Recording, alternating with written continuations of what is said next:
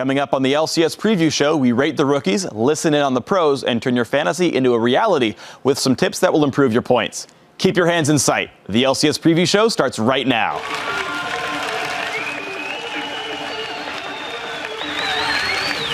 And now Mbappe is in trouble. Froggen gets on towards him. He gets himself another double kill. He's now 5-0-1 on Anivia. Yes, Bird is definitely the word in the Alliance camp.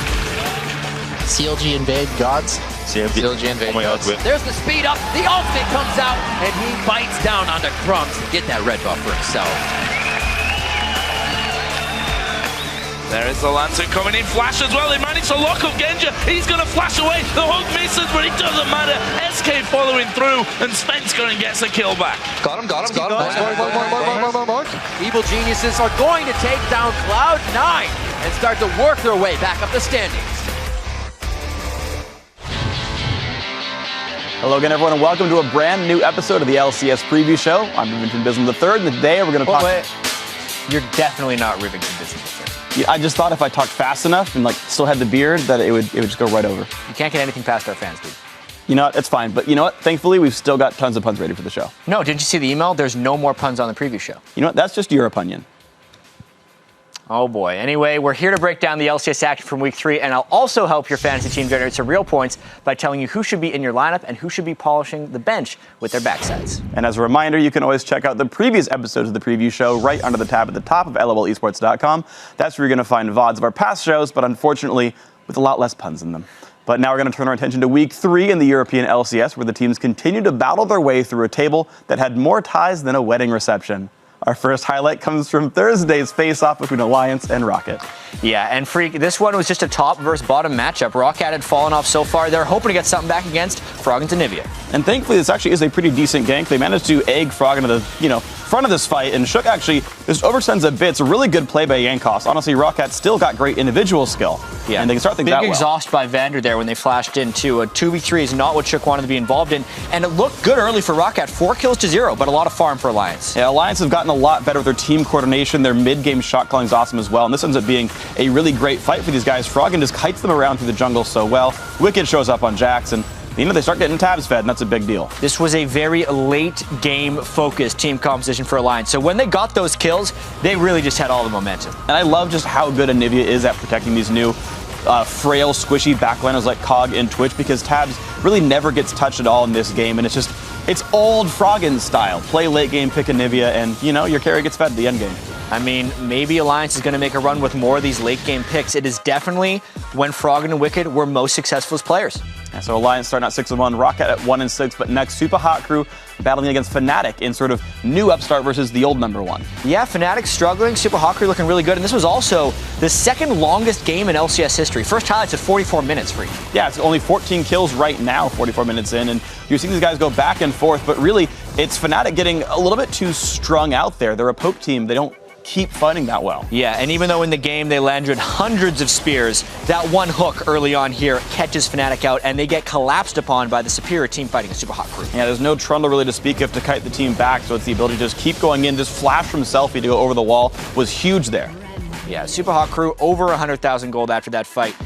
It was a long one they had to get through. Look at the relief on Rawls' face right there. So they go 5-2, but now after beating Fnatic, they've got to beat the new number 1 in Alliance for a first place battle. Yeah, you would not expect this to be a first place battle at the start of the year or even a couple weeks into last split, but have times have changed. So right here you're seeing them try to start it out, but again, it's Froggen on Anivia, and he's pretty good at the champion. Picked up another double kill for himself on this one, and he just keeps destroying phases. Yeah, and then he comes down bottom for what? Another double kill. He ends up after this fight 5-0-1 on Anivia. We're going to be seeing a whole bunch more of this bird. Yeah, Anivia mechanics are a whole bunch of fun to watch. I like, Crepo gave kind of a rundown of how he plays the champion at All-Stars. You're going to want to go watch the analyst desk after one of the games there. But Froggen continually just destroys everybody, kites the team's way, Glacial Storm's still on, you can't run away from him that way. And you even got Wicked on Aurelia. It's a whole bunch of callbacks. Really old school week for Alliance, and success all throughout for them. So then Fnatic versus Rocket, two teams who were awesome during the spring split here, neither having the season they really want. Yeah, Rocket in particular just keeps struggling, but the starts of their games honestly aren't that bad. It's the mid game here where they get caught out 5v2. And they've got Reckless there going gigantic on Twitch, picking up all these nice stealth kills. Celiver as well, caught out a little bit too far. Yeah, the Lulu also enhancing the damage from Reckless. That is the game he wants to be playing. And it just makes the team so tanky as well. Soaz on Lulu this game keeps Cyanide safe in the front line. The follow-up there from Nami as well. And even though it's not hard to engage, it's enough to pick the fights that they want and to leave their backline to the backline to deal damage. Yeah, real nice team comp there from Fnatic. Even with a minimal gold lead, they could still roll over Roccat in those late-game team fights. So very impressive stuff with these guys. Honestly, a very, very good team overall. But now let's take a quick look at the standings in Europe. Now that Week 3's games are in the books, looks like most of the multiple ties were actually eliminated as the teams spread things out a little bit. And sitting ahead of everyone else is Alliance, who rode Froggen's Anivia Wings to a 6-game winning streak and a near-perfect record through the spring split at 7-1. Now, our top story of the day is that the Copenhagen Wolves will be forfeiting today's match against Rocket. Due to an illness on the team and the Wolves' failure to field an eligible player in time for today, they'll have to forfeit, and Rocket will get the win. But now we're going to turn over to the power of technology and call in someone a quarter of the way around the globe who can give us a bit more insight into the European LCS. Trevor, Quick Shot Henry, what's up? Not much. Thank you for the call, but it's actually you who are 9 hours in the past, freak. Well, that's because time travel is awesome, so I'm going to go ahead and fix your mistakes right here in my presence. So anyway, let's talk about Alliance, who are dominating the European LCS right now. Now, we've seen this before. In every split in the history of the European LCS, a team starts 7-1, but then those teams falter in the weeks after. Can Alliance actually break that 7-1 EU LCS curse? Ooh, I'm not sure. The curse is definitely real, though. In 2013, in the spring split, Fnatic went 7-1, then they lost 2 games and needed to pull themselves back. In the summer of last year, Alternate went 7-1, and then they plummeted to 6th place. Now, just in the last split in spring, Fnatic went 7-1 before they lost 8 games in a row. Alliance are on the cusp of being the 4th team to go 7-1 in Europe, and we'll see if they can break the curse today. And we'll see if they can. So in your opinion, Quick Shot, what can Alliance do to avoid falling victim to that curse? Well, they really just have to do what they have been doing for the last couple of the weeks. Alliance has just come together this split. They've been a dominating force, and in fact, their last match of Week 3, they easily defeated Selfie and the Super Hot Crew, which is the only team that's beaten them this split. Besides being at the top of the table, Alliance is also leading the European LCS in several key statistical categories. Their average goal per minute as a team is the best in Europe at 1,700. They've got the least deaths on their team. They've got the most Barons. They lead the European LCS with Team KDA at 6.3. Tabs and Froggen have over 9.5 KDA each. Not only that, Nif has got the most assists in Europe. I could rattle off even more stats, but what it boils down to is that Alliance are playing phenomenally. They do sometimes take their time to close games out, but that's not because they're unsure, they don't know how. That's because they play patiently, they play coordinated, and they take advantage of their opponent's mistakes. And while I think as a team, they're very happy with their first 3 weeks of games. And they're certainly doing really well. And honestly, it feels like Alliance have kind of cracked the code to their potential. They've really hatched a plan for success. Is this kind of the expected result? Or is this just Froggen kind of allowing his feathers to nest? No, you can't. I can't believe you're talking about Anivia that way. Too many puns. I've said it before. I'm going to say it again. The bird is the word for Alliance. We saw Froggen pull Anivia out at the All-Star game. He went 11-0-14. He spoke to Shox in an interview, and he actually said that the Cryo Phoenix would not be featured in the LCS. He's a liar because we saw it last week twice. He only died once, going 8-1-13 in his 2 performances. So far this split, though, Froggen has also proven time and time again that he can play more than just Anivia. He's got the highest average CS at 10 minutes of 83 from either the European or the North American LCS. You could put an argument for that he's the best mid laner in the LCS. He seems more focused, more determined, and if you compare Froggen and Alliance last split to Froggen and Alliance this split, it looks like he has the support of his team behind his plays. He's not just relying on individually carrying games. I think last week, it was just the story of a boy and his bird, and I wouldn't be surprised to see teams actually banning Anivia away from him this week. I know that makes a whole bunch of sense. Nobody wants to be left with egg on their faces. Yes, I know, that was an amazing yoke. So before we completely fry your brain with Anivia-related puns, let's talk about the Super Hot Crew. This is the team that has gone from the bottom of the spring split and now in the summer promotion tournament as well. They've now got a spot near the top of the standings, thanks in part to last week's epic win over Fnatic. Yeah, and it really was epic, Freak. The Super Hot crew proved that they have the staying power to go toe-to-toe with Fnatic in the second longest game in the history of the LCS. At 1 hour and 4 minutes on the clock, it rakes in just behind the 2013 record-setting game between Dignitas and CLG, which lasted 1 hour and 11 minutes. Now, beside being a long-running game, there's some huge stats that we want to talk about. The total gold was just short of 200,000. 3,438 minions were slain during the course of the game. 313 wards were placed. Even more interestingly, both teams actually finished with 11 kills, 11 deaths, and 31 assists. Now, while the Super Hot crew have improved their game, they demonstrated they still have work to do. It took the Super Hot crew nearly 50 minutes to figure out how to force Fnatic's hand and how to actually close the game out. And in the end, it was finding picks and diversifying through the lanes that allowed them to take down Fnatic. Remember that Fnatic's the team that's won the last 3 splits of the LCS. In general, though, if you step back, the Super Hot crew just continue to impress, and I'm looking forward to seeing them compete for the rest of the split. All right, well, Quick Shot, once again, you've proven your brain rivals Heimerdinger's in terms of sheer girth. Thank you for dropping all that knowledge on us. If only I had his hair as well. It's my pleasure, Freak. I wish we all did. Anyway, guys, let's move on to our other European expert who's been busy gathering information for the preview show. How you doing, Shox? I'm good. Always happy when I'm talking to you, Freak. Always happy to see you as well. So, Alliance has been soaring. Rockets, though, they've been going in the opposite direction. They definitely don't look like the team that finished in 3rd place in the playoffs of the spring split. So even though they're going to receive a win today because of the Wolves' forfeit, they have to be worried about their record. Shox, you've been talking to the team. How do they address their current situation? Are they planning on making any changes? Well, Freak, Rocket's top laner Zazas shared with me that he thinks that their current problems don't stem from lack of individual skill, but rather from how they execute their plans in the mid-game. He added that for that reason, and I quote, lineup changes are not even being discussed. Zazas added that now with their coach Veggie back in the house and them changing the way they practice significantly, they can definitely bounce back. I also asked some of the other LCS players what they think has been the issue for Rocket. Gambit's Edward thinks that some teams only play good if they play non-stop when they don't take a break between the LCS splits. And in his opinion, Rocket is one of those teams. They did take a break and they lost all of the work that they did before. Edward added that of course Rocket will return to form, but it will take some time. Now, Alliance's Nif agrees that Rocket is slowly catching back up and believes that last split they were much better prepared in comparison to other teams, and they often got their preferred picks. He mentioned that the meta changed this season, and they haven't been able to adapt properly yet, especially when it comes to lane swaps. Now, Fnatic's Xpeke mentions that he feels like Rocket's decision-making isn't that good anymore, and they were better aware of how to trade objectives before. He adds that the scene has improved and that teams learned what to prioritize and when to fight. He compares them to Fnatic, actually, in the sense that, and I quote, they're a bit like us. They have fallen behind some of the teams in knowing what to fight for and what to give up.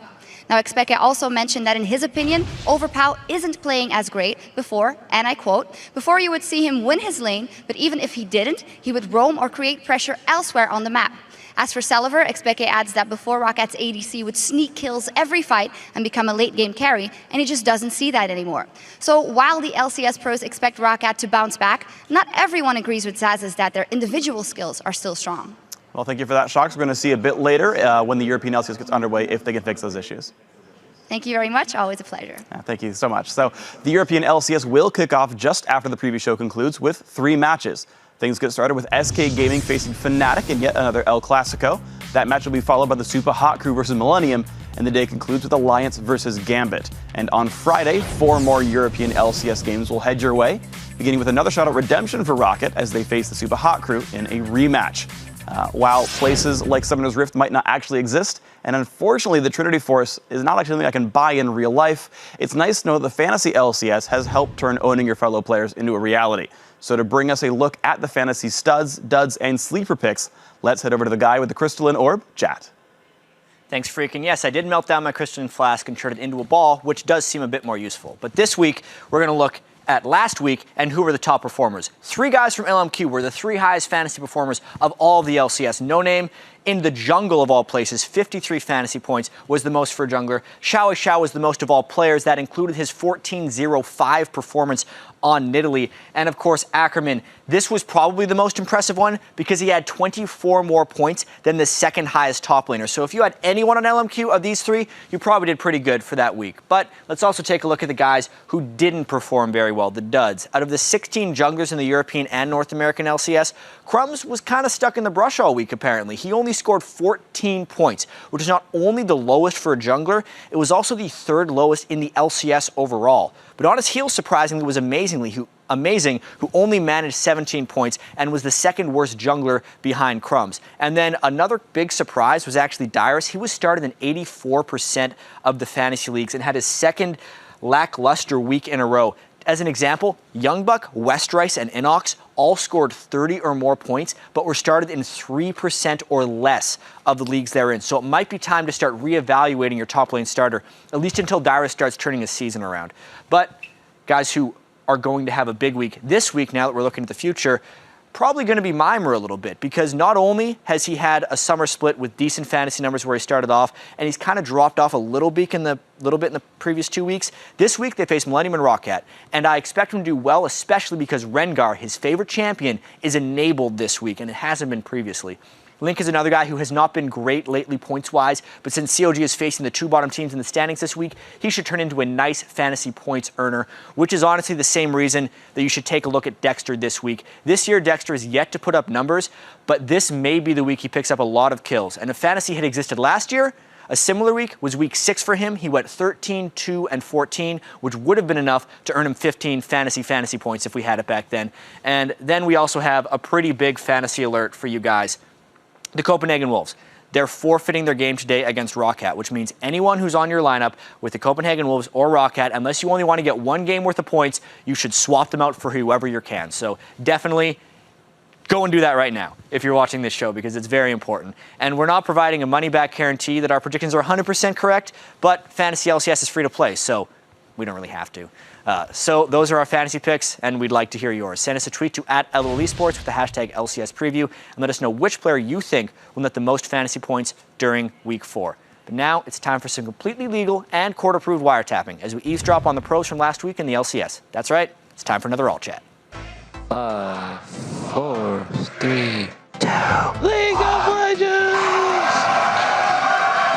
Ganja, hello. How are you? You wanna do Nash? We can do it really fast if they don't have a ward. Do you think we do Nash really fast? Don't do Nash, don't do Nash. We can sneak the Nash. We don't have pink on it. So I'm just pressing. Can I play Beyond Barrier right now? No. No. But they're doing Nash, are like. I can steal Nash easily. No, we cannot. Nice. Now we do it. Now we can get Nash. I have TP up. Dragons, not tigers. Dragons. Embrace your inner dragon. Dude, you know they had a picture of you and a dragon, right? Did they really? Yeah. It's just like, oh, really? And the chat was like, nerds. You just want to be on that like all chat thing, right? You just want it to be like 5 minutes of Pro Belter going. I'm out tonight, you know. Hips don't lie and I'm starting to feel this right. Getting the Drake. Nice, Nice guys, nice one. We have TP here now. Nope. YOLO. YOLO in this. One goal, one dream. Finish the game. Okay, finish the game. Good job, guys, good job. Yes, no, 1 and 7. Hell yeah. Let's go Afro. Shut up. Let's all do it. Let's go Afro. Nivea is still open, guys. Yeah. We have the free win if we want it. I don't think Nivea makes sense. Froggen, what can you pick where we would actually win teamfights here? I don't think he does anything. Nivea did. I just think to handle it, Mal is the 2 carries in teamfight 6. Nivea and Aurelia. Oh, Chris fucking really predicted this, guys.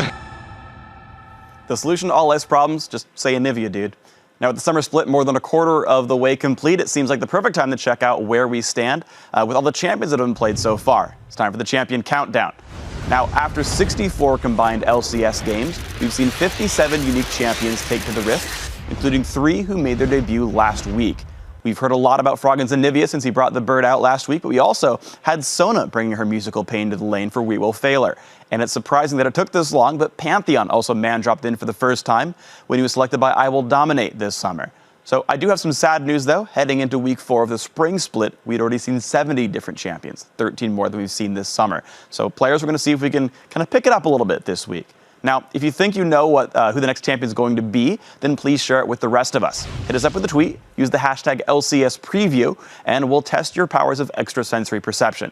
Now, before you tweet, there is some more information you should probably have. This week, both Rengar and Braum will be enabled. So, okay, yeah, we're kind of doing some of the work for you by letting you know what to tweet to us, but just don't say we don't love you. Now, let's turn our attention now to the North American LCS and check out some of the highlights as the teams clashed on the Rift. Our first matchup was pitted with the 3-3 TSM against the 4-2 LMQ, more specifically, Bjergsen versus Xiao. And it was a showdown. The first time they really interacted as far as fatality is concerned was in all places the bottom lane. And Xiao just destroyed Bjergsen here, clearing the minions with his Hydra and then finishing him off. Excellent play by him, but next up we've got even more battles. Amazing. Ends up really face-checking to this one. He had just seen Xiao down there. Yeah, there's a pattern of all this. It's TSM going places by themselves and dying. Hey, look at that. Threshold over the wall, and another team fight. LMQ starts out pretty nicely. Yeah, this game was really about LMQ playing together as in a team, and TSM going in one at a time. Even there, they didn't combo the Yasuo and the Shyvana ult. That was a story throughout the game. LMQ picked up a very nice victory. And a lot of unfortunate individual plays. Ackerman also, we talked about him being a big fantasy point earner. He went pretty big in that game, and TSM, of course, continues to struggle in this matchup. So LMQ looking good. Next up, though, EG versus Cloud9, and this one went a whole bunch of ways people didn't expect. Exactly. There were tons of assists from many people on EG. Krepo played fantastically, but mostly because he was protecting Altec's Twitch, who went off this game. Yeah, he was massive. And when you have an actual frontline who will peel for you, a Thresh that plays as well as Krepo did, it is very nice to be able to play Twitch in a game like this. 9-0-6 during that clip. Yeah, surprisingly standard team composition here from EG, now 10-0-6, and everyone just wants to kill Altec. They eventually get him, but at what cost? Yeah, exactly. Cloud9 goes super hard for this one, but Snoopy gets a nice ulti, and you've got Trundle there for Inox also, just dealing plenty of damage. So while they finally kill the AD carry, there's not enough left to win the team fight afterwards. Yeah, Snoopy chases everyone else down. He still team fights very well on that Evelynn, and the triple kill from Twitch before he even dies was enough to seal the game. Yeah, so Evil Genius is making things look a little bit better. They were 2-5 after that game. Cloud9 sank to 4-3, but then Dignitas versus Counterlogic Gaming, two teams at the top of the table.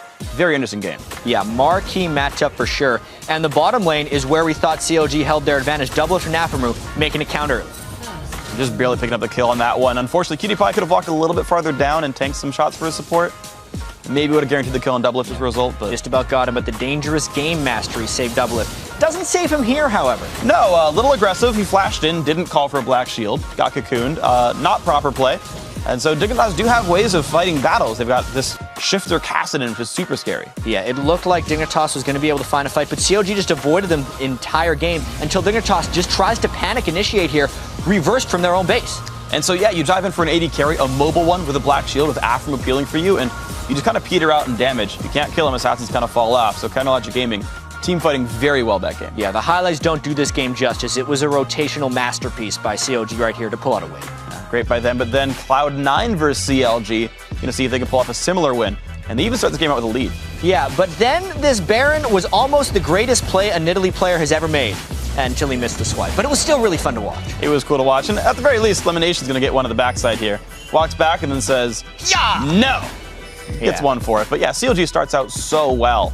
Yeah, but crazy thing about this game is it's a big gold lead by CLG, and they're still picking up kills on a double lift, but they're actually the ones that had some bad rotations this game, and in particular, a bad team fight right here. They look to try to force it, but no one caught out Sneaky, a great engage, and then you've got a backline Twitch that no one's touching, and he just destroys people this fight. Yeah, Balls was a great zone control man in this game as well with the Shyvana ultimate to really open up that fight so Sneaky could go in. That was Cloud9 scraping a win together. It is. It's always been kind of their team fighting, their biggest sort of selling point, and they got some there in that game. So the North American standings look like a complete copy of the table used to be over in Europe in the summer or spring because there's a tie in nearly every single position. Yeah, Team Dignitas and LMQ are leading the pack, both with 6 wins and 2 losses. Things remain close until we get to the bottom of the board, where Curse, the Evil Geniuses, and Complexity are the end of the first place Yang, as they all have 2 wins and 6 losses. Now, one reason that Team Dignitas is sitting at the top of the standings is because their mid laner Shifter has seen the movie Highlander one too many times. Either that, or he's found the Holy Grail, or maybe he just made a deal with the devil, because he just won't die. Well, he's not completely immortal, but the other teams are definitely having a hard time killing him. In fact, he's only died 3 times this split, giving a whopping KDA of 26.33 thus far this year. And to put those 3 deaths into perspective, the fact that they have come across 8 games means that he's only died on average 0.375 times per game. If he continues to play on this level, he's on pace to end the split with only 10.5 deaths. And that is seriously impressive when you compare it to the current record holder for least deaths in the split, Meteos from Cloud9, who died 29 times in the 2013 summer split. And Shifter could beat that number by 18.5. Dig's mid laner is actually on pace to break that record, and one of the key factors is his positioning. Let's take a look at one of the big fights he's actually had on Ziggs and why it was so good. Notice how TSM used all of their initiation right there to jump in, and Shifter just peeled over to the side, so he was still in damage range, but was a huge deviation for TSM to try and get to. Once the fight is turned, the fact that he is getting hooked is pretty much irrelevant because his spells were on cooldown and he could continue to lay out the damage. This was a clean fight from Dignitas, but Shifter undertook almost no risk in order to get involved in all those kills. There could be a possible downside to Shifter's safe play, though, that has been brought up by some of the other mid laners. He might be playing too safe. Not dying often means that when you are ahead, sometimes it can be very, very good because you're a high threat target the other team wants to kill and they can't get. But you might not be doing the most efficient damage you could in the team fight, which means in close games, it could be to Dignitas' detriment. We'll have to keep an eye on that as the split continues. So now tied with Team Dignitas for the top spot in the standings is LMQ, and their position is due in no small part to their mid laner, Xiaowei Xiao.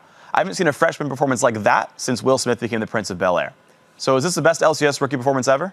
Well, right now he is definitely up there among the best of all time. His cumulative KDA right now is the second highest in the North American LCS at 8.45, only behind Shifter. He has the highest average goal per minute in the NALCS at 426, and his average CS at 20 is the highest for both the North American and European LCS at nearly 200, 199.38, which handily tops Froggen's second highest number. And if we compare Xiaowei Xiao, more importantly, with some of the other top rookie performers over their first 8 games in the LCS, you can see that he is right near the top of that list. And his numbers aren't necessarily the best ever for a rookie in their first 8 games, but right now, he's dominating the veteran players in the North American LCS like no rookie has really done before. And I would argue that the NALCS has never been stronger than it is now. So the fact that he's kind of carried LMQ into a tie for first place makes his performance even more impressive. So while the North American LCS has gotten stronger this summer, one team that's gotten weaker is Team Solo Mid. Even though they won their final game of Week 3, it was against one of the bottom-ranked teams, and TSM is sitting in the middle of the pack. How concerned should they be? Well, with more than a quarter of the split behind us, I would say they should be very concerned. Even though they managed to secure a win against Curse last week, they don't look like they're coming together as a team like they were supposed to. Last summer split in 2013, Team Solo Mid actually had very similar issues at the start of that split. But there was a big difference between last year's TSM and this summer's TSM. Reggie, the Odd One, and X-Special were there. There were 3 veterans to keep the entire team focused. All 3 had been around since the start of LOL Esports, and they were able to rally the troops, take second place in the LCS playoffs, and then earn their 3rd trip to Worlds as a group. But this year, Team Solo Mid is lacking that leadership. Instead of veterans, they have a rookie at support, an intercontinental transplant in the jungle, and even though he was the MVP of the spring, Bjergsen's kind of yet to display leadership with this new team. Even Reginald himself said that this summer's roster suffers from a lack of leadership and shot calling. So therefore, they've actually added a coach mid-season. Lokodoku, they recently announced that TSM had hired him as a coach to serve for the team. He has extensive experience in both the North American and Korean scenes, including a trip actually to the OGN Champions final as a player. So a very experienced coach. TSM's hoping that his experience can lead to success. To be honest though, he has made a lot of mistakes in the past, so we'll have to see if he's learned from them and if he can apply that wisdom to Team Solo Mid and provide them the leadership that they are currently lacking. So Lokodoku and TSM will be tested earlier as our Week 4 coverage of the, they'll be tested later, I should say, as the Week 4 coverage of the North American LCS kicks off with Team Solo Mid taking on Cloud9, team they've only beaten once in 15 tries. Yeah, on Sunday the LCS action will continue as Curse takes on LMQ, and later in the day, Team Dignitas faces Cloud9 in what's shaping up to be a top-of-the-table matchup in the North American LCS. And that'll be a bunch of fun. But now it's time for the top 5 plays from last week in the North American LCS, or as Pentakill Karthus likes to call it, the Penta! Coming in at number 5, Crumbs crawls away with 1 HP. Another clutch bind from Afro. Oh, the spear! He's not going to make it out alive. Wait, the potion? Oh, he lives! He lives! Oh, I've never seen someone chug a potion so good. At number 4, Xiaowei Xiao goes toe-to-toe with Bjergsen. It's still an extra Oh, Xiao. You can see Bjergsen's vision as he disappears. Tries to go for the ultimate, pops him up, going for the last one, doesn't get the hit. Xiao with the lifesteal, keeps himself alive. At number 3, Svenskeren quickly closes the gap on Genja. There is the Lancer coming in, flash as well. They managed to lock up Genja. He's going to flash away. The hook misses, but it doesn't matter. SK following through, and Svenskeren gets a kill back. Nothing Genja can do at this point here. Once the flash play hits, you're dead. At number 2, Ro4 hops aboard and hooks in Reckless. Onto Mr. Ross as well. There's the ultimate coming out with Baylor. The wave comes through. It was flashed by Baylor, who gets the hook and the play, and they lock up Reckless. That was fantastic out of Baylor once again. And the number 1 play this week comes from Doublelift, picking up a flashy double kill. He is denied from the fight. High is low in mana. Doublelift knows it. That is not the first time he's dashed straight into enemies. Doublelift wants the kills, and he knows he can get it. That's why this fight was about AD carry positioning. Doublelift with a great reactive flash at the death sentence of Lemon to secure that double kill. Well, it looks like my work here is done on the LCS preview show. Now, Riv, I'm sorry about that, bubblegum I stuck under the desk, but don't worry, I'll get it later. But before we go and send things to Cologne, sit back and relax as Cloud9's mid laner gives everyone else the shaft in our last hit. Oops, Hai did it again. These teams ready to get into our second day here in the 3rd week. It's a very interesting choice. We'll have to see how his spear accuracy does this game. Hai is going crazy with these spears right now. Doublelift not safe. Oh my gosh. And Hai is just playing fantastic on Italy. Holy crap. How many are they going to land? Hai is an assassin right now. And he keeps landing the spears. That was a spear. That was a shot. This could be game. You can hear the crowd absolutely loving these spears coming in. Oh my God, Rip, I have to see that again.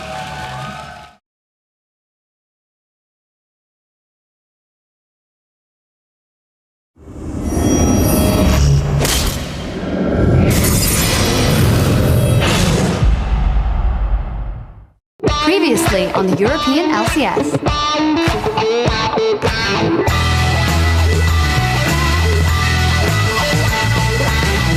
Colin goes down, and Racing gets himself another, and they are just motoring through the Millennium defensive front line now.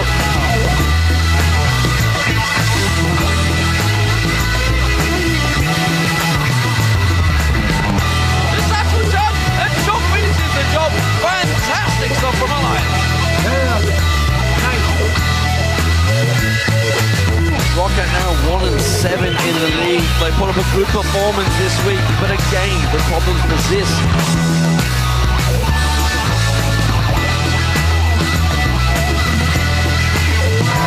Yeah! The tidal wave's not going to be enough. They've got 2 kills. This is surely game for the Super Hawk group.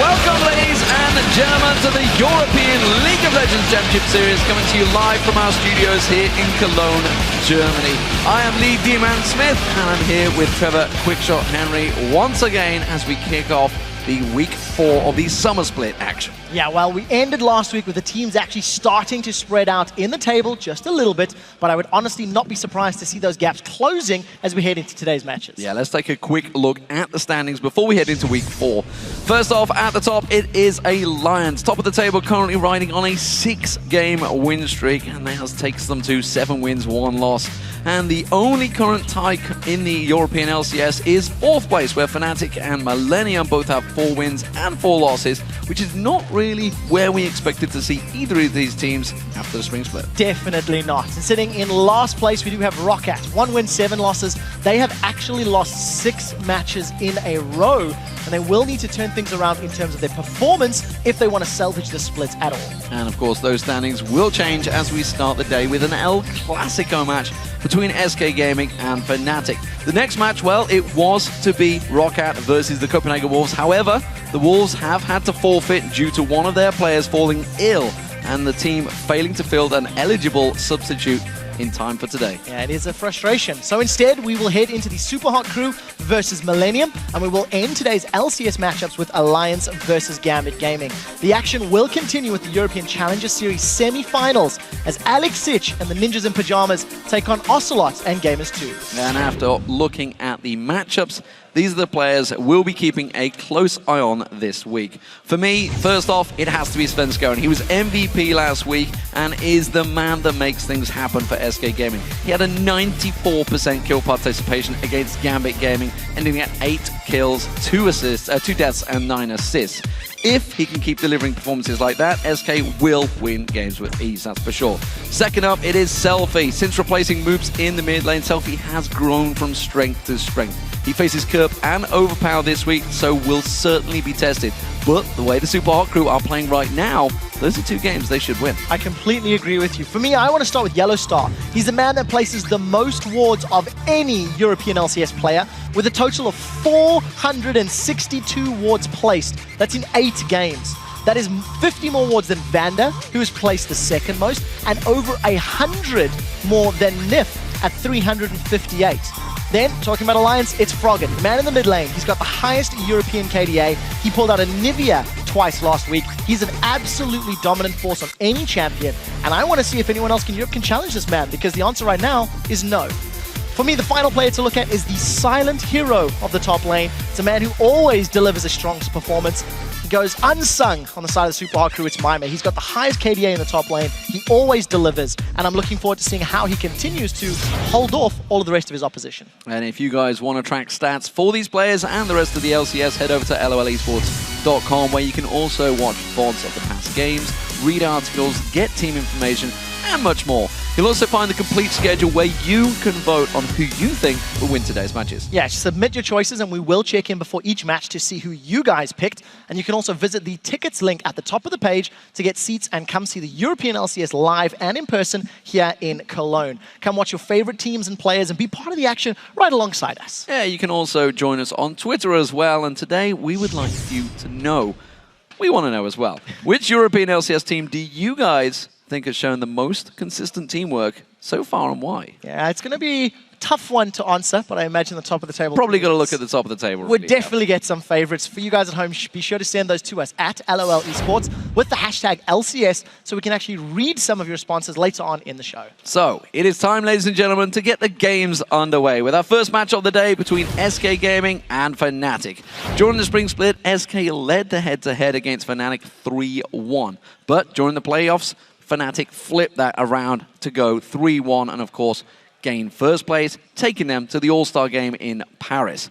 Now that we're into the summer split, though, SK Gaming faced Fnatic in the opening game of the season, where Fnatic pushed SK to the limit. They gained a 6k gold lead before SK turned it back around again and secured themselves another win. Yeah, SK definitely played well in that matchup, and from then on have gotten better and better, especially in the earlier game.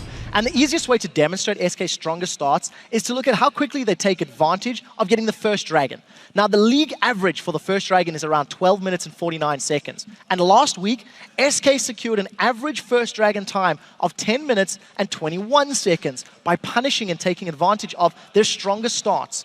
The standard laning phases have also played into SK's favor as they're ending games 13 minutes quicker than week 2. One of the only teams in Europe that is ending games quickly. They averaged 27-minute games last week in comparison to 40-minute games in week 2. So a very strong start leading to a very strong finish for one of the table toppers here in Europe. On the other side of the dice, Fnatic have not been living up to expectations this split. That's the feeling you get when you look at their 4-4 record. But Fnatic are actually mirroring their Season 3 performance, where they started well in the spring, but stumbled at the open in the summer split. Yeah, that's right, D-Man, because last year, 2013, Fnatic went 7-1 in spring. It's a performance they repeated this year, 2014 spring. They started last year's summer with a record of 4-6, and playing SK and Alliance and being 4-4, they may go 4-6 again. It's an interesting trend when you look at Fnatic, and by the historical statistics, they will pick up the game as we get closer to playoffs. I do want to highlight the carries for Fnatic, starting with Pekka in the mid lane. He holds the second highest CS at 10 minutes, the third highest CS at 20 minutes in the game. Reckless shares the exact same accolades, sitting 2nd and 3rd at 10 and 20 minutes. And when you consider that their team's in the middle of the table at 4 and 4, these two carries are actually punching above their team's placement. The story's not the same for Soaz. He is struggling. He's got the lowest amount of CS at 10 and 20 minutes, which tells me that he's struggling to adapt to this top lane meta, this buddy jungle system, and his negative tweets regarding the teleport, the 1v1s, and his distaste towards the champion pool is backing up those claims. He needs to figure out this meta if he wants to be more relevant. Well, with SK, of course, demonstrating a stellar level of late-game play compared to the rest of the field, Fnatic's Peke knows how important coming out ahead in the picks and bans will be in this match. We won the first match against Fnatic, so going into the second one shouldn't be too much trouble. I guess SK, like any game we played against them, we're not really worried about them. It's mostly about us doing like wrong things in the game. SK is just this team that doesn't really make mistakes. We have to be focused before the game starts. During pick and bans, I think we already have to be really careful then, because the moment they have a strong lineup, we have to play perfect the whole game. Most of the time we had great early game, but they just like do better rotation than us in after laning phase / mid game, and they just capitalize better on mistake than us in mid game. Sana is kind of selfless jungler, so he'll buy like 3 wards on his first base and then delay all his items for like really long time just to ward up for his team and stuff. I'm kind of more like selfish jungler. We're having a bit of a slow start to the split, like we had always before as well, and I hope we are going to pick it up. We've been doing okay this split, great start, so yeah, we have a lot of confidence. We'll see how it goes between these two teams. Jungler style's different. We talked about Soaz's stats. He's up against Freddy. It's a big matchup. It is a big matchup, and I think the junglers are going to be the interesting story considering the patch we're on. But we'll get to that in picks and bans. So let's check out the starting lineups for these two teams. Over on the blue side, it is SK Gaming. That means that Freddy122 is in the top lane, Svenskeren's in the jungle, Jez is in the mid lane, Candy Panda the AD carry, and then Rated on support. And on the red side for Fnatic, it is Soaz up top, Cyanide in the jungle, Peke playing mid, Reckless on AD carry, and Yellowstar playing support role. So before we begin this game, let's check your predictions out according to lolesports.com. You have voted Fnatic to win this game. 53% though, that is very close. Performance-wise, that's not the way these teams have been trending, but that's a vote you would not have seen 3 months ago, and that's not a vote that you're seeing very often. These very popular teams starting to fall out of favor with the viewers if they're not delivering. Yeah, we're starting to see the swing of the old guard. We saw TSM lose a fan vote just the other week. It's crazy. What is the world coming to? What is happening in League of Legends? Just before we jump into picks and bans, it is 4.9 as far as the patch is concerned. Yes. Braum is available, so I'm expecting to see But we'll be banned. I'm expecting to see that. And also I think with the changes to Kha'Zix, the no longer damage reduction in his ultimate, I believe the champion pool in the jungle is now limited to Lee Sin, Elise, and Evelyn. Yeah. And it's a sentiment that is shared by many of the European junglers. So I'm very excited to see what gets banned by which team and where they're going to emphasize. Yeah, who has the advantage? We'll find out, ladies and gentlemen. Picks and bans about to get underway for El Clasico. SK Gaming as the blue side up against Fnatic. So first pick and bans coming straight through. LeBlanc and Kassadin removed there. There is the Lulu ban. There's the Braum ban. Surprise, surprise. I will be pretty shocked if we get to see him this week. I agree with you. The Elise ban followed by SK is what interests me now. Fnatic need to decide, do they ban away Lee Sin, which is Svenskeren's most played champion at 6 games and 5 wins, and they're not going to, instant first pick. But now where does he go for jungler? Fnatic have Nidalee open, they have Nunu available, and they've run a poke sort of comp like that in the past. It is something that I think they'd have to consider. Fast pick and bans here. Jax was that final ban, as you said. Lee Sin was picked up, of course, Svenskeren on that. 8-2-9, as I mentioned, on against Gambit just last week on that very champion. But Reckless will get his hands on Twitch, the stealth assassin, and of course alongside him will be Morgana for Yellowstar. So Fnatic have got a lot of options available to them. A lot of mid lane champions are still up. The Ziggs is there, which is a priority. The Nidalee is available if they want to go for it. Soaz has trended towards locking a Trundle in for his top lane pick and pairing it with that Nidalee. It gives you the zone control, it gives you disengage power. But the problem that Fnatic ran into in running those champions against the Super Hot crew is no clear way to make a play happen. They needed to get ahead, they needed to siege with Nidalee, and it wasn't effective enough for them. Super Hot crew ran them down multiple times. So SK Gaming choosing to basically force Fnatic to make the first move. They've gone with their support and AD carry, which is Lucian Thresh, the most popular combo back in the spring, and of course that forces Fnatic to make the first move with that top laner or mid laner. Super safe picks from both of these teams. SK have not revealed anything about how they want to play, but they have the ability to make picks, they have the ability to engage and disengage, and they've got Candy Panda on his most played ADC. He's undefeated on Lucian this split. He's got a 12.5 KDA, so it's a very safe pick from them.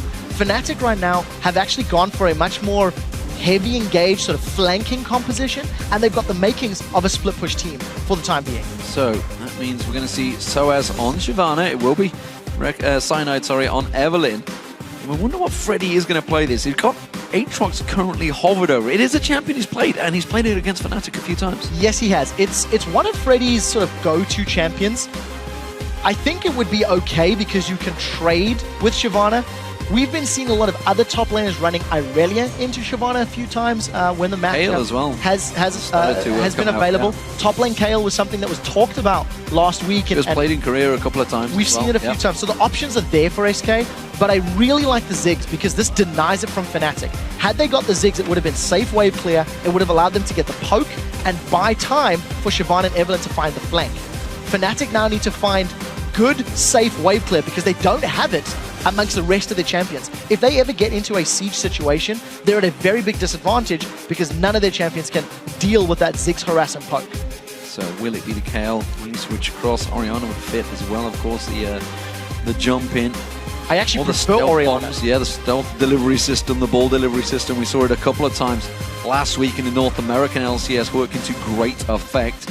And of course, with that Ziggs in there, SK Gaming played it very safe. I'm interested to see how Freddy's going to work. Of course, we heard him last week. 100% record on Renekton. Didn't choose to go with that one. It will be a switch for Peke. He is going to go with Twisted Fate. So let's quickly highlight the Fnatic comp. They've got the ability to flank for team fights with Evelynn, with Shyvana. But what I do like about their solo lane champions of Shyvana and Twisted Fate, it gives them the option to split push and play the map very effectively. The thing is, Fnatic have to punish Jezz when his Mega Inferno Bomb is down, because while Fnatic have the tools to play the minion waves in the map, Jezz on Ziggs can clear them very effectively. Neither team has safe engage. You have to land a Lee Sin Q. Shyvana's got to flank from the side. Evelynn's got to come from behind.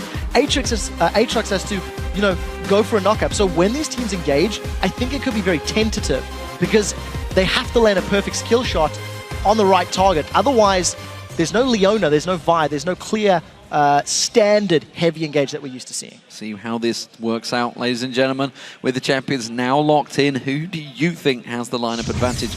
Tweet hashtag SKWin or hashtag FNCWin to @LOL Esports, and we'll see who you think came out ahead in just a few moments. I just want to keep my eye on Peke and wait for him to load up to see whether he switched last minute, because he had Cleanse selected there. Flash Cleanse, he has changed it to Flash Ghost, I was going to say. Ghost Flash on Twisted Fate is your more standard. Yeah, I was like, why has he got Cleanse? There's nothing really that warrants it. And this is something that we were discussing internally regarding last week's games. You've got the Shyvana that's going to need some items and wants to become tanky to eventually affect team fights.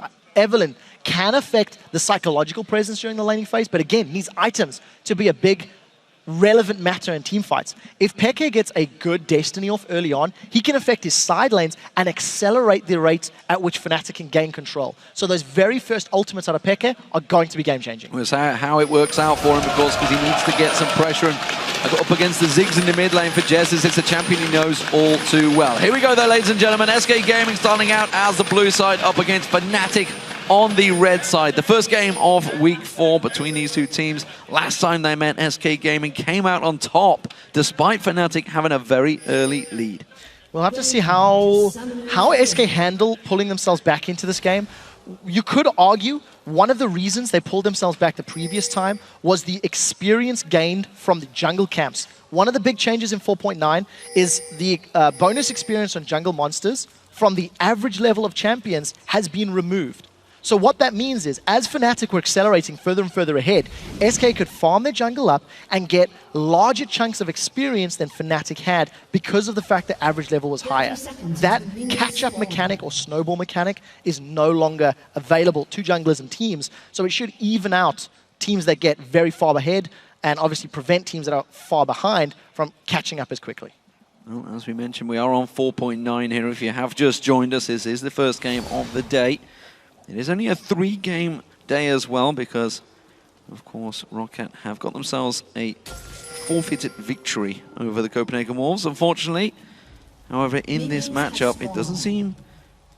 Are we going to have a late invade from Fnatic? They are setting up for it. SK is sitting back, and it's Fnatic that are going for it. Yeah, it looks like they wanted to try and second-guess Svenskeren on that Lee Sin. You do see Lee's starting at red buff from time to time, but because of a smart ward by SK, they've got full vision and full information of what Fnatic are up to. So it's a safe start for SK in the top half of the map, and it looks to be SK going for a counter-invade, but Soaz is on the red buff himself, so this could get scary. Oh, Soaz has walked straight in towards him. He's going to try and run past with a burnout. Good flake comes out of N-rated. There's a lot of damage going down, but without the death sentence, Soaz should escape no problem. Yeah, and Svenskeren actually started with that Sonic Wave on his Q, so going to slow down his jungle clear just a tiny bit. Needs to take a little more damage. And there's the fan vote swinging heavily in favor of Fnatic. Yeah, 76% of you liking what Fnatic have picked up here. Freddy himself is having a few issues with Fnatic as well in this jungle. Svenskeren does manage to come around and get that red buff stolen away. So something I want to highlight about Freddy locking in the Aatrox. It's a smart pick in the current top lane meta because Aatrox can actually sustain and jungle very effectively. Whenever we look at the top lane matchup, it has evolved from a who does better in 1v2 in CS to now who can sustain in jungle, who can get experience, what's your wave clear, what's your sustain. And Aatrox is a champion that has very high marks in a lot of those regards. He's already got an experience and a CS lead over Soaz, but we need to see how he makes it work, obviously, once they eventually come toe-to-toe. Yeah, and you can see being gifted a bit of experience. Meanwhile, the buddy system in action here. Cyanide level 3 up against his Soaz, his level 1 still. Meanwhile, Freddy is about to hit level 2, but it's another good invade coming from Fnatic here. Going with that 4-0 push. It's going to keep on the buddy system, keep on pushing.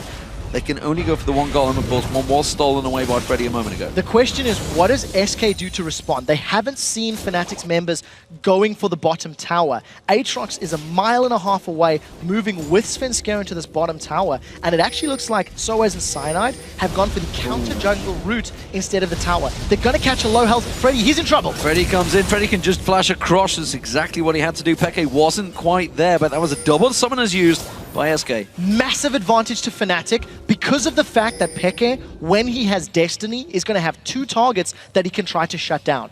Not having Flash on Freddy and Svenskeren is going to limit their aggressive plays and open up opportunities for Fnatic to punish them.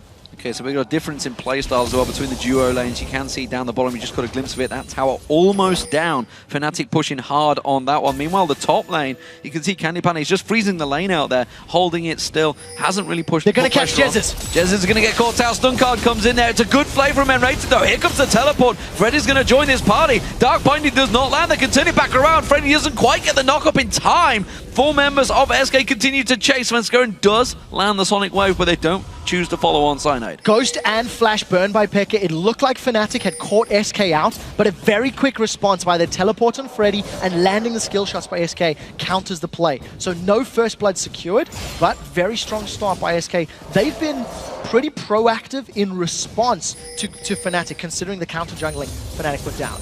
You can see, of course, Yellowstar still only at level 2, hasn't been absorbing too much of that experience, and Rated in the meantime has been roaming quite heavily. We just saw him around that mid lane there. He was involved in that mid lane fight. He's leaving Candy Panda all on his own in that top lane. In terms of 280 carriers, they've pretty much unhindered both of them. You can see in terms of farm, both doing very well. Yeah, but you've already pointed out that Reckless has done a better job at putting damage on that bottom tower. So once Fnatic decide to take the objective down, they will get the experience to gold and they'll open up that portion of the map. You touched on N-Rated's roaming. This is a trend we have seen from European Thresh players for the last 3 weeks. Threshers are roaming to whichever lane needs more assistance or wants more control. We've been seeing it with top laners. If we look in the mid lane, there are so many members collapsing. SK are looking for a fight here. There's a party going down, and Jez is happy to keep throwing out those bombs towards him. Satchel charges away from Yellowstar. Dark Binding comes out. Lantern was thrown, wasn't required. And SK going for the invade, taking away the Wraiths and keeping Fnatic on their toes here in this mid lane. Yeah, the question is, how much does it hurt Fnatic in the bigger picture? You compare levels in the top laners and junglers, they're even. 80 carries are the same, supports are the same. So even with SK roaming and moving around the map, They're not losing out on CS, they're not losing out on experience, and it's actually Peke that's falling behind. Because of how much time Enrated's been in mid, he's losing out on CS, and it looks like they've caught Freddy. He's just going to dark flight to safety. Yeah, just jumps away from that one, no problems there. As you mentioned, Peke falling behind a little bit. It's a 17 CS differential right now between Jesus and Peke, so it's a big start. And this is what I talked about with Twisted Fate. As soon as he selected it, he was up against the Ziggs. He's going to be pressured in the lane, and that Destiny is going to be tricky to use when the minions keep pounding on your turret. Yeah, Kerp in particular, his Ziggs play can 1v1 most Twisted Fates that we've seen. Very good reaction timing from Yellow Star on that Black Shield. But I think, you know, it's always a difficult matchup early on. Once Peke gets some more items and gets some more wave clear power under his belt, he can counter push Ziggs back and obviously can also impact those side lanes through the use of Destiny. But the question is, who pulls the trigger first? Right now, Fnatic, they've showed a very clear focus on shutting down the red buff of SK Gaming. There's multiple members moving to this bottom half of the map. Yeah, good ward placement from SK there. Gave Vision well ahead of time for that one down the bottom. That means Freddy will not get caught out. Red buff has spawned. We could see a smite fight between the two junglers here. Cyanide is lingering off the side there. We do see just coming around the side, Yellow Star joins him. Yellow Star gets hooked in with a death sentence. They try to slam on towards him, but now Fnatic are going to turn this one around. Peke comes in. Mega Inferno Bomb lands. That is going to be Reckless with the first kill there on towards Svenskeren. Very well played by Fnatic. They had SK on the back foot. Even though SK landed the death sentence on Yellow Star, Fnatic had more members available, and the Destiny from Twisted Fate was very, very impactful in that game. Landing the CC, so red buff stolen, first blood secured, and a dragon. That is a very big swing of control, which is actually somewhat reminiscent of what Fnatic did against SK in the very first game of the summer split 3 weeks ago. Yeah, we heard Soaz talking about it. They need to be more decisive in when they make these plays. Get the kills off the back, need to move in, take an advantage, and that's exactly what they've just done. See if they can keep it up though, because this is only the early game. This is where SK generally always fall behind. I mean, last week was the first time they started to turn it around. And again, you know they're a strong force in the mid game. The fact that they've got a Ziggs in there, in Froggen's own words, he was surprised they managed to beat a Ziggs inside 40 minutes. This could be a long one. I completely agree. And not only because of Ziggs and, of course, Twisted Fate for the defensive capabilities, but also because neither team necessarily has the strongest engage. If Soaz and Cyanide are revealed, if SK have got good warding, it means the flanking opportunities are reduced by Fnatic. So the onus is on SK to make sure they have proper warding and make sure they have the information to work with.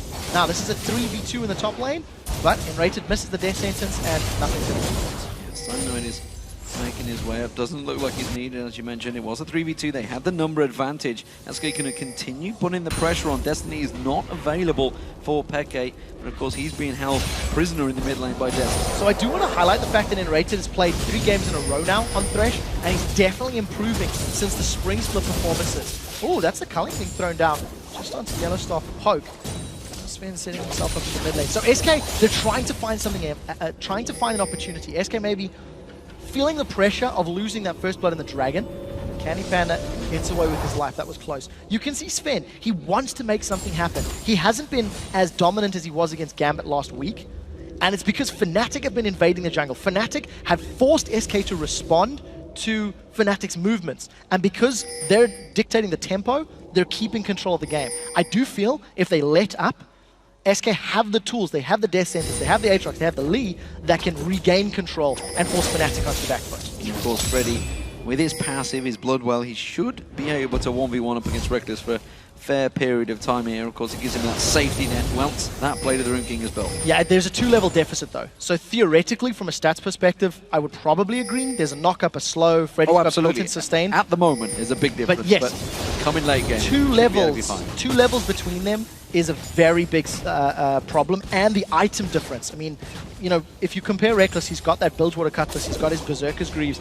He's playing a bit safe, a bit risky. There's not enough wards from Fnatic to be pushing that deep, but for the moment, there's full vision on the rest of SK, so we need to see if he gets punished like he was last week. Yeah, when that Blade of the Ruined King gets complete, both of them probably will go for it as well. We'll see Freddy, I'm absolutely certain he will head towards it, gone for Longsword. Hasn't gone for his traditional triple Doran's Blade, but then again, he's not on a traditional champion right now. Top lane, pressure still on Soel, still being forced back, which is giving Freddy a little advantage. We keep seeing Yellowstar constantly paying visits to this mid lane, wants to land that Dark Binding, wants to get the kills on Jesus to slow him down. Yeah, the problem is the defensive capabilities from SK are still very strong. Oh, Reckless with a cheeky Golem steal. So the only tower that's gone down has been in this bottom lane. And Fnatic, they're diving Freddy. Look at the support they've got from both Evelynn as well as Yellowstar. If a Dark Binding connects, which it doesn't, Freddy is going to be in trouble, but I think he can Dark Flight to safety. Side steps in, like I mentioned, he has got the Bloodwell still up, but look at this, SK Gaming, 4 members in the mid lane. Peke taking a fair burst from the culling there. The rest of his team are collapsing in and around SK Gaming. Can they get in towards him? Cyanide puts the ulti, lands on 4 members there, and Rated will be the focus target. He's the lowest. Svenskeren gets caught with the Dark Binding. There's the Mega Inferno bomb coming out. It's going to hook on towards Soez, takes a tower hit. Ignite running, but he should be safe, and everybody so far is alive. Reckless trying to get some rat-a-tat-tat damage down on towards it. Freddy's going to teleport in, but as you mentioned, he's only level 7 right now. He's simply doing defensive duties. SK Gaming trying to go aggressive, got forced back by Fnatic. If SK Gaming didn't have all of the summoners that they actually have available, they would have gone down. Look down the left-hand side of your screen. Every flash, every heal, exhaust, everything was burned. And SK, I think, were a little lucky to come away from that one. A perfect flank from both Cyanide and Soaz, hitting multiple members of SK, and that was a very, very good positional play out of Fnatic. They didn't hesitate, and they responded quickly by having the members in the middle lane while drawing SK into their own turret. They managed to make the play work. Destiny is available for Peke, so let's see if he's going to use it. He may be the one that's in a little bit of trouble now from SK. Takes a bouncing bomb, has the Satchel charge away from Yellowstar, didn't throw out that Dark Binding, will absorb some of that damage. Peke can avoid that death sentence. We also saw Freddy in that top lane. Remember, he's already used the teleport, just used his ulti as well to keep Soaz at bay. Soaz doesn't have teleport either, so this is going to be a 4v4 engage if they go for it. Sidon and Yellowstar looking to steal the red. Yeah, there's something more interesting. Fnatic have got 4 sweepers and a blue trinket. They want to be in SK's space like they're doing now. Reckless and Rated in all sorts of trouble. That's going to be Peke that manages to secure that kill away from Reckless. So the point that I'm trying to make, with 4 sweeping lenses and the Scrying Orb, Fnatic wants to constantly be in SK's jungle, constantly be denying vision, and forcing SK into risky moves. If they can keep making SK, jump in their face or move through the jungle unsafe, it opens up Peke and his Destiny ganks to make even bigger, even flashier plays. So I think it's very smart from Fnatic, but we need to see if they can keep this level of aggression. It's not something we've seen them do at all this split. Roaming abilities that Twitch offers you is actually opening up avenues for Peke to start looking for kills, and that's exactly what is working out for him. 1-0-1 currently ahead now in CS, and that's a big difference because he fell, 17 CS behind it in the early game, but he's managed to gain that ground up. Pink ward being cleared by Unrated, almost got caught out again there. You can see Fnatic were gathering, but with the Dragon alive, this is going to be the fight they're looking for. Yeah, now Unrated still does not have access to the box because he's been roaming a little more and has not been sitting in a lane by himself. He doesn't have access to his ultimate, whereas Yellowstar does with those Soul Shackles.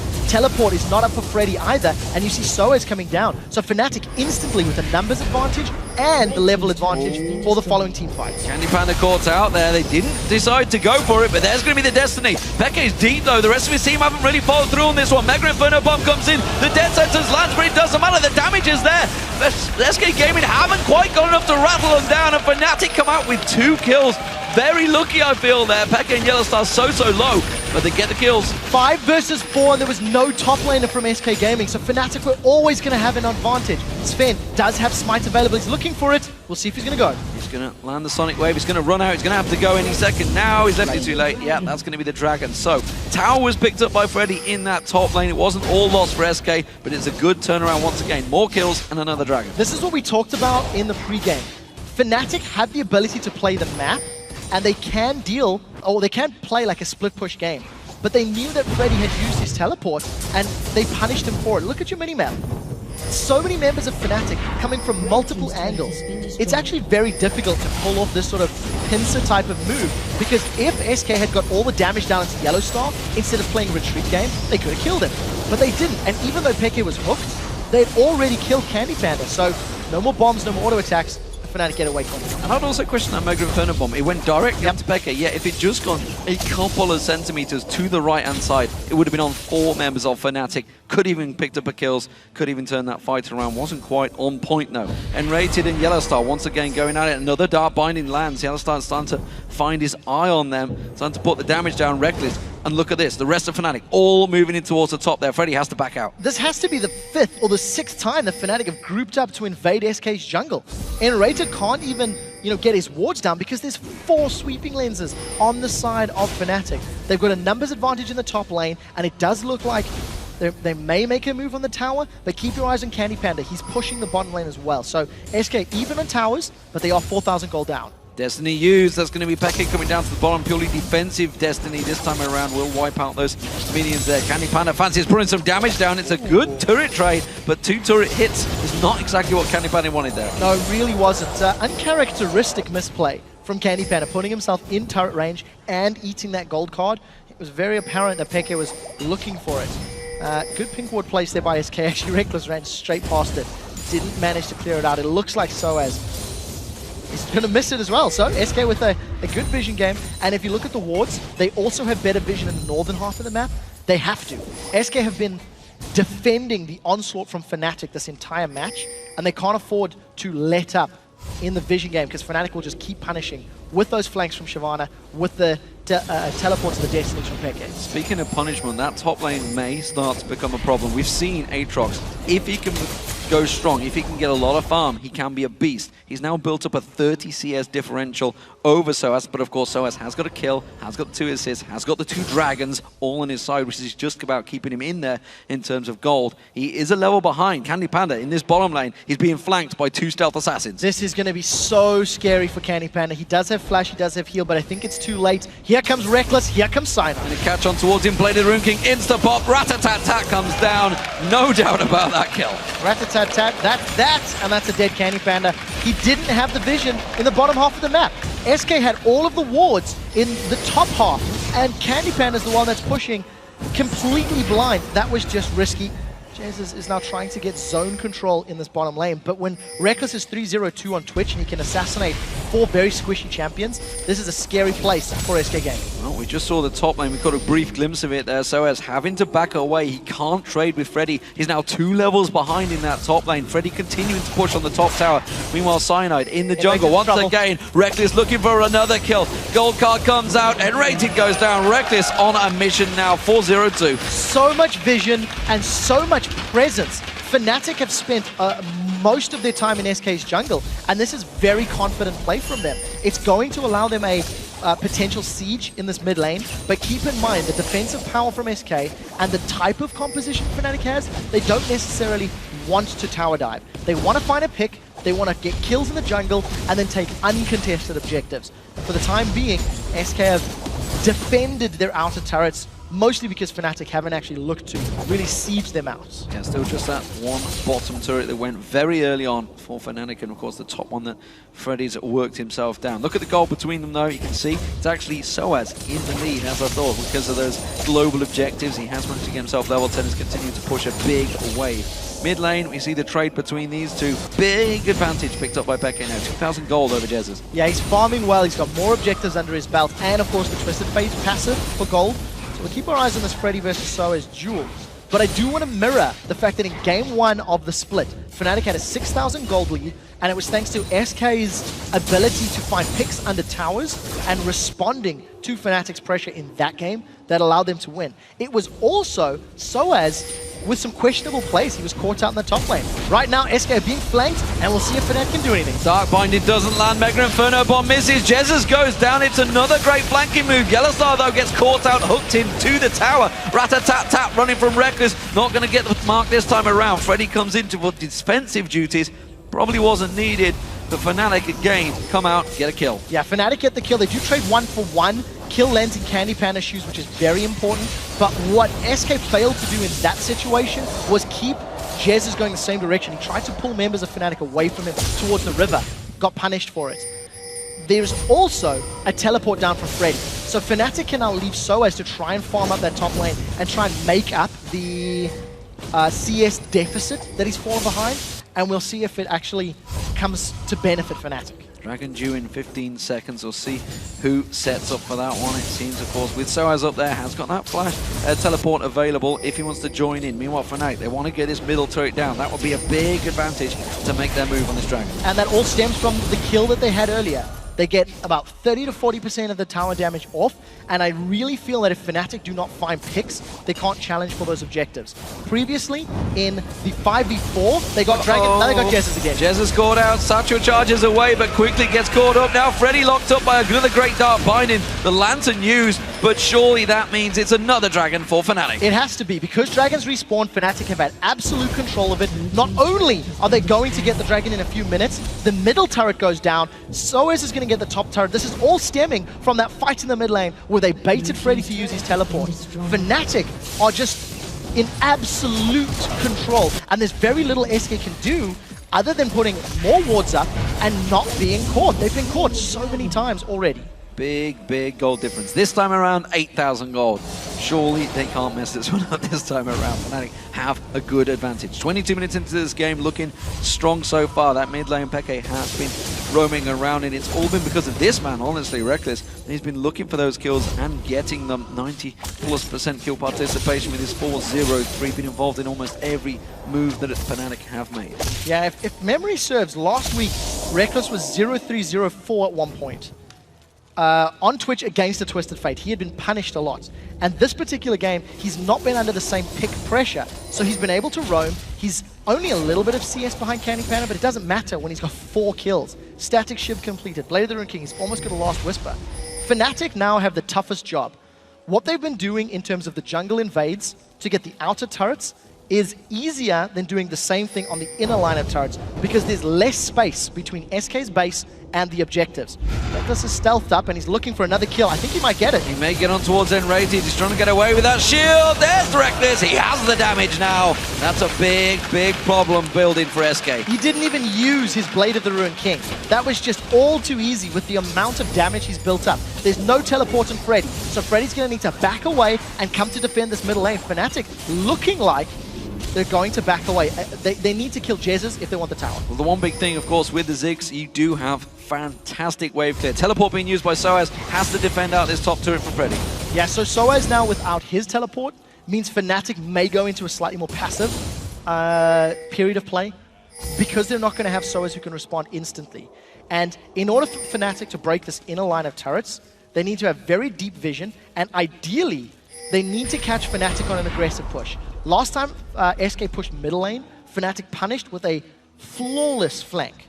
And if SK do the same thing without the correct deep vision, they will get punished again. Look at Fnatic's positioning. They're setting themselves up for another engage. Soaz coming from River, and there's Destiny as well. Where's he going to go with it? Goes straight in. Mega Inferno Bomb this time does land, but Jesus gets caught out again. Another fantastic control, really. The Destiny landing on towards them. Cyanide sidesteps the cull in there. SK Gaming can't seem to manage their damage in the right target. They're splitting across. Freddy once again gets himself down there, but again, not in the right place at the right time. And Jesus, he is being picked on right now in that mid lane. There is no hesitation from Fnatic at all.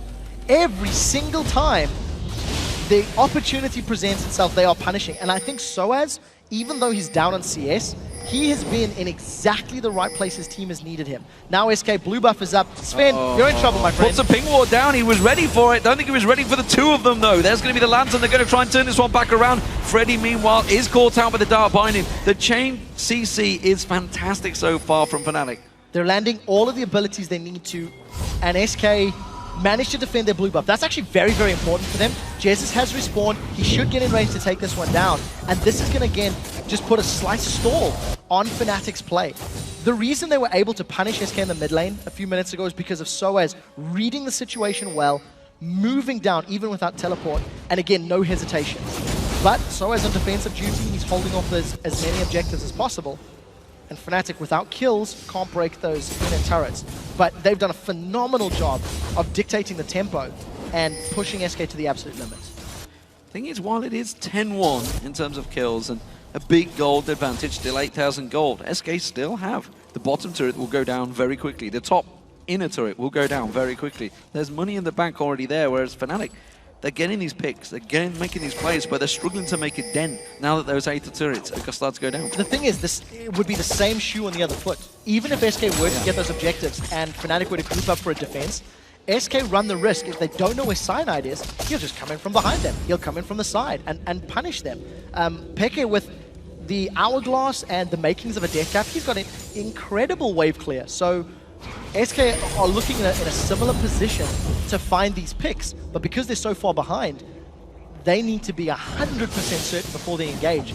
Because of the fact that they're 10k down, 9k down, if they make one misplay, it will cost them inner turrets and maybe inhibitor turrets as well. Well, we can see Freddy starting to get some of that tankiness built up, when the Zoma will be coming out very soon. Meanwhile, so as his counterpart, you can see full tank build, no problem there. Going to be the man that throws himself into the team fights. Freddy in that mid lane trying to put some pressure down, but not really creating anything at the moment because Fnatic have spread across the map. They've gone with pretty much one in the top, one in the bottom, 2 in the mid, quite easily jungling. They have full control of the map right now. It's what we expected from them. And the problem that SK have, they don't know where Twitch or Evelyn could be if they don't have those pink wards down, which means if SK ever want to engage on Shyvana in the bottom lane, they know Twisted Fate with Destiny could engage. They don't know where Evelyn is. They don't know where Twitch is. So it means that SK have a difficult time of dealing with the split pushes of Fnatic because they have so many more factors to put into the equation. Cyanide again, looking for another flank. Soaz could come in from behind the turret. Fnatic, I think they want another fight. Cyanide looking to come around, but he's going to get spotted a little bit too early this time around. The Dark Binding does land, but it's only on Rated. There's going to be the death sentence. Soaz comes around the side end. Rated will go down. It's Reckless with yet another. Soaz tanking out the turret again. Look at the map. Freddy on the top lane, not with his team. He may get the turret though, so it's an objective for death. Objective for death is something SK will be happy about, and I wasn't anticipating Fnatic to go for that confident of a tower dive.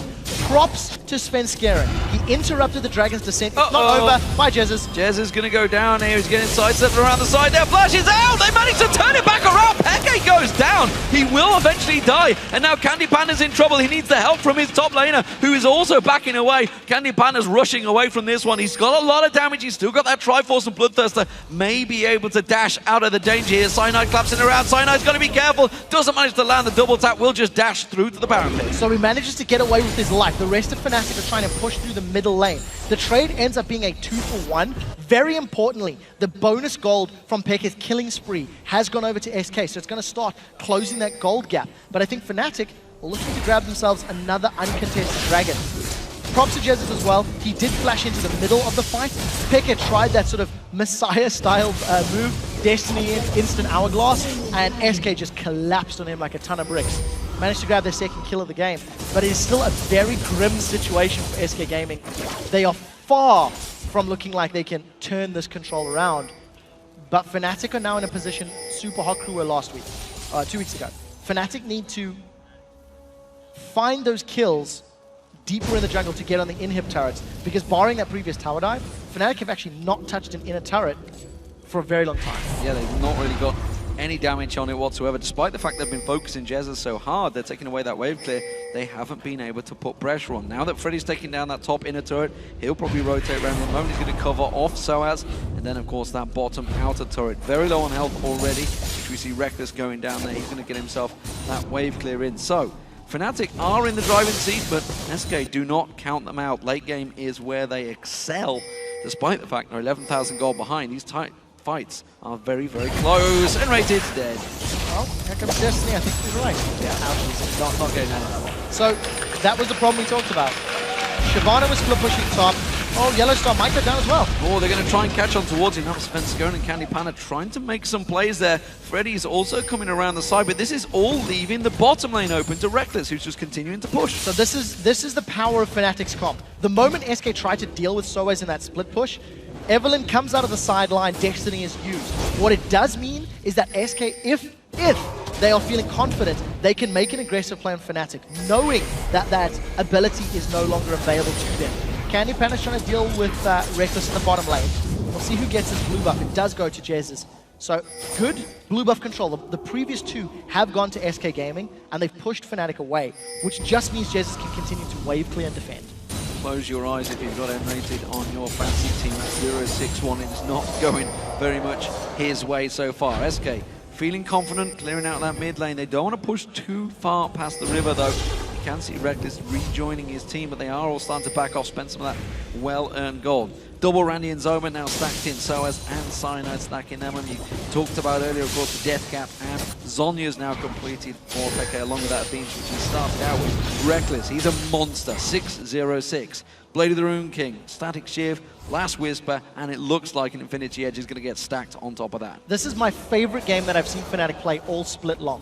Because from the 12th minute, they had that Scrying Orb and they had 4 sweeping lenses. They have been playing the map exquisitely. They have denied and strangled every resource SK have had. And the moment SK have made any play, pushing a tower or looking to go challenge Dragon, Fnatic have been ruthless in their initiations.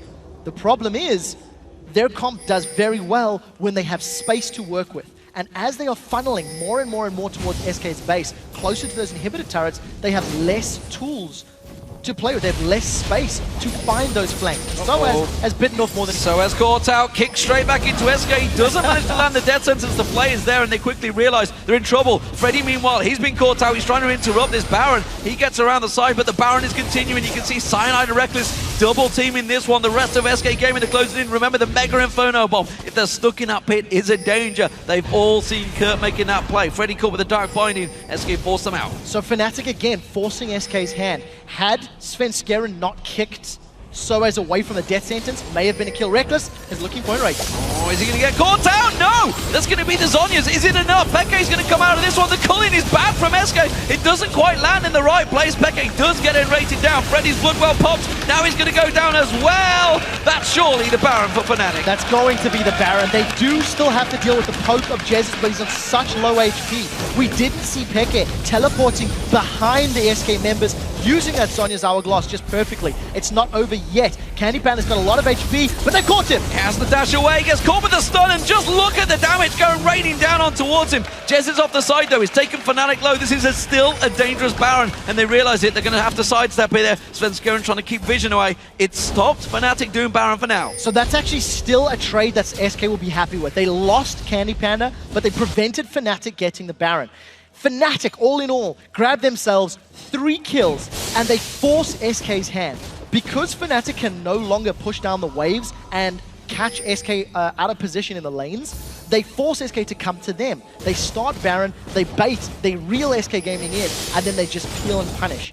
Destiny is going to be available very soon. Peke is using it absolutely perfectly, and it is allowing Fnatic just all of the room in the world to do what they want to do when they want to do it. Remember, Fnatic has some tough games this week. SK Gaming chasing Alliance at the top of the table, will not want to lose this match because they're going to fall maybe some ground to them. At the moment, it is Fnatic in full control, though. Look at the gold. You can see giant advantage to Fnatic in that 17-2 kill count, which everybody playing solo queue would absolutely love to see. And Rated caught out this time around. Yellowstar uses his ulti, but nobody's going to follow up. Here comes Peke. Peke gets locked in. Jesus goes down. Mega Inferno Bomb hits absolutely nothing. And that is SK getting wiped off the map. Svenskeren again locked up. Peke does go down. It is a 1-for-1 trade, and you got to wonder how the hell N-Rated got out of that one. Svenskeren absolutely will not get out of it. That is the Baron. Jungler's down. Yeah, 8-0, not only Baron, but the only member that can really interrupt SK being that Ziggs, just means that Fnatic are going to secure themselves another massive objective. With the Baron buff, I think they're going to be confident enough to tower dive with the massive gold lead that they've built up. And again, SK just out of position. I mean, they were moving up the middle lane. They weren't even really past their river. And Fnatic just pounce and punish them. SK finally going to touch a dragon. This should go to them before Fnatic can get there, but it is a minute victory considering how far down they are. And again, it's just all about Fnatic. I don't think I've seen the team responding so quickly to weakness or to opportunity as they have today. Well, as you mentioned, first dragon of the game for SK does give them a little bit of gold, but you can see it's going to be that turret going down. Jez is not going to be able to clear this one. He can't get too close to it. There's too many stealth champions.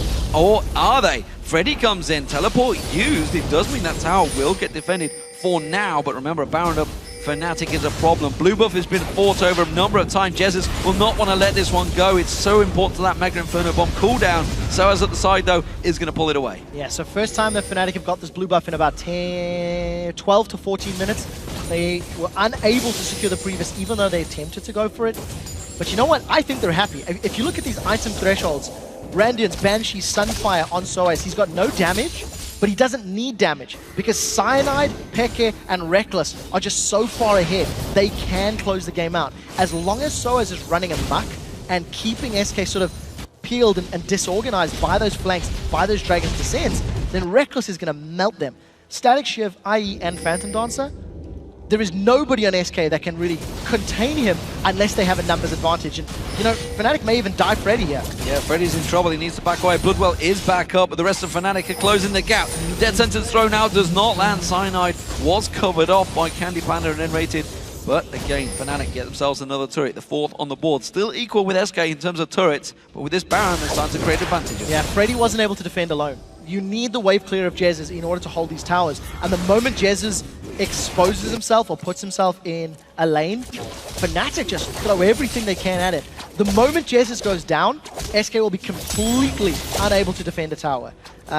You can, of course, say the Culling can hold off for at least one wave, but generally, he is the key to Fnatic getting deeper on SK's jungle. Skynope used the Wraith blocking out that Dark Binding, which almost certainly could have led to a kill as Reckless was ready to pile on in. Bottom lane turret is the next focus target. Fnatic roaming on down towards that one. SK Gaming a little slow to react here, holding off the mid and not being persuaded just yet. Yeah, and the problem as well, because SK have got very limited deep vision, even if they go through their own jungle, they need to be so careful. You see Freddy split away from the team. Jezz's and Candy Panda, you know, they're in mid lane, so if Fnatic were to just really go hard in this bottom end of turret, they could get it without an SK carry being there to defend. It looks like that's the plan. Well, Svenska and N-rated and Freddy are in defensive duties. Freddy will clear out those minions, but Soaz is just tanking it out. Now that Reckless is with them, the rest of SK have to rotate around. It's leaving Peke in the mid lane, but of course, Destiny is up. Baron buffers run out now for Fnatic, but they still have the presence, the pressure to keep on pushing. Soaz happy to tank that one out. We do see the Black Shield stopping out that Death Sentence, and Fnatic just walk on through, and suddenly the wave clear is not an issue. They can tank the turrets. Yeah, they're going to be able to. The Baron's actually got about a minute left before it does timeout, and that's given Fnatic the confidence. They haven't sieged or they haven't been on the towers until they've got this objective. If you look at the bouncy bomb, that's still good damage and Reckless, but they need multiple. They need Lee, Aatrox, and Ziggs to get a Reckless at the same time. And while they commit to that, it will allow Fnatic to get the inner turret in the mid lane, which is now where they're turning their attention. Don't step around the outside of your base because there's many members of Fnatic waiting. Soaz happy to just tank down his turret. He's got a lot of damage now. Of course, that Bilgewater Cutlass on there. This middle wave clear is not really working out. And again, it's another turret. This time around, Reckless tanking that one down. Soaz does step away eventually. That mid lane, bottom inhib turret will not go down. No, the Fnatic now... who am I kidding? Fnatic have been in complete control this entire game. They have denied SK every single resource that they've tried to secure, and barring a few blue buffs, which SK grabbed in the mid game, Fnatic have just strangled the life out of them.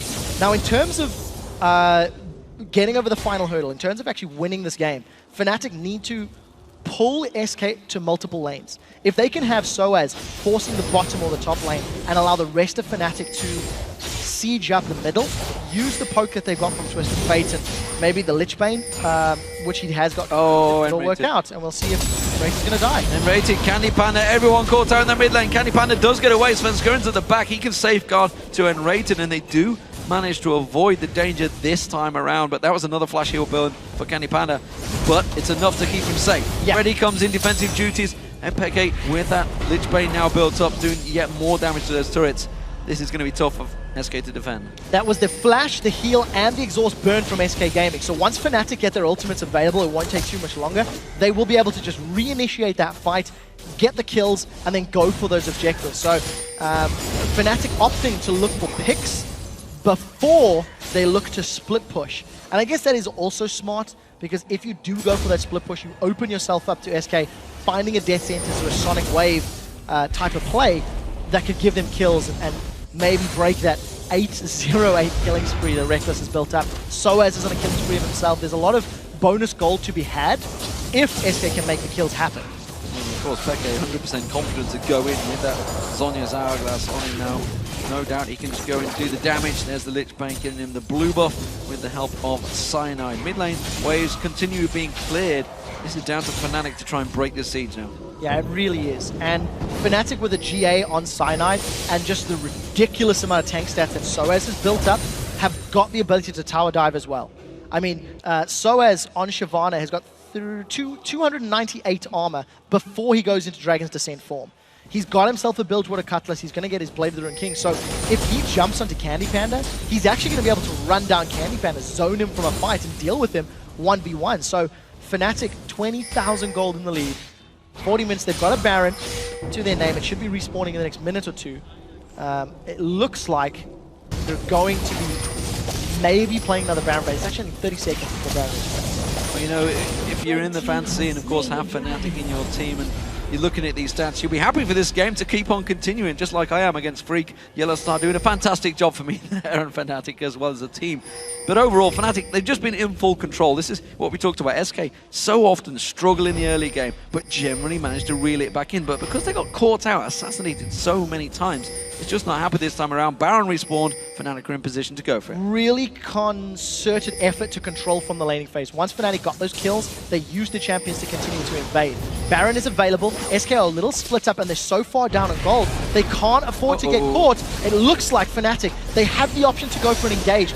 Soaz is not the man you want. No, you don't want a death sentence on there. Freddy's trying desperately to pull anyone towards him. That's some good damage on Reckless. Gets kicked straight back in towards it. Reckless goes down. Freddy now going to get focused on towards it. He do manage to see that's going to be a kill on towards Jezza's. Jezza's going to get locked out. Cyanide's next focused in. Cyanide's got that GA. It's going to get popped out there and rated low. Peke's going to come back around the side. He's back in there. Freddy pounces on towards him. Blood well used. The rest of his team are needed to come around here, or he's just going to be the sacrificial lamb. I don't understand why they're not chasing him down. Why were they not helping Freddy out? Sven was too low on HP. Had he been there, he would have gone down as well. Unfortunately, because of the indecisiveness, Candy Pan is going to drop. That is a 1 for 4. And if Xpeke had not dived the backline for Jezz so hard, that could have been very, very different. Jezz was forced away from the fight, as was Peke. But SK putting up a strong team fight, considering they are 20,000 gold down.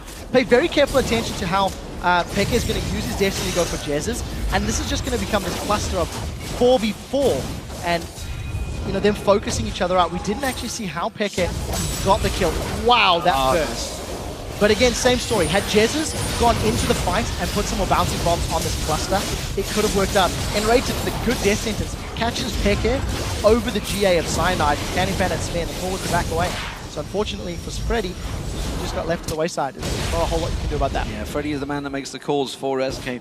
Obviously was the one that said, I am the sacrificial lamb, along with the rest of my team that's going to get caught out. Candy Panda, you got to argue, maybe should have got away earlier. You talked about if Soaz can get on him, he's in trouble. We saw it right there. Sven Skuren may well be in trouble himself here. If he comes around that corner, Dark Binding does not land. There's the Lantern that's going to get them to safety. Destiny? Just right now, Destiny is going to go in there. They're going straight for Baron. They're going to get it. There's no big Inferno Bomb, so steal potential is mitigated.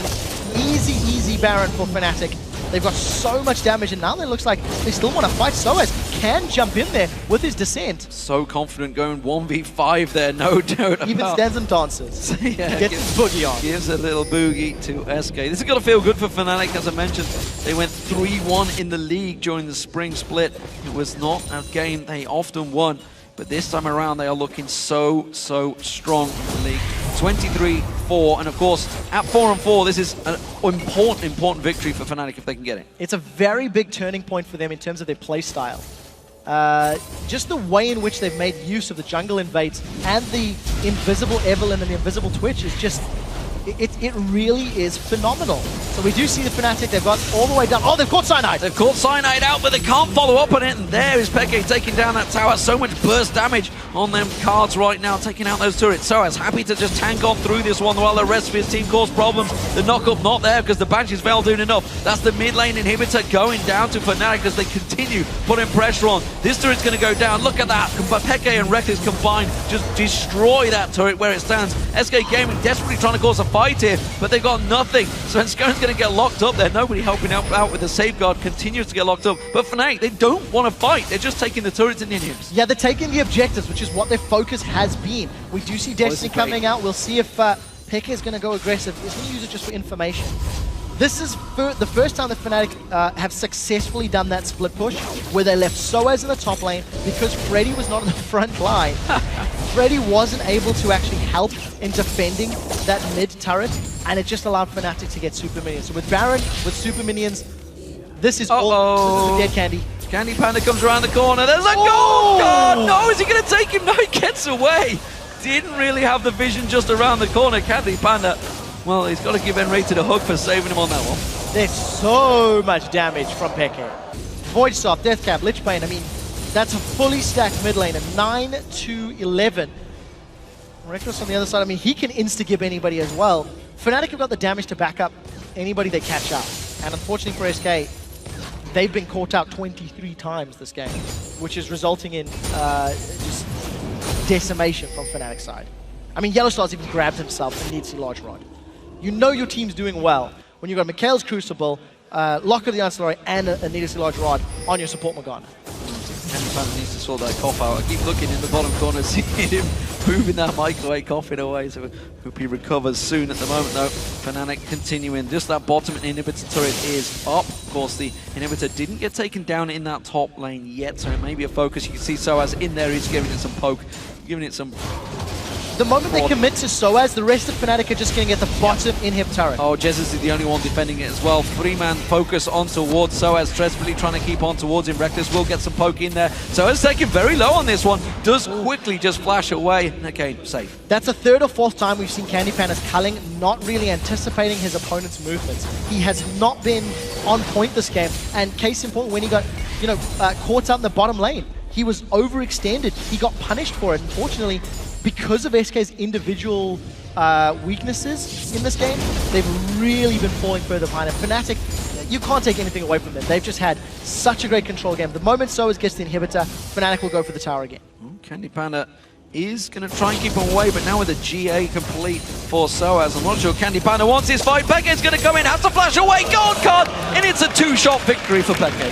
Death Fire Grasp has been secured in place of the Athene's Unholy Grail. That should be the game for Fnatic. They're going to get the inhibitors and they're going to be on the Nexus. Yeah, and that's the third inhib going down. Reckless will take that one down. The Nexus turrets will not hold any defensive duties. Freddy dives in, just trying to desperately get something from this one. Mega Inferno Bomb. Everybody from SK bomb rushing in towards Fnatic, but it's all just to naught because they're just going to drop straight down again. Peke gets himself another. It's a 10-1-10 rat, a 10-2-13. Peke in the mid lane. 19 assists for Yellowstar. Fantastic performance. Fnatic absolutely dominating that game. It took them 48 minutes to close it out, but it was a solid victory. Mind-boggling control. From the opening minutes of that game, they made a very, very clear statement that they were going to be controlling SK Gaming's jungle and getting in their faces. And I don't think I've ever seen a team that decisive with non-engaged champions. I mean, Shyvana and Evelyn were in SK's face every single time they could. 3-0-15 for Soaz, 3-0-15 for Cyanide. These are all fantastic stats, and with what? 27 kills overall, 23 of them involving Peke.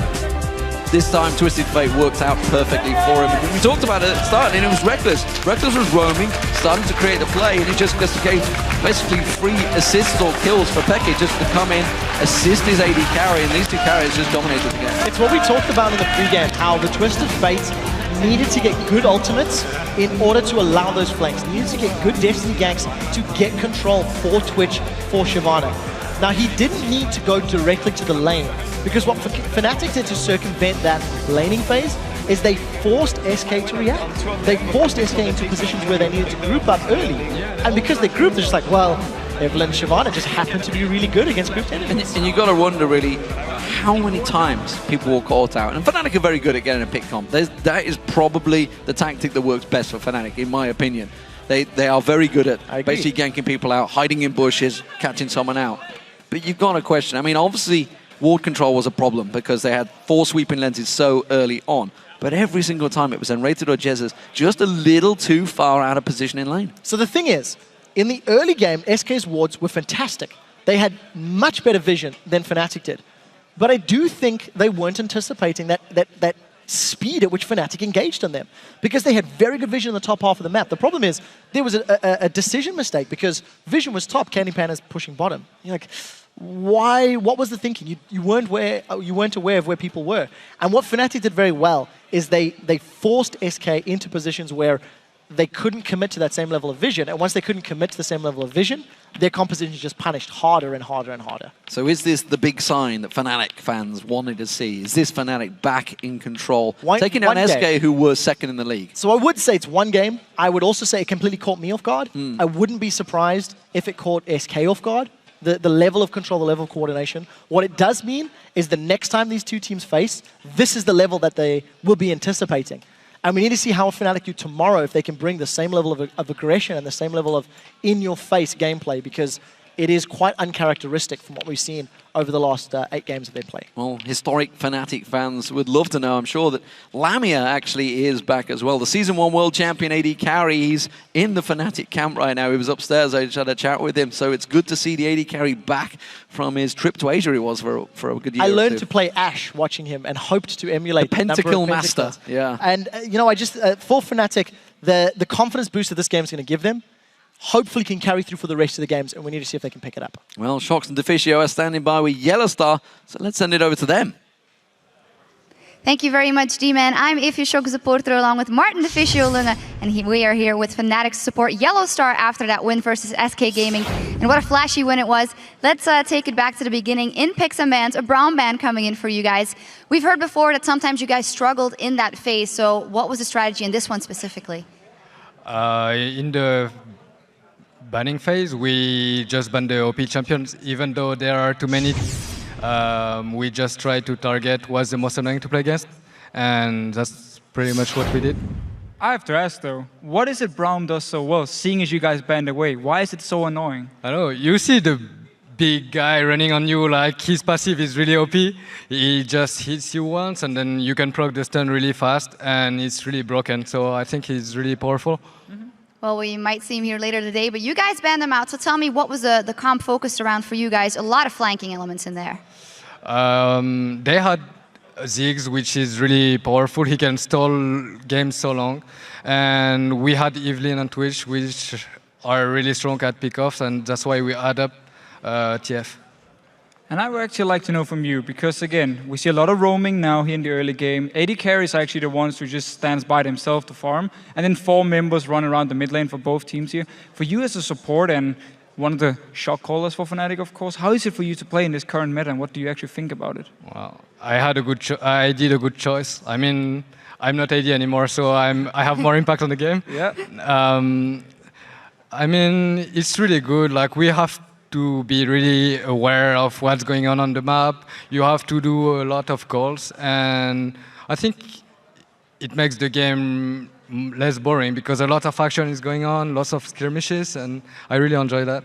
Yeah, and in this game again, you were roaming a lot, and a central element for you guys in the early game were the trinkets, 4 red ones and 1 blue one. Tell me about the strategy to kind of choke SK out of their own objectives in that early game.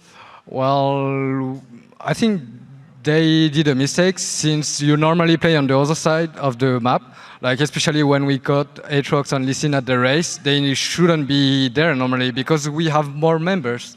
So pretty much they had to use 2 flash, and then we were just using that advantage with TF once he turned 6. And I think we played this game pretty well. Yeah, absolutely. The early game, very impressive. Yeah, 100%. And I actually want to talk a little bit about Reckless as an AD carry, because in this game, of course, on Twitch, he was the guy who stealthed around, and Pekka could join in here with his ulti. For you, when Reckless plays a Twitch like this here, what do you actually think of him as an AD carry? Is he the best in Europe at roaming around, or what do you think? Well, he is pretty good at on many ADs, and Twitch is kind of a playmaker because he can go around, sneak in, and yeah, pretty much we just have to protect him, and as long as he gets kills, he's going to carry. Yeah, and actually you guys say that positioning is so important, he has to sneak and get around, and it was so central in team fights as well. We actually have an example of one of those team fights in the late game, where SK actually got pretty close to doing very well in those fights. We're going to pull it up on the screen and let you talk through it, because very interesting moment here. Yeah, so just quickly to set up a little bit for you. Of course, you guys have been trying to get the Baron for a few minutes here, been baiting SK out, catching them, killing them a few times. And obviously, for you guys, you need to get Baron to actually close out the game against Six here. The interesting thing for me in this team fight is, and actually for you as well, did you know Xpeke was going to teleport behind Six here? Or were you just full focus on the team fight? Like, if you actually just roll the clip, you can start talking over it and explain it as things happen. Yeah, so we pretty much knew that we were stacked and they were split. So it's my bad that I put a black shield on Soaz. But the thing is, Reckless didn't call that he was going really deep. So I should have put my black shield on him. And then like Cyanide calls to target Lucian, but we cannot because they have a lot of melees and we take a lot of damage from their AoE. But we just call to backwards and then we just kill them little by little. And at the same time, it really shows how far ahead you guys are. Yeah. Your AD carry dies early on, and yet, even though Xpeke is in there, I know he was killing, of course, Jess is down in the mid lane, but you can still stay in there, you can survive it, and Candy Panda, of course, goes down here in the end because you just want to buy some time. But for me, it's just very awesome to see how you guys can split up as a team very fast. Xpeke can go one way, kill it, and you guys stay together, and of course, you take the blame for the black shield. I respect that. One final question. As we saw here, as said, the Zig's annoying to close out against, even if you're that far ahead. You did have a little trouble closing it out when you were this far ahead. Do you relate that to the other problems you guys have had in the mid game recently, or what do you make of this as a game? Well, everyone has bad times, you know. We just have to analyze what we're doing wrong, and it takes more time to fix the issues than pointing them out. So give us some time and we'll be back. And now with all this talk, of course, on Twitter, on Reddit, about some players, some teams don't want to read all the comments, don't want to read if there's anything negative. You guys as a team now, of course, you have such a huge fan base. There must be a lot of comments coming towards your way when you guys are losing. What do you actually think of it, and how do you handle all the pressure? Well, personally, I don't really get touched by these comments because I'm always the guy who's motivated to win. So even if we're on the ground, I will just stand up and carry my teammates on my back even. And, you know, some are just weaker. And we're just a family, so I'm just here to help them out. And, yeah, we try to ignore. Like, if it really hurts, like some comments really hurts, but it's fine. Like, we have our winning time and we have our bad times, so yeah. We'll be showing up on time. The best answer, of course, is a win like this versus SK Gaming. Congratulations once again, Yellow Star. We're going to take a quick break, but don't go anywhere because our day is just getting started. And as a reminder, due to the Copenhagen Wolves' forfeit against Rocket, our next match coming up will be the Super Hot Crew versus Millennium. We'll be right back.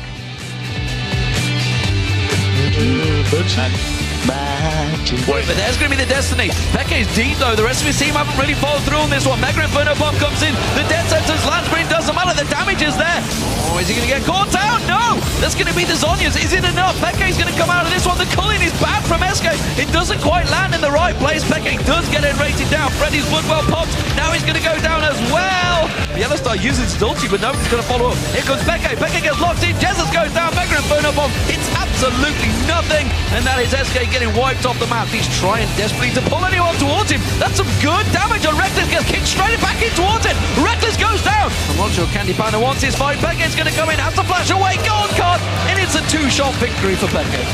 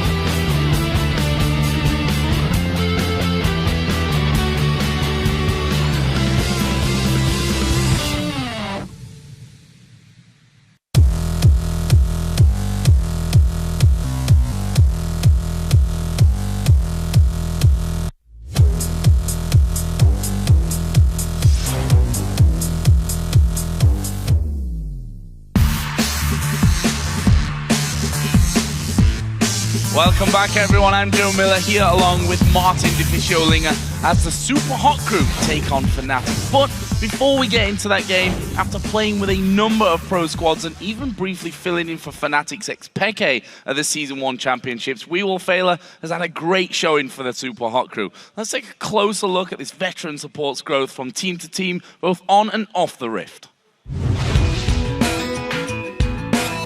I've been playing with Ralas for a long time before.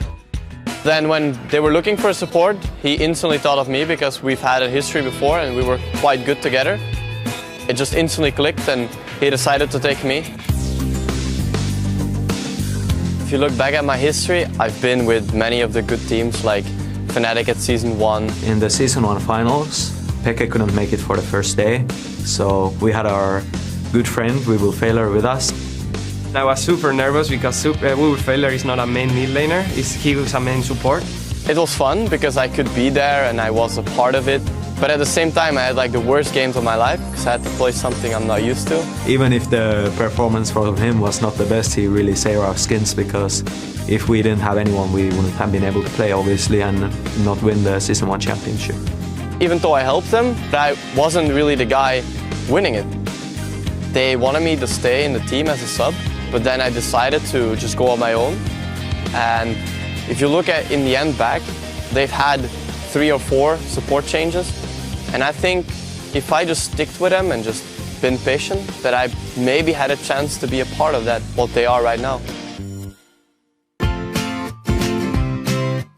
I'm serious about everything. I'm serious about my studies because I just don't want to fail at anything. I think for me, balancing LoL and my girlfriend is really doable, but studying is really hard because you have to think like, I'm 23 years old. That means that I need to make sure I can say, okay, I got a future ready. All my free time is going into it right now because of the exams, so it's really difficult. But I think in the end, if I just keep trying, I think I'm gonna make it. The word toxic or team killer is following me around for so long because I had a very try-hardy personality. I tried just way too hard, and besides looking at my own game, I was also looking at everyone else's game, and that really gets into people's nerves. At least when we played with him, like he had a really strong opinion about himself and how it should be played.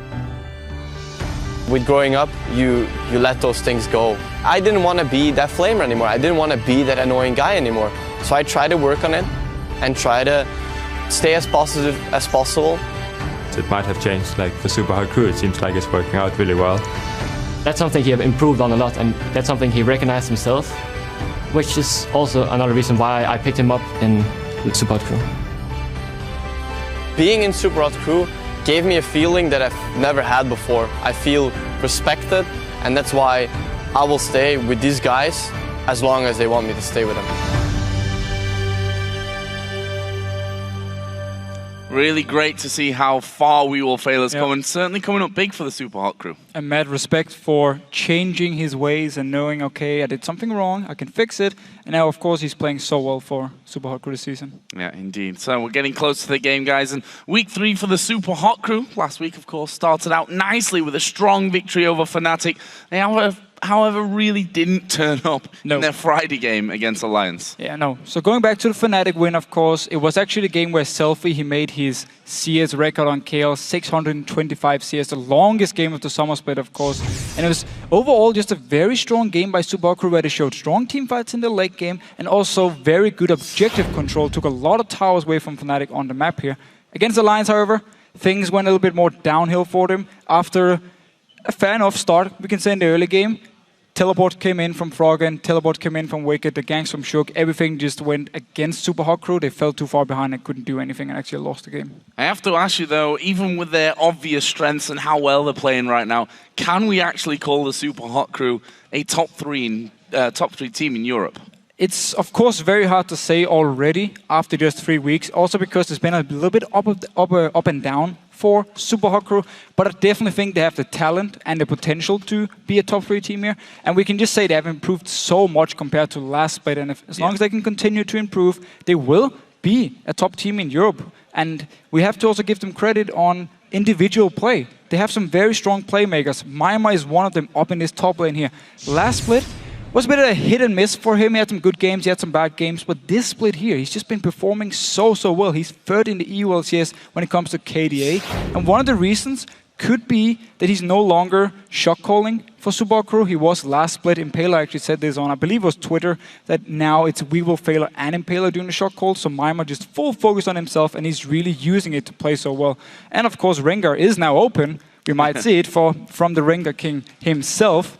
And the last thing with Subaru they improved, they just focus so much more on towers now and objectives as a team. Of course, credit to the coach. They always talk about how much he's helping them, and we just see it here. They're the second best team in Europe when it comes to taking down towers and inhibitors. Brilliant stuff so far from them. On the other side of the coin, though, Millennium showed that they're most definitely a strong mid-team table. Wait a minute, mid-table team, if I can get that in the right order. After they last week took down the Copenhagen Wolves, but then weren't able to keep that going and lost out to SK Gaming. And I just have to 100% agree with you, Joe. They are such a solid middle team. They beat the teams under them, but they lose to the teams above them in the rankings, and one of the reasons is they're very inconsistent in the way they play. Kerb, one game he's going to go 10-0 on Fizz, the next game he goes 0-5, so you never really know what to expect. And the thing about Millennium, I was looking at some of the stats, and they're actually the team in Europe with the lowest average minions per game. Under 1,000 minions killed per game for the entire team. And it's a bit weird looking at how they've been playing, and also some of the games have actually been fairly long for Millennium, but it's simply because Kerb and Kevin are in the mid lane, in the top lane, the two lowest, actually, of all in Europe on CS here. And it comes down to the playstyle. Kerb, for instance, play very roam-focused. He likes to make plays around the map so he loses farm.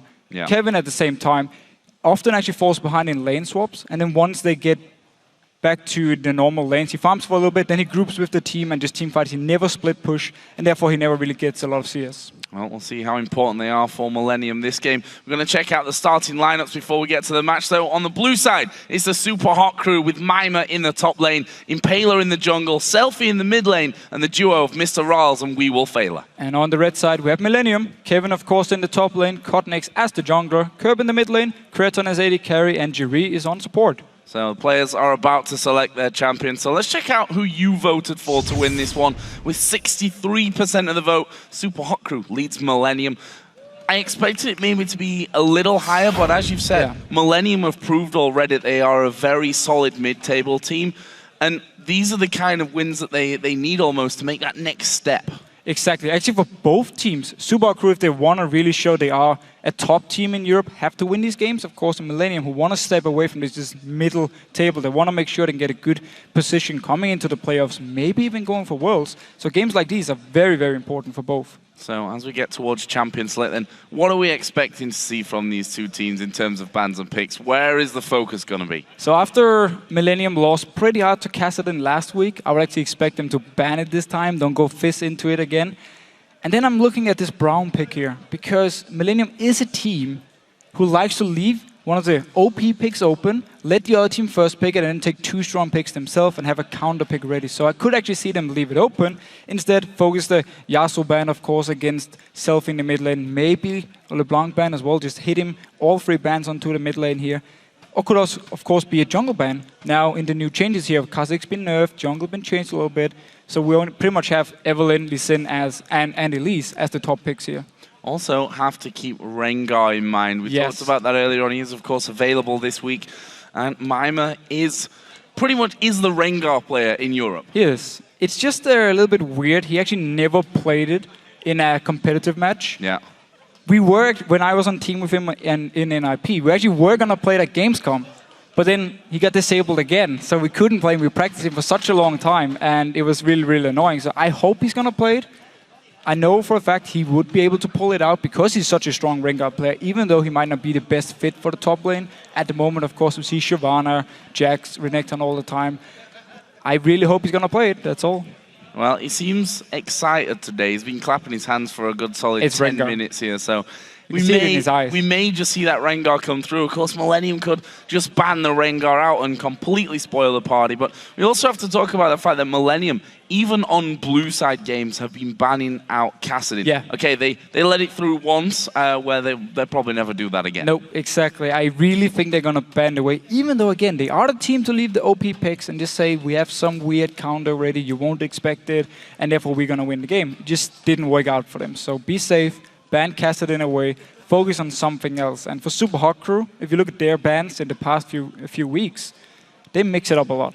It's very hard to predict. They always seem to target just individual players and not champions itself. So who's the player to target then on Millennium? I mean, we've seen Curb, as you said, inconsistency has really been the name of his game. Ziggs could be one. Ziggs, I think so as well. We heard from the last game how annoying it is, even when you're thousands and thousands gold ahead, how hard it is to close out against Ziggs. We're going to find out, though, as the first bans come out, and, well, you weren't wrong. Ziggs taken away, also Evelyn aimed at Cortex. On the other side, Yasuo, something that's been banned a lot against Selfie, and the red side Kassadin ban too. So far, we hit pretty much every ban except for the Evelyn here, and with just one jungle ban now, when there are 3 viable junglers, if you ask all the pro junglers here in Europe with the 3 top ones, we need to see if Millennium then wants to try and ban something out here as well and for jungler, or they're just going to trade 1 for 1 and give Elise all Lee Sin to Super Hot Crew, pick the other one themselves.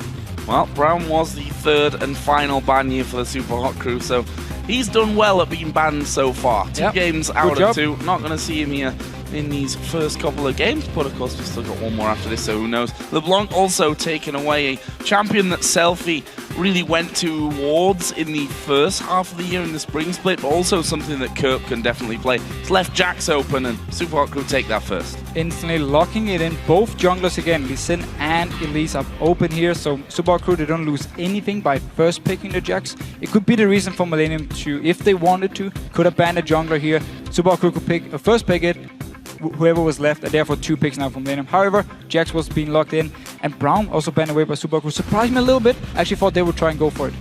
Not today, apparently. On the other side, Lucian picked up for that man on your screen, Creaton, and also Lee Sin for Cottonex. Now, if you think back to the game against the Copenhagen Wolves, he was brilliant. Him and Svenskeren impressed us, I think, the most on Lee Sin last week.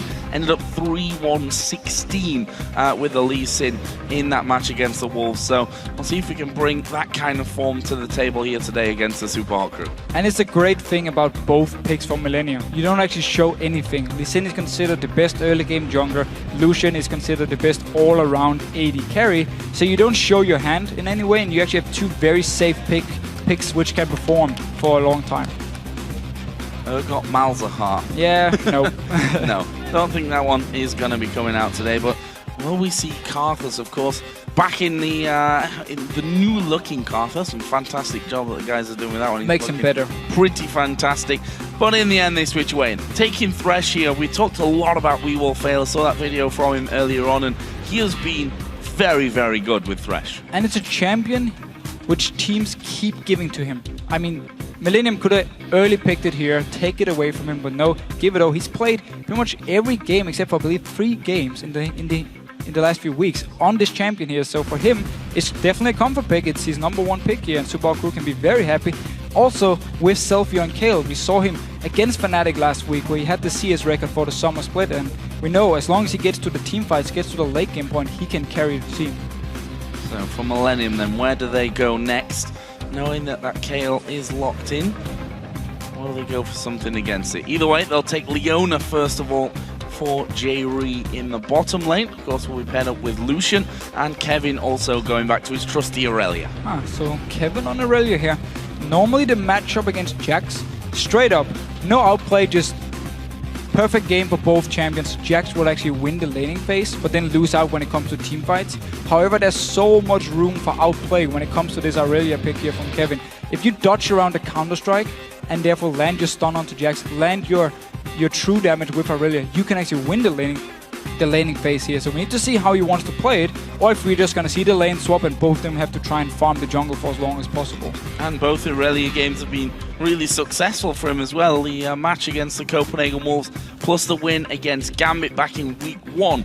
Played the Aurelia both of those times in the top lane, so we'll see if he can keep that record going. On the other side here, the Super Hot crew on to their final 2 picks. Looking for a jungle, looking for an AD carry, and Twitch and Elise would fit that mold perfectly. Yeah, again, they just saved the jungle pick because they knew it was going to be Elise. No reason to pick it early on here, could get all the comfort picks they wanted, and now Twitch for Mr. Rallis. So if you look just at the lineup itself from Super Hot Crew, you're really looking at late game fights here. Like Kale, of course, scales so well, Jax, Twitch, all these 3 champions here will be so strong in late game team fights, or even split pushing. You can have Kale in one lane, you can have Jax in a different lane, and then Twitch just sneaking around. We saw Reckless do it in the last game, finding picks everywhere. So Super Hot Crew have a very strong combo as long as they can make sure they don't fall too far behind early on, because the laning phase for them, depending on what Millennium will log in for the mid lane here, could be a little bit risky. And Jerry doing his usual flashing through every champion under the sun. We'll see exactly which one he ends up going with here for Kerp in that mid lane up against Selfie's Kale. Twisted Fate, of course, a champion that we've been seeing more and more of, always going to have an impact, and that will be locked in here. So Kerp going to play the Twisted Fate against Selfie's Kale in the end. And I really like the TF pick here because we see so many small fights in the games now. So Twisted Fate can always join in around the map. He has wave clear, of course. You do a lot of damage to towers. You can even split push yourself. You bring a lot of different things to the table here. And actually, going back to my point about Super Hot Crew in the early game, we actually just look at the matchups, the Jax versus Aurelia. We just talked about how it's a skill matchup, but slightly in favor of Jax, so that should be no problem, or should go well for Mimer. In the mid lane, Selfie on Kale, very strong laning champion as well. He will do well. And then because you have Thresh with the Twitch in the laning phase as well in the bottom lane, you can farm. It's very hard for Leona to actually get onto you before level 6 because of the flay from Thresh here to stop him going in. So Super Hot Crew scaling really well, and also very good laning phase at least for them here.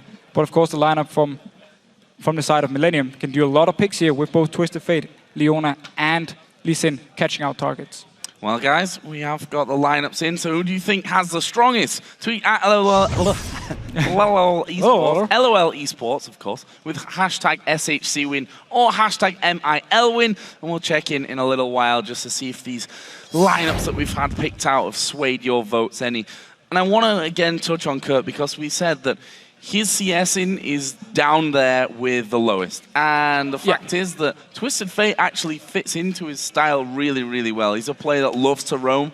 Once we get to level 6, Kerp's going to be in his element here with Twisted Fate. 100%, but it's high risk, high reward with Kerp, because he wants to make all these plays here. If it goes wrong for him, if he dies early on, he falls very far behind and it's hard for him to come back. Well, we are going to be getting into the game here shortly. The Super Hot Crew taking on Millennium. And of course, it's a big one here for both teams. As you mentioned, the Super Hot Crew trying to stay active at the top of the league somewhat, and Millennium looking to break away from the troublesome middle of the table area that they can't seem to break at the moment. Millennium basically want to be more consistent in the play. Like this high reward, high risk, high reward, it's great when it works. But they actually need to move away from this part. I think Kerp needs to maybe look at his playstyle a little bit and see if he can play more safe. If he can find some other ideas or other champions than a Fizz, which he's pretty much the only guy, he's the only guy to play this champion in Europe at the moment. And sometimes it works, sometimes it simply goes completely wrong for him. And a champion like this could be a little bit risky. Maybe he wants to change it up if he wants to be more consistent. One man that we've not talked all that much about is actually Cottonex. We mentioned him briefly there as he locked in that Lee Sin, but he is a player that if he is on a good day, if Cottonex has a good day, Millennium generally do really well. But again, it falls down to this inconsistency. Exactly. It's the same deal here. Cottonex, he's very good at ganking early on, and if he gets a few kills, the entire team get rolling. If not, it's hard for him to do anything. Well, here we are then going into game. The Super Hot Crew taking on Millennium. Our second matchup here of the day. Into week 4 already of the LCS. Time flies when you're having fun, Deficio. I agree with you, Joe. I agree. And looking just early level 1 items here. Nothing special actually from anyone. Both top laners with Thorn's Blade looking to be aggressive on towards each other. We need, of course, to see if we're going to have a lane swap here. And a lot of roaming with both AD carries just freezing the lane, each side of the map, and then a lot of action in the mid lane with everyone else. Oh, That's a bit of a swing in the votes. Mid-60s it was before for the Super Hot Crew. Now 3/4 of you thinking that they are going to be able to win this game. And they're already showing a bit of aggression here, moving forward up towards the Millennium red buff. They were spotted out by that ward. Saw the ward go down, so they know that they've been spotted in that area. Will they stick around here for the red, or are they going to move in? There's an early ward just to see if the lane swap's going to come. Simply to spot if Millennium recalls and then run from the base to the top lane with either the dual lane or Kevin to spot out what's going on here. So a lot actually, early wards from Super Hot Crew in the red side of Millennium to see, because they really want to make sure they can decide, do we want a lane swap or not here? Where do we see Millennium going? And for now, they're in the bottom lane. Yep, Millennium headed down as Kevin and Mima going to meet each other for the first time there. Mima just pretty much face-checking into that brush. There is a ward there in the tri-bush as well, so Millennium will see that the Super Hot Crew are coming back into that red buff area, which means that will be secured here for both Mima and Impaler. On the other side, unsurprisingly, Cottonx going to take the safe option of going for the enemy red. Now, because Super Hot Crew were the team to start the lane swap, their top laner is already with the jungler, getting some XP in here, helping to do the red buff and can now jungle together. Where Kevin, you notice him on the top here, he's actually at the wolf camp now. He's been having to run the entire way down to get some of the CS and actually start later on getting some farm, getting some experience, so slightly behind. Very, very small amount, because Super Hot Crew started the lane swap, so at least for them a small win here early on. We see instant aggression coming out of Selfie, although he catches the wild cards and will end up being both of them around about half HP. We should also mention that Selfie going with Cleanse for this game, so wanting to have the safe route out from those Twisted Fate gold cards. Very smart. Also, if Cottonx want to be very aggressive around this mid lane here, you can just get to safety. You can also cleanse and then ult yourself afterwards, which is a very strong thing for Selfie here. So I like the cleanse pickup for him. And now Super Hot Crew actually moving towards this top side here. Just want to do golems and also stay around in case something should happen near this tower up top. Well, they're pushing that tower. We'll see about that one right now. Pretty much frozen in the middle of the lane.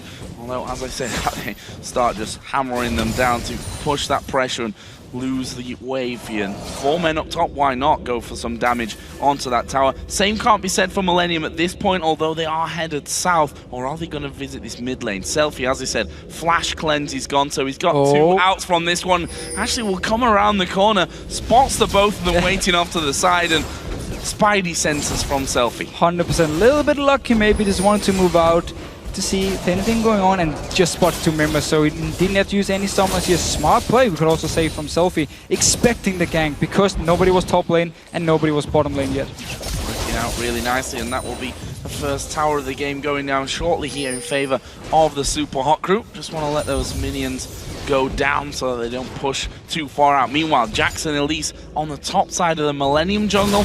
Millennium's jungler and top laner are actually moving into their own jungle at this point of things, but on that bottom side.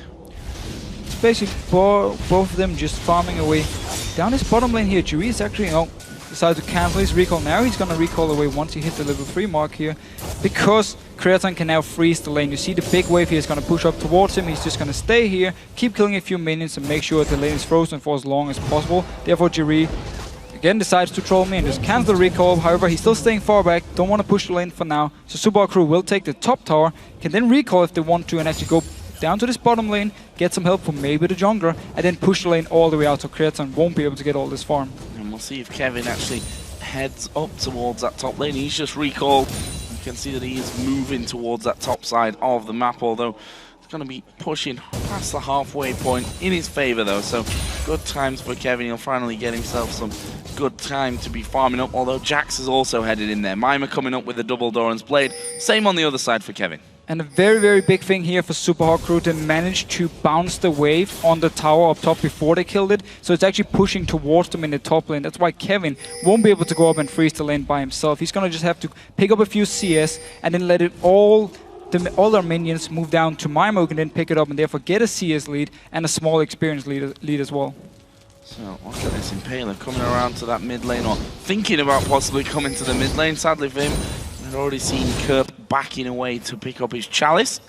And in his opposite number, as you see an early Dragon start here, Selfie starting off with those Berserker crews. This is going to be a 4-man Dragon attempt with Mr. Rolls and Selfie now joining in. Gonna be down to half HP before they really get a sniff of this one. There's the ward coming down. Jerry and Creaton now moving in from the side. The Dragon is very low. The teleport coming down as well. Dragon going very low, and it will be finished off in the end by the Super Hot crew. But will they get out of the pit? Mima now coming down. They flash away from the sun, but he jumps in. The hook not quite landing onto Jerry, who is very, very low here. Cottonex goes in onto Failure. Will kick him one final time to pick up first blood, but can they get any more? There's a leap strike over the wall onto an allied, and that will be the end of that one. Super Hot crew get the Dragon, but lose the first blood. And Failure, he was just stuck in the Dragon pit. He already flashed, so couldn't get over the wall, and therefore Cottonex, once he actually arrived to the fight, went straight for him, picked up the kill here. But very aggressive move early on from Super Hot crew. There was no pink ward for them, so they didn't know if there was any wards for Millennium, and at the same time, it just worked out for them because Cottonex was in this top side of the jungle farming away, because of course Kevin was in the top and had to teleport down before he could join in. So Super Hot crew get the Dragon. They lose the first blood, of course. Here we go though, Destiny is going to be popped. Mr. Rolls now in trouble. He's got nothing to escape with here. Flash and Neil both down, and Kurt will pick up that one, and the first use of Destiny working out for Millennium. Yeah, and a very, very nice start here for Kurt. We always talk about how he likes to roam. First one, success, picks up a kill. Good start for him. Mid lane as well won't even take too much damage because he can come in here. It's only one wave Selfie can actually hit the tower with. Little start on the kills for Millennium, and that one actually putting them ahead now in gold. Impaler invading on the red buff. He took that at level 1 as well, don't forget. And looks like he won't be challenged for it a second time around. We'll see if Cottonex is able to get over and steal away that Super Hot crew red buff, or whether he'll be limited on that front.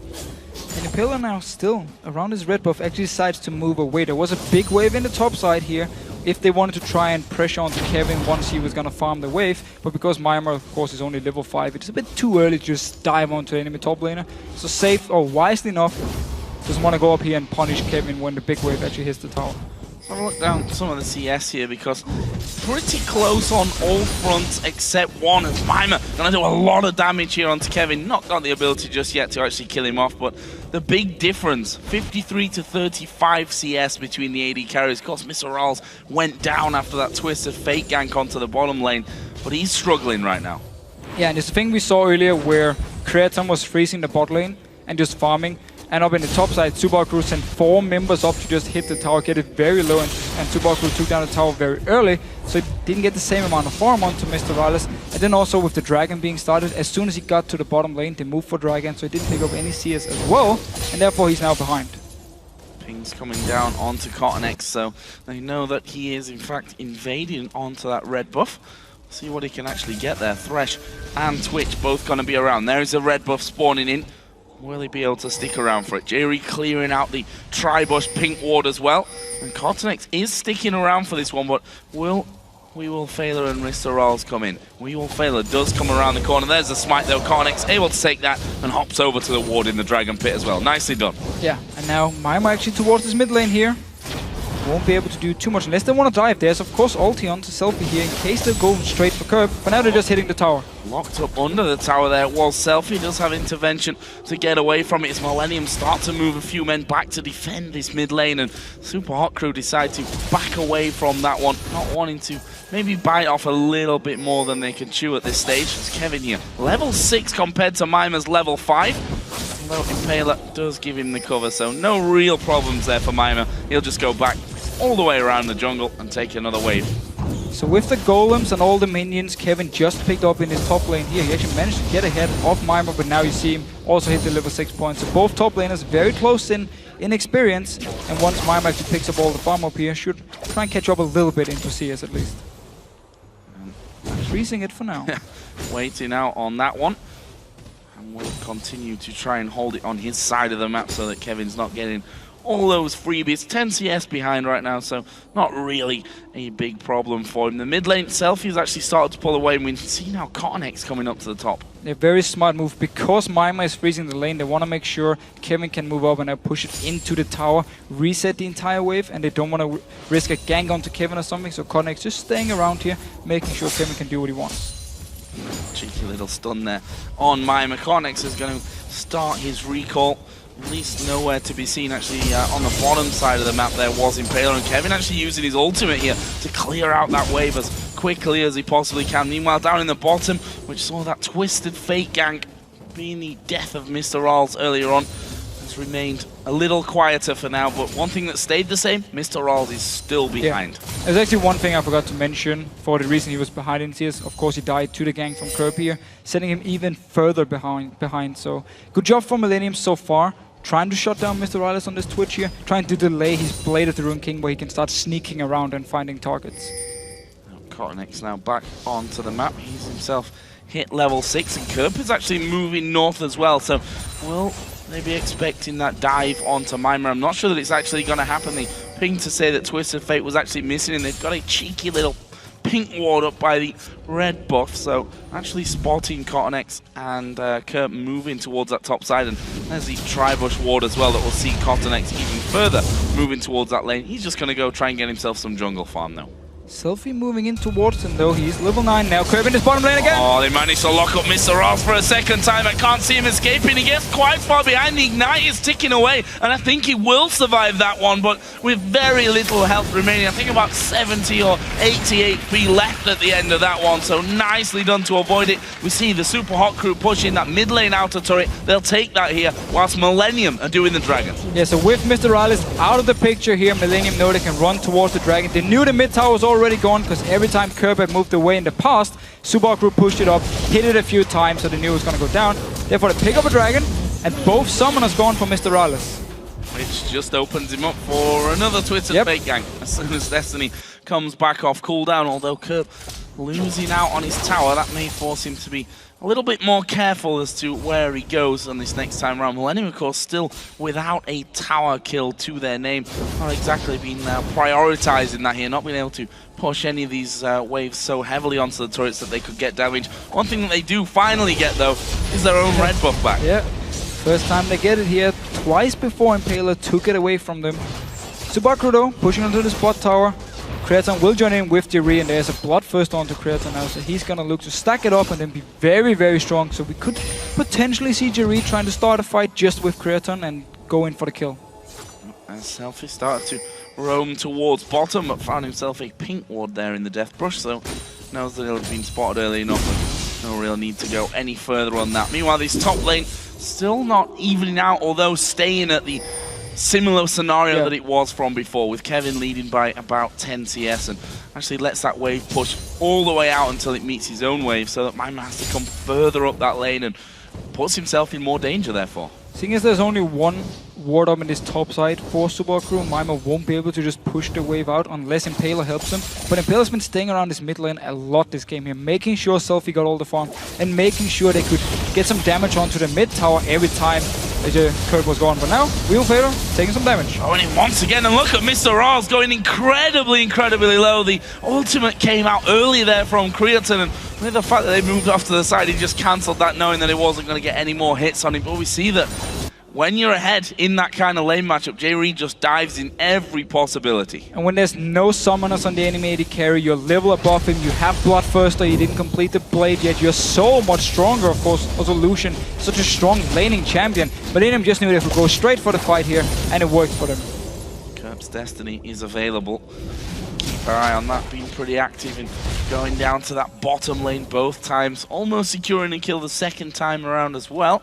However, now the Super Hot crew moving to the top, moving towards that red buff that they had control of earlier on. This time we'll see that it's already gone from them, but they're going to come up towards that top lane. Kevin, already spotting that was happening, has already backed away completely. Yeah, they were trying to see if he was doing the golems again. He's been doing them throughout the entire game, actually. Every time he had the chance, take the golems, go back to your lane, get a bit more farm here. So they were just seeing if he was there, and also, of course, got to make sure they can now see the red buff next time it spawns on the minimap. And there will be the first tower of the game as well for Millennium. Creaton just making sure that his entire wave was taken down before finishing off that turret. So that leaves Millennium in a solid position. About 2,000 gold ahead of the Super Hot crew. Have both of the kills to their name, one with Twisted Fate, one with Lee Sin. So everything really going to plan for them up until now.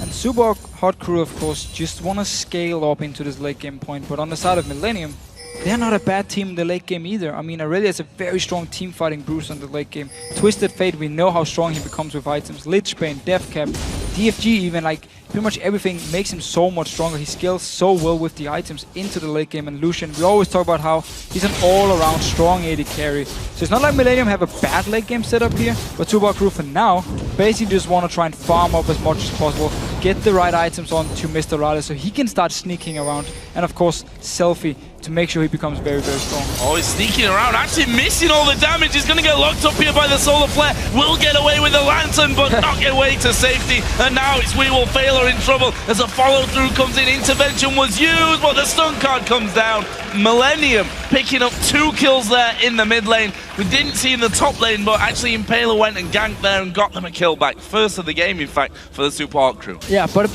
weird decision from Super Crew. After the blue buff, Selfie and Impaler moved towards the top side, while Mr. Riders was roaming in here into the mid lane, trying to set up a kill with no backup except for just We Will Failure. So as soon as Millennium saw it, and they knew there were multiple members already, could just turn it around, pick up the kill. You see actually up in the top lane here, Mimer taking the fight with Kevin because he knows Impaler is coming. Selfie already backed away. He moved up there at first, went back into the mid lane once Mr. Riders actually died, and they can just pick up the kill here. So Impaler getting a kill at least for the team. Doing well there, Kevin, to stay alive as long as he did.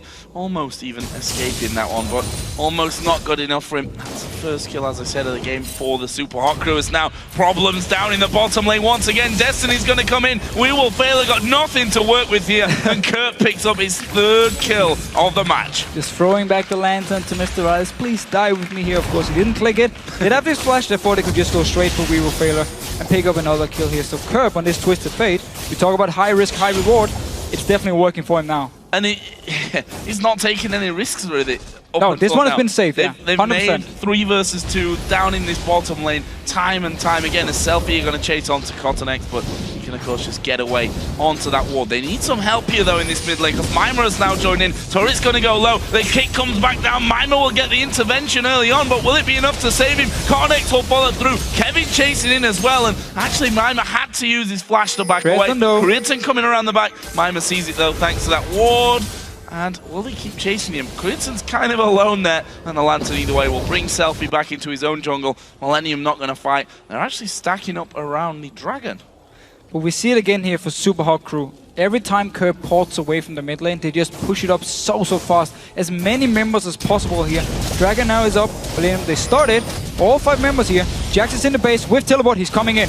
Oh, down to half HP. Jax is going to be on his way onto the top side. The ward that he put down just a few moments ago. Dragon falling low. He's taken by the Super Hot Crew. Nice by Impaler. But can they get out of the fight? Kevin's actually falling low. Will maybe go down from that one. He does fall in the end to Twitch. And there is Kerp at the back. He gets himself another one. There's still a lot of damage to be done here. Kerp trying to get forward as We Will Failure misses the hook. And Millennium, are they going to keep going? Jax down at less than half HP. Q from Cotton X might get him. But in the end, Mimer just jumping away onto the minions. Now Millennium have 4 men to push this middle turret. But if Subaru can defend the tower here, definitely a win for them with the Dragon and trading 1-for-1. Selfie in this fight here before, he had 2 seconds on his ulti when he died. Unlucky for him, and Millennium respond, take down the tower here because they were healthier after the fight. See Colin coming through to help push them away from it. Actually, it's pretty much the Spiderlings that tanked up all that damage. Well, they weren't able to get any more kills, but as you said, the 2nd turret of the game. Currently tied on that front, but Millennium holding a 3,000 gold lead. That was a great Dragon steal, though. Impaler coming in, managing to get that one, possibly keeps them in the game at this point. Yeah, of course, if they've lost the Dragon here, traded 1-for-1, but also lost the mid tower, it would have been a big win for Millennium. They'll pull even further ahead, so everything counts now. We keep talking about how they just want to scale up now. We even just saw the team fights. They are not that far behind. Trading 1-for-1 without the ulti on Selfie. He died before he could actually use it because we're still on cooldown. So very close fights already for both teams. Kevin moving out towards this bottom side. Selfie, could he fight him at this point? Got himself the bow in there on top of his Nash's tooth. So he's going to start to do a lot of damage very quickly. We all know how Kale, with each additional item, just becomes more and more of a threat. Jax has got his Blade of the Ruin King now finished, as does Twitch as well. So a point hit in the game, and as you mentioned, that last fight around Dragon definitely wasn't a bad fight for the Super Hot Crew. They got themselves a Dragon, traded 1-for-1 with a team that's only going to be getting stronger. Definitely a good point for them. Just need to make sure they don't let Kerb roam around too much. I mean, it's been an issue for them in this game here. Of course, it's very hard to stop a Twisted Fate from teleporting on your face, but it's been the issue because he's been the guy to set the ganks up, get the kills here, and therefore turn everything to the side of Millennium so they could pick up towers as well in this bottom lane and also get the gold lead.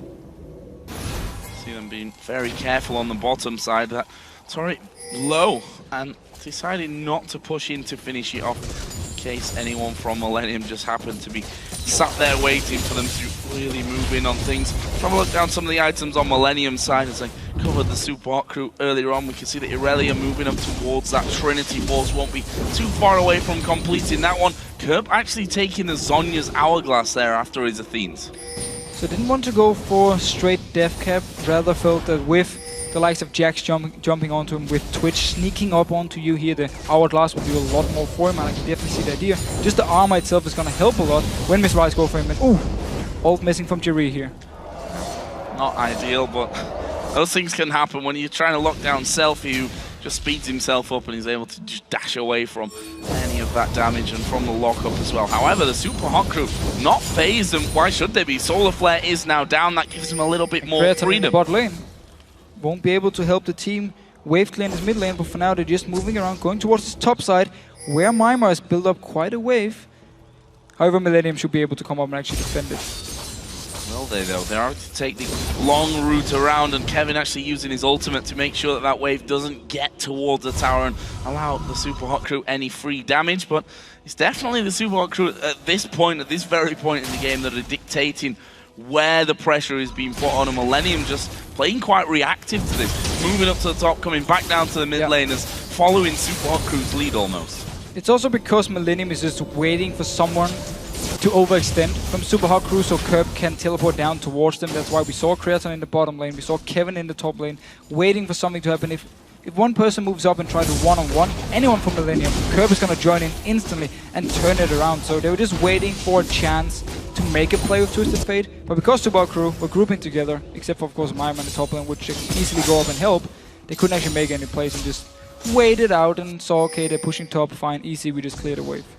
So, as we were talking about items before, Kevin has now got that Trinity Force done and has pulled ahead in CS. We mentioned earlier it was hovering around 10 for the first 18 minutes or so of the game. He's now started to pull a bit more of a lead out. 30 CS up. We'll actually have a good go at this top tower. In fact, may even be able to take it. There's no one from the Super Hot Crew there. Teleport ready in a few seconds will be too late for Mima, so Kevin here actually getting a tower for himself. Mima might be able to do the same at bottom. Twisted Fate coming in. Destiny going to be used. Who are they going for? Mr. Razu gets locked up. Solar Flare comes in with a call-in, and just like that, everything being piled on top of the AD carry. Kevin even taking the turret, TPing down to bottom to stop Mima taking that one. And here again, we just saw the whole game plan from Millennium. As soon as they saw Selfie on the wards in the jungle around the blue buff of Super Hot Crew, teleport from Kerb. They knew, okay, Super Hot Crew, they're split up now, we can go in, win from Mr. Rales. The stealth does nothing because of Twisted Fate, locks him down with a stun, easy kill, and now pushing down towards this mid lane.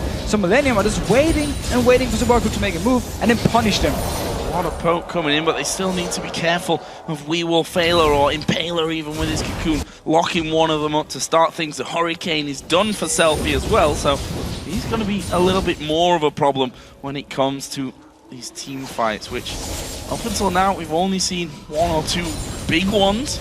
However, you have to feel that we're getting to that stage of the game as the Hawk comes in onto Karnak. We Will Fail following through the boxes there. Leona may have to just back away from this one. Karnak's actually kicking them towards J-Ree, which is not ideal. The Hook will land onto J-Ree, and he will go down as well. And now they're going for Kevin. He gets locked up by Cocoon, flashes away to safety.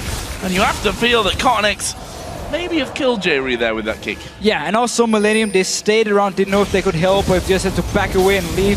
Karnak to die by himself, but a very nice hook from We Will Fail, setting it up, going in, followed by Cocoon from Impaler, and Super Hot Crew just collapse onto Millennium. Pick up 2 kills and a mid tower here, so definitely responding and keeping it fairly even in gold. And it's really going to be bringing it back. 2 kills, getting that inner tower. Even better. Gonna get themselves a dragon as well. That's spawning in at the perfect time for the Super Hot Crew to finish this one off. And look at the gold jump here. Back to just 1,000 difference. Millennium still slightly ahead though.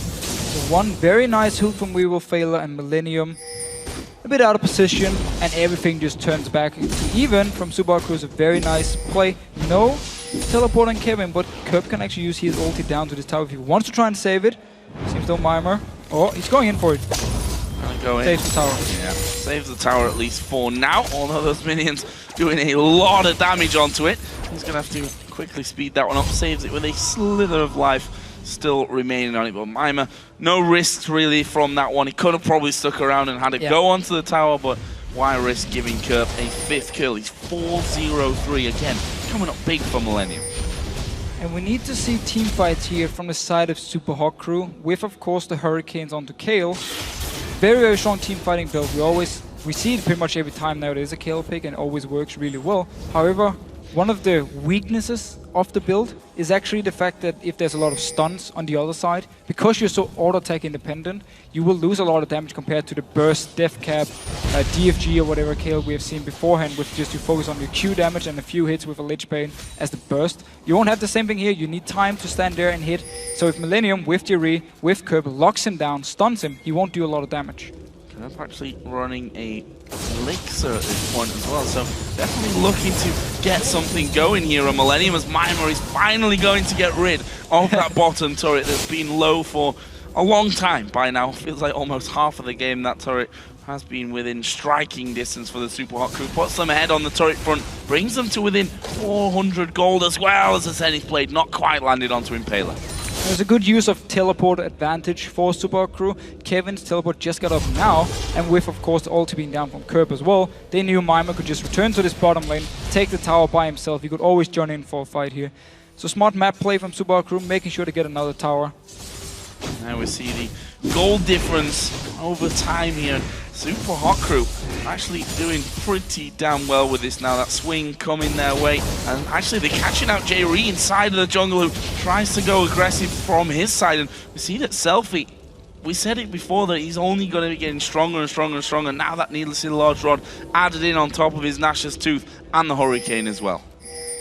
Always very scary to deal with Kale in late game, but of course we talked about just before, when you build this auto-attack based build, stun the target, the damage is gone. It's pretty much like stunning an AD carry. Of course, you won't be able to burst anyone, and therefore Millennium have tools to deal with him in team fights, but it's going to be very hard. And of course, with a Jax as well, jumping around with a Twitch with Rat-a-tat-tat in the backside, going crazy on your team, it's not exactly easy to pick the right target. Oh, he'll see a Destiny. Where's he going to go? Actually, underneath the turret, onto Mr. Riles, who takes a Lantern, but they're already on him. Zenith Blade comes in. We will fail a locked up, flashes away. The Q lands out from Cotton X. Max range for him, and now Mimer might be in trouble. Gold card pulled there for Kerb. Can they finish him off? Again, Cotton X dives in for the triple. One more, it will do it! Got it. And Creaton gets it, and that's 4 men down here, and now they're on towards Selfie as well. Uses an intervention. Can he land the Q here? Should survive. He survives. No ace just yet, but that was fantastically played out on Millennium. Yeah, and how do you deal with a strong team fighting combo or strong team fighting kill? You make sure when she's out of position, you just engage on the rest of the team here, and we just saw it again. Up in this top lane, Selfie is farming, Kevin in the bot lane, teleporting in. Again, it's Kerb setting it up. As soon as Super Crew split up, he will join in.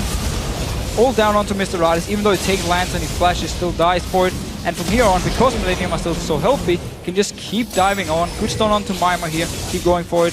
Connex just staying behind the team, coming in, picks up another kill, and Selfie just joins in the very end. And by this time, there's no reason to join in, you're just gonna almost give up another kill. Yeah, almost. The key word in that one.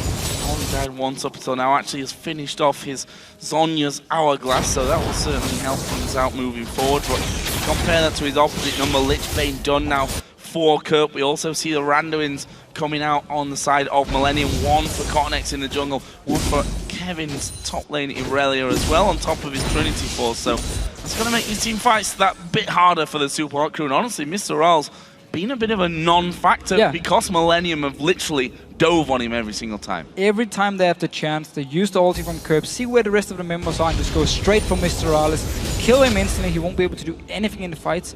And with this Randuin's Omen here for Kevin, we see he want to focus more on team fighting, and it's the style of Kevin. We talked about in the pregame how his CS numbers aren't always the best because you focus so much on running with the team and just fighting and not directly split pushing. This game, however, he's doing really well on farm.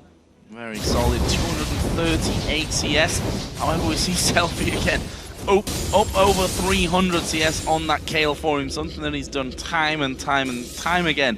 with these Kale picks. Millennium here, though, are going to be looking for their 5th turret of the game, moving towards that inner turret in the bottom lane, and actually the entire team going to move across there is the Destiny use. We will fail, it will be the target. Actually pulled the red card out there. It's not going to matter though, the slow is enough. Creatine will actually pick up that and get himself the killing spree. Once again, Super Crew is out of position and Millennium instantly just punished him, pick up another kill. It's been the story of the game here and it's the reason they are ahead now, and Kirk is playing so well. They're going for Selfie now. Straight onto him, actually came away as the intervention was used. Teleport will also be used by Jax to get into the fight, and Millennium baiting that one out perfectly. Kevin doesn't have his available just yet, so it's not like he's going to be running off on his own. Although, there we go, the deep push out. Cornex kicks out Selfie. He uses his Zonias, but I think it's going to be too late for him. Mr. Rals, the second focus. Can they finish him off? Ulti running from Kevin. He gets the double. Impaler will repel. Actually takes a lantern back to the fountain. Well, that's 2 kills. The mid lane of the AD carry both down. This is looking good for Millennium. Looking very good once again. They're simply so strong in these fights. They're always finding the right targets. This time was Cotnex actually going in. Selfie already used his ulti on the last engage. Just kick him back here. Waited for the Outlast. Picked up a kill. Went further and took inhibitor as well now. So Millennium using the Baron really well. So, this again. Cotnex getting straight in there. Selfie being locked up and almost was killed before he was able to use his own Zonias. And from here on, as soon as he's dead, just chase on into the base. You don't really care about anything else but his damage at this point, because again, Mr. Rals has been shot down so hard. And Millennium, we can simply just praise them for the way they're playing the map here and the way they punish Super Hot Crew for being out of position every time. And there's a ton of gold across the board here for Millennium. We see them pretty much all recalling as Mima and Impaler trying to set up a bit of a trap inside of that Millennium jungle, but doesn't seem like Millennium are going to be falling too much for that one. Not really moving down towards that area, although Creatine is going to move through. They're going to spot him with the ward. Can they lock him up? There's a cocoon landing. Creatine's dead. No way he's getting away from this one. Almost caught it a little bit too early there. Selfie now being caught out as well. He's used an early intervention. There's a lantern down. Kevin was flanking from the bottom side. Not enough in the end, though, to lock up another kill. So Super Crew very patient here. We're just waiting for Creatine to move towards the red buff. Thought he could just pick it up by himself. So get the kill now and push up towards this mid lane. Are they going to be able to defend this one? A little bit split here on Millennium, and those turrets going to be melted extremely quick with Jax there, with Twitch now joining the party as well. Do Millennium want to fight? It's 5v4, of course. There's a hook on towards Jerry, Cocoon, Flay. Lots going towards Jerry, but not the target they were looking for. And then we see them powering on out of there. No more fights wanted from the Super Hot Crew side. Yeah, they need to back away the bot lane as well as pushing heavily towards the Nexus. So Millennium chasing up here. Creatine all the way coming all the way from the base. Super Crew, they're looking for a fight. Oh, Flash Cocoon, it's been sidestepped there, and now they're going to turn it around. Mima going to get stocked up as Kevin there. The back has gone a little bit too deep, you feel. Will be finished off by Mr. Rals. Mima will use the intervention on himself. Creatine now finally gets involved. Who are they going to go for? Jerry's dove right into them again as the Cullen going to come flying out. Have they got the damage? Selfie's going to take the Zonias, but the Nexus turrets are already being pushed down here. Those super minions destroying the Super Hot Crew base. Will they be able to get back? Twisted Fate is going to ultimate. Comes in at the side though, didn't have the range to go all the way through into the base, but he may be able to hold them off long enough. I don't think so. The super minions now bashed away by Mima. So even though Millennium lost Kevin in this fight here, they managed to stay alive with the rest of the members and wait for their super minions in this bottom lane to do all the work. There was no teleport on Mima, so he had to run with the team. Couldn't be in this bot lane here to push it out. It was actually the reason Super Hot Crew backed away from the mid lane in the first time, but then Millennium just chased him because they knew the super minions in this bottom lane here could do all the work, and it worked for them. They simply had to sacrifice Kevin. Worth it. Worth it, yeah. I think Kevin will have no problem with going down for that one. They managed to take down both Nexus turrets. A bit of a hole now in the Super Hot Crew base, that's for sure. As they pushed up this bottom wave, they need to keep it further up that lane though. Yeah, you're against the Twisted Fate with Lich Bane, doing a lot of damage to your Nexus. In case a fight should happen and Kirby's like, nope, not gonna join in, just gonna go straight for your base and just backdoor you and win the game. So very scary stuff here for Super Hot Crew without the Nexus turrets. Actually moving in towards the Baron area, which they've got pretty much entire control of. We just heard there that the inhibitor will be coming up once again in just a couple of moments. for the Super Hot Crew. That'll be a brief respite for him. Stop those super minions coming down. We can see that Mima has actually pushed that wave all the way up to the river, so wants to keep them as far away as possible from the base. They are, however, possibly going to lose an inner turret here in this top lane. Defending it for now here with the little amount or low amount of wave play they have, or of course with Selfie, as long as he gets to the minions he can do a lot, but it's a bit scary for him as long as Millennium is staying around. That's why we saw before he just had to wait back a little bit, let Millennium hit, but once he gets to the minions, of course, he will just destroy them with the Hurricane pretty much instantly. They've started to recall there. They actually do need to recall because we can see that Mima already onto that inner turret. Does finally stop a Millennium, not sent. Oh, I tell a lie, Kevin did recall in that, so that actually leaves them at 5 versus 4 here for Baron. However, both top laners do have teleport. We are going to see them both coming in. Jerry going in at the back there with the Solar Flare. There's the Twisted Fate ultimate coming out, and he's actually going to be left at the back on his own. Pops himself the Zhonya's. Can they get in there to defend him? Mr. Rolls gets the intervention on him. That's a lot more damage, but the Super Hot Crew being picked off one by one here. Impaler will be the next one. He will go down after his repel sends him right back on top of the team. They can finish. Triple kill for Creatine, and surely indeed they can finish this one now. They need to kill the Indian first though.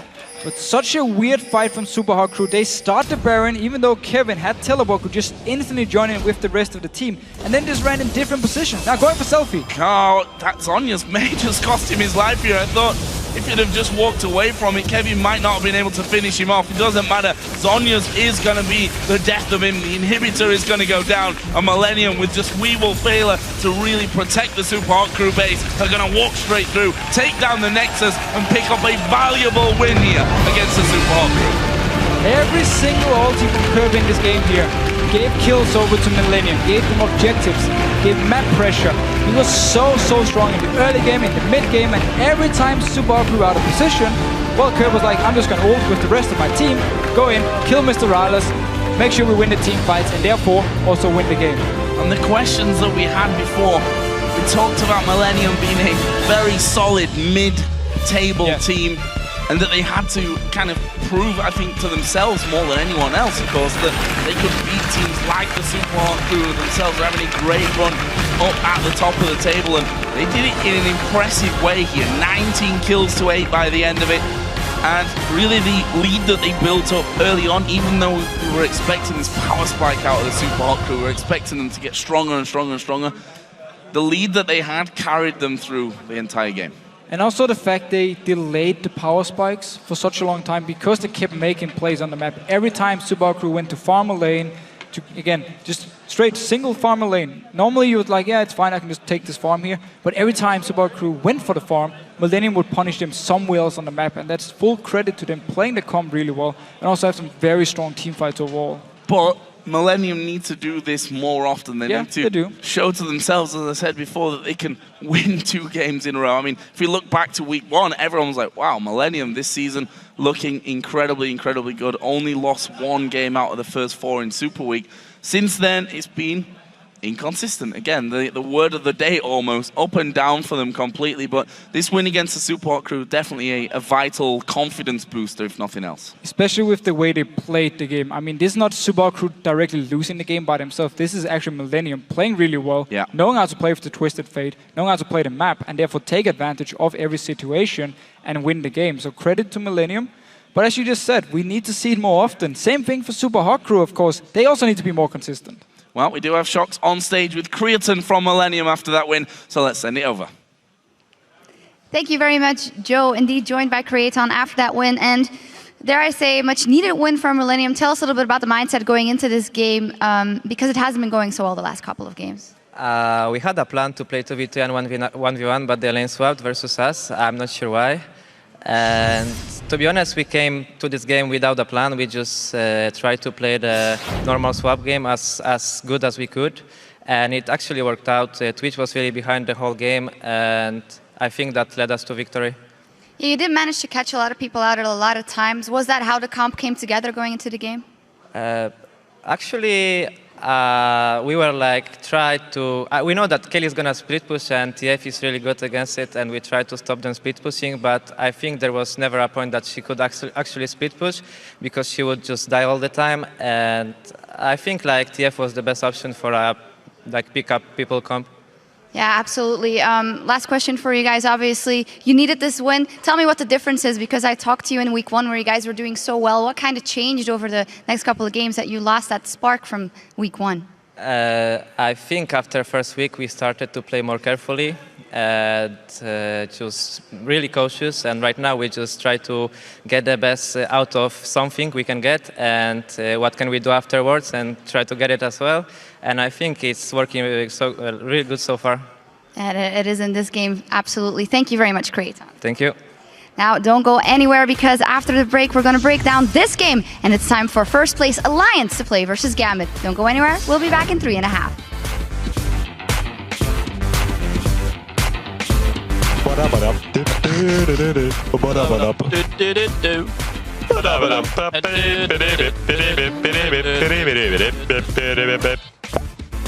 Oh, he's sneaking around, actually missing all the damage. He's going to get locked up here by the Solar Flare. Will get away with the Lantern, but not get away to safety. Twisted Fate coming in. Destiny going to be used. Who are they going for? Mr. Ro4 gets locked up. Solar Flare comes in with it. Call in. Destiny used. We will fail. It will be the target. Actually pulled a red card out there. It's not going to matter, though. The slow is enough.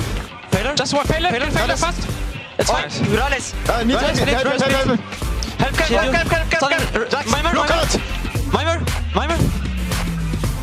Mimer. Kill Mimer. Impaler. Here. Kaylee's here. Kaylee, kill her. Finish. Ignore. Okay, let's finish. Nice.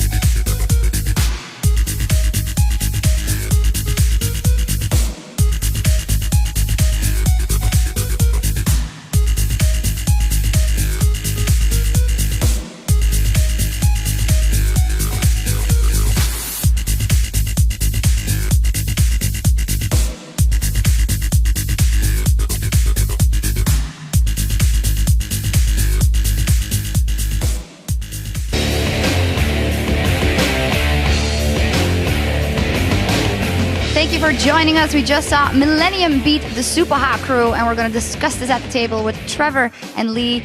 So guys, coming into this one, rather unexpectedly, Millennium just building up the lead straight from the beginning and running with it, and it didn't seem like they were going to lose the game in any point. No, and actually, in fact, if you actually look at the game, it was very, very similar to Fnatic. In fact, I wonder whether these guys have been scrimming together, because the picks were fairly similar, the game style was very similar, and all along, we just heard Creighton talking about how it was a pick comp, and it absolutely was, because you saw Kerp constantly using that ulti, catching someone out. Often it was Mr. Rales, the AD carry was there, very similar to Peke and Reckless, the double teamwork. So it really did work very well for Millennium this time around. Surprised quite a lot of us, and probably Super Hot crew involved as well. Yeah, definitely caught me off guard. Kerp's Twisted Fate was very, very good. But Kerp definitely seems to play that he either destroys everyone or he does a bit mediocre. And you basically explained the whole tempo of the game. Curb found picks. We have a replay to actually exemplify that. If we can pull that replay up onto your screen, and it's going to start with one of these Twisted Fate ganks.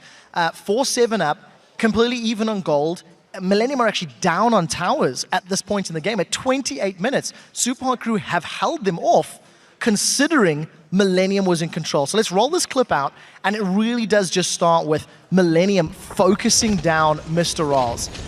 Instantly going to pop him, gold card lands, wild cards are going to finish him off. And because of the grouping of Millennium, they're going to run away with the rest of the fight. J-Ree gets a pretty good solar flare, and props to Cottonex as well, landing the key skill shots. Jax was a non-factor. 30 minutes in, he's only got a Blade of the Ruined King and a Phage, and you've got to give props to Creatine here. Swag points. Flash, Ardent Blaze, walks out. Cool Already guys walking away. Yeah. Cool guys don't look at explosions. So he gets 4 kills, the team backs away, they get Baron, and then it was just, again, 2 more of those sort of pick situations, and Millennium closed the game out. Let's talk a little bit more about the pick comp, and in particular Twisted Fate. Twice today we saw Twisted Fate played by Fnatic a little earlier in the season. That didn't work out. Why does it work now? What has changed in your opinions? Well, the game in the mid lane has changed somewhat over the recent months. Assassins are less prevalent thanks to the changes to Exhaust and the changes to Heal. We're not seeing much LeBlanc because she's banned all the time. Zed's not in the pool anymore.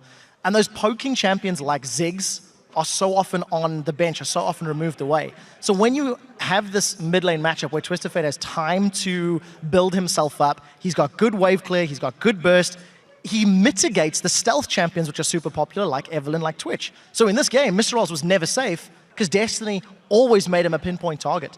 So I think it's just the way the trending champions of Twitch and Eve are up, which means Twisted Fate comes back, and also because the mid lane can't counter him as hard. And you got to wonder, obviously, the players, Twisted Fate, we've seen it quite a few times actually coming up in the last few weeks, but actually not very well. Yeah. Seems that teams suddenly have remembered, this is how you play Twisted Fate, you need to pick people off. So suddenly, obviously, everyone's had a lot more experience on it, a lot more practice in team fights, and it's working a lot better now.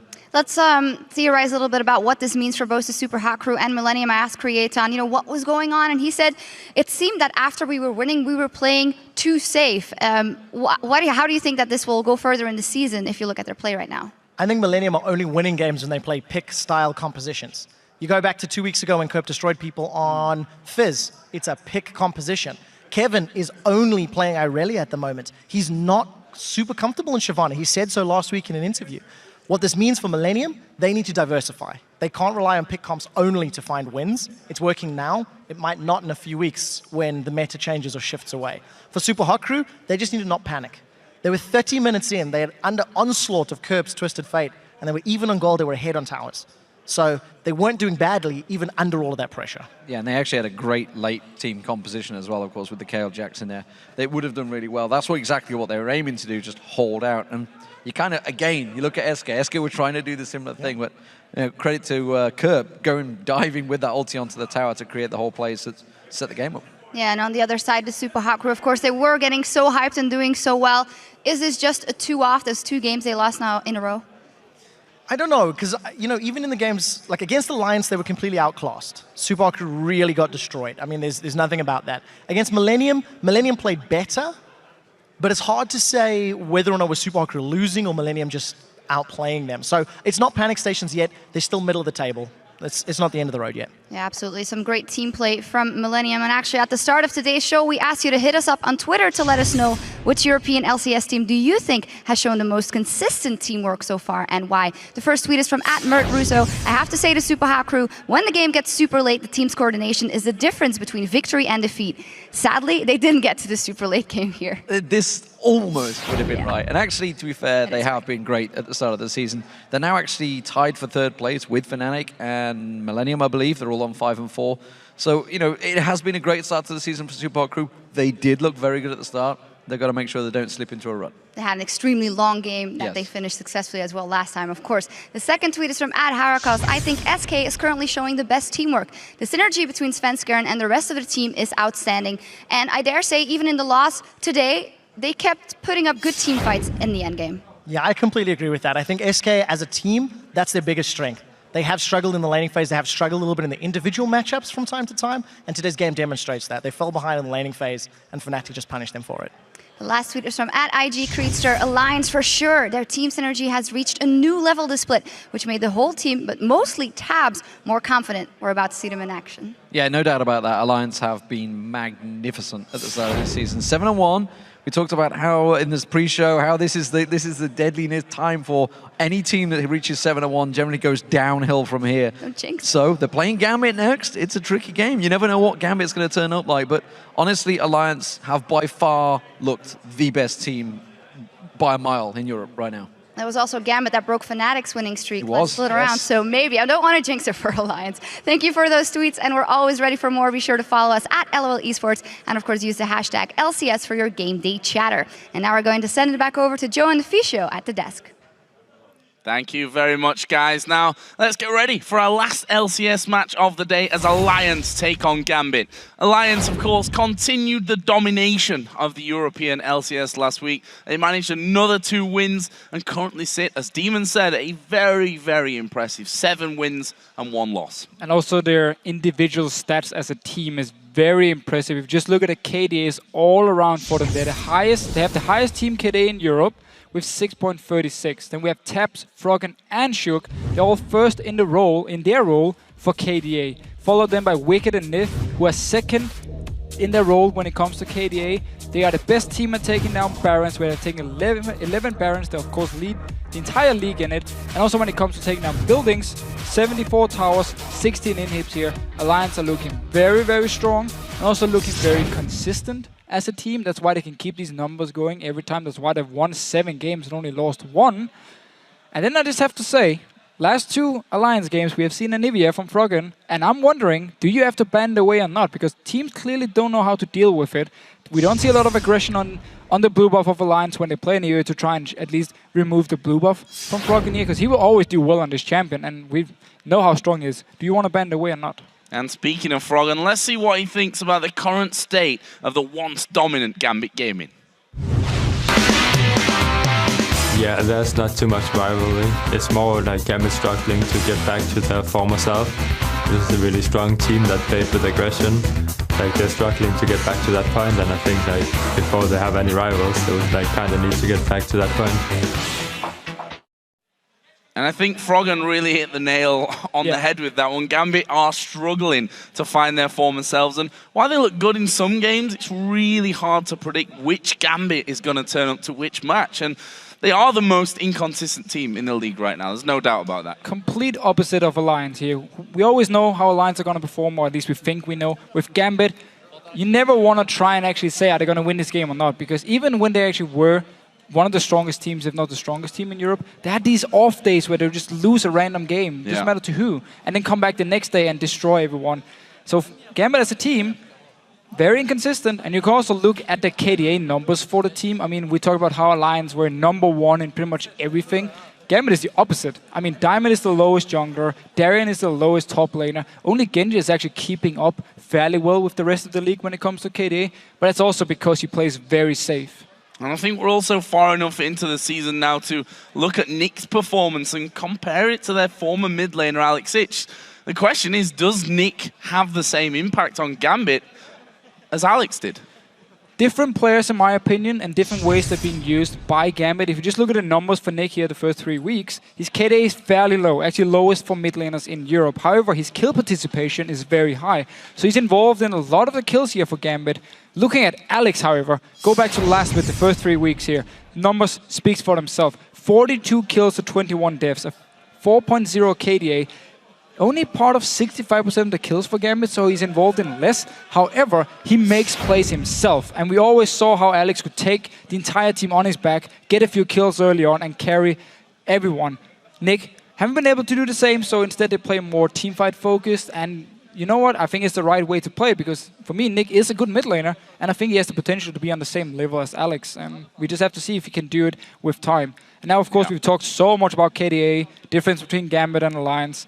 It is Gambit, so we never know what's going to happen, and they can actually still surprise and win the game. As we said, never know which Gambit turns up to which games. We'll see which one comes in today, but first, we're going to check out the starting lineups. On the blue side, it's Alliance with Wicked in the top lane, Shook in the jungle, Froggen in the mid lane, Tabs the AD carry, and Nif the support. On the red side, we have Gambit Gaming with Darien in the top lane, Diamond as the jungler, Nick is in the mid lane, Genji, of course, as the AD carry, and Edward on support. And our featured matchup takes us into the jungle, where Shook and Diamond are going to be facing off. Yeah, so Diamond, he was the best jungler in Europe, looking back at Season 2, even early Season 3, he was dominating everyone. Now, though, he's building synergy with Nick, so for now, a bit of issues for Gambit and Diamond, who's been underperforming.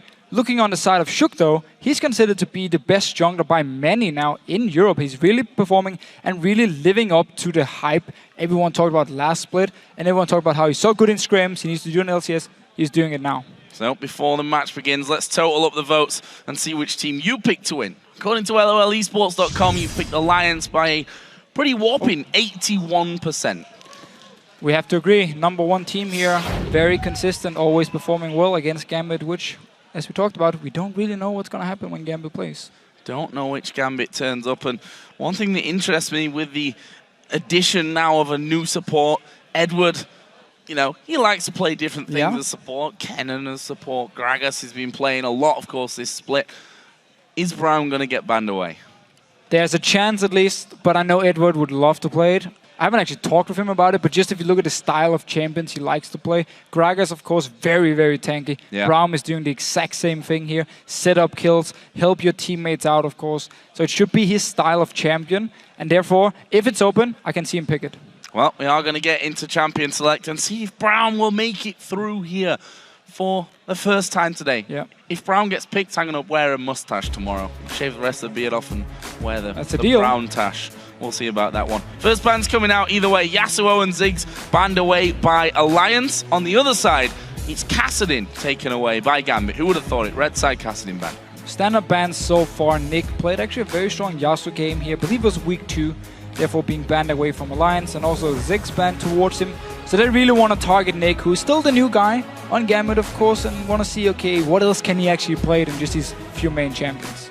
So Twitch going to be taken out by Gambit Gaming, and I can already feel my mustache growing in preparation for this one. Shouldn't have said that. I don't know why I said that. Such an idiot sometimes. Third ban then for Alliance. What are they going to go with? 2 mid lane bans so far, leaving that Gragas open up until now, leaving the likes of Kale up for Nick, who is really like to play, and they're actually going to go towards Darien here for their third and final ban, taking away Jax. Wicked has played a lot of Shyvana in the past year. Actually, only once did he take Jax over Shyvana, so they feel like can band away, target towards Darien. I'm not sure if they're going to first pick Shyvana here, want to focus on the likes of a Lee Sin, possibly, or maybe even a mid lane pick now to ban 2 of them away from Nick already. Well, let's see. Not long left here. What is going to be the Leave choice it open for Gambit Gaming? They are... Wow. Really running down the clock on this one. Taking away Brown. Thank God for that. Very, very last one. They really had to think about this one here. You could see there's like, oh, should we leave it open? Do we want to maybe get it if they first pick something else? But it's the Lee Sin, first pick for Shook. It's actually been a champion last week, which was banned against him because he's been performing so well on this Lee Sin here. And also the reason Alliance just instantly first pick it. Don't even think about it. Trying to think about taking away the Thresh as well, the combos that we've seen, not just this split, last split as well, between Shook and Nick kicking into the hooks and the flays. Such brilliant, brilliant play from Alliance, which I suppose we could really say across the board with everything. We also had the Anivia question, by the way, answered. Anivia left open here if Froggen would want to take it. What a Gambit got up their sleeves. A Blitzcrank in the first round of picks was would buffed. Be, I mean, but but first round of No, picks? yeah. I don't expect that to happen. Normally a pick you want to wait to see a bit more of the enemy team before you want to lock it in. It's actually a very strong pick against Anivia, so in that case we might see it later if Froggen locks in Anivia. Well, we'll see. It's going to be a switch here last second to Evelynn for Diamond in the jungle. As we've mentioned, Lee Sin, Evelynn, Elise, pretty much the 3 junglers that we're going to be seeing now. Who knows with Yorick if Woolite's, not Woolite, that would be wrong. Airwax is feeling like it for the Copenhagen Wolves. On the other side though, what are Alliance going to lock in now? Jungler already decided for them. And will Froggen be thinking about taking a Kale here? Gambit of course can leave their mid lane until last, so Alliance may be looking for something safe in that mid lane. And I feel like also on the side of Gambit, they played it very safe on the first 2 picks. Lucian, we always talk about all around, very strong, you can blind pick him. And then the Evelynn, I mean, you didn't have to lock in your jungler at this point because Lee Sin was already picked here. So you could have gone for, you know, a very strong pick for your support. Now, of course, Nif, hoping over the fresh here, decided not to lock it in. So instead, the Evelynn to me showed that Gambit want to try and counter pick the rest of Alliance here, or at least the next 2 picks from Alliance. Well, definitely run it down. I talked about the Thresh earlier on, the combos that we've seen out of Shook. This pure combo picks for Alliance. Yeah, I mean, Shyvana for the top lane for Wicked, getting the Thresh as well, so those 2 picks now locked in.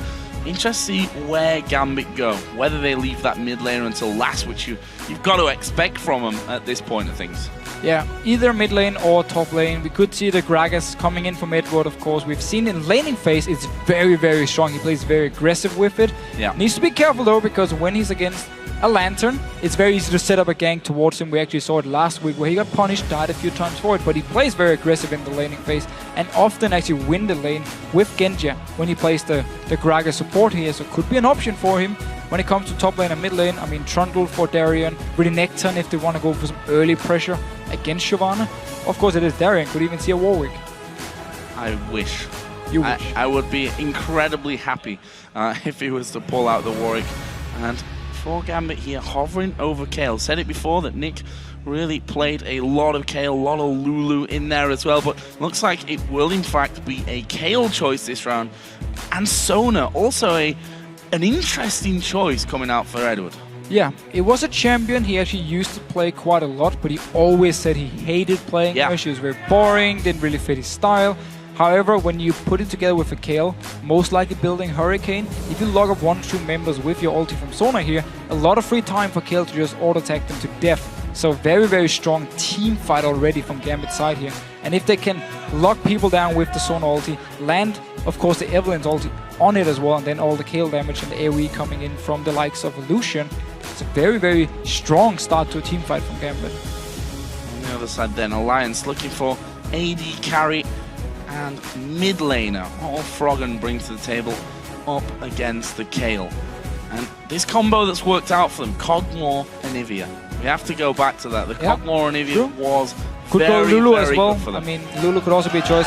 It is, seems to be the Anivia, and it's gonna get locked in from Alliance. So we see it once again. And I want to see if Gambit then know how to play against it, because so far, the 2 teams who played against Froggen and Anivia didn't know how to shut him down early on. They didn't focus on trying to take away his blue buff when it spawned here, trying to deny some of his farm in the laning phase, put a lot of ganks on him. No, they just let him farm and get to the team fights where, of course, he's so strong on Anivia, and he can now protect taps with Nif as well. You have Shook and Wicked jumping into the backline of Gambit, and then you just have, again, the rest of the members staying back here. You have the wall, you have all the slows, you have the stunts. Anivia brings so many things to the table that when we actually upstairs, yesterday, we're looking at some of the comps here, we realized that Anivia, as a champion, can do pretty much everything. You have wave clear, you have burst potential, you have pick potential with your Q, your wall, you can kite, you can disengage. I mean, there's so many things you can do with this champion. Darian's got a cheeky little smile on his face there as Edward Warwick. hovers over. I like it. It's not going to be Warwick. Kayle It's actually going to be interesting. Again, Kayle going top lane. Didn't touch on that when probably should have, really, because we've seen Darian playing that Kayle top lane. Took him a hell of a long time to get going. Actually spent most of his time in the mid lane to avoid the lane swap danger and shared the farming experience with Nick. It was a bit of a weird tactic, and also he builds a Fiends first into Nashor's, into Hurricane, so he delays the Nashor and the Hurricane here. So teamfight wise, he needs a bit more time to build up with their Fiends.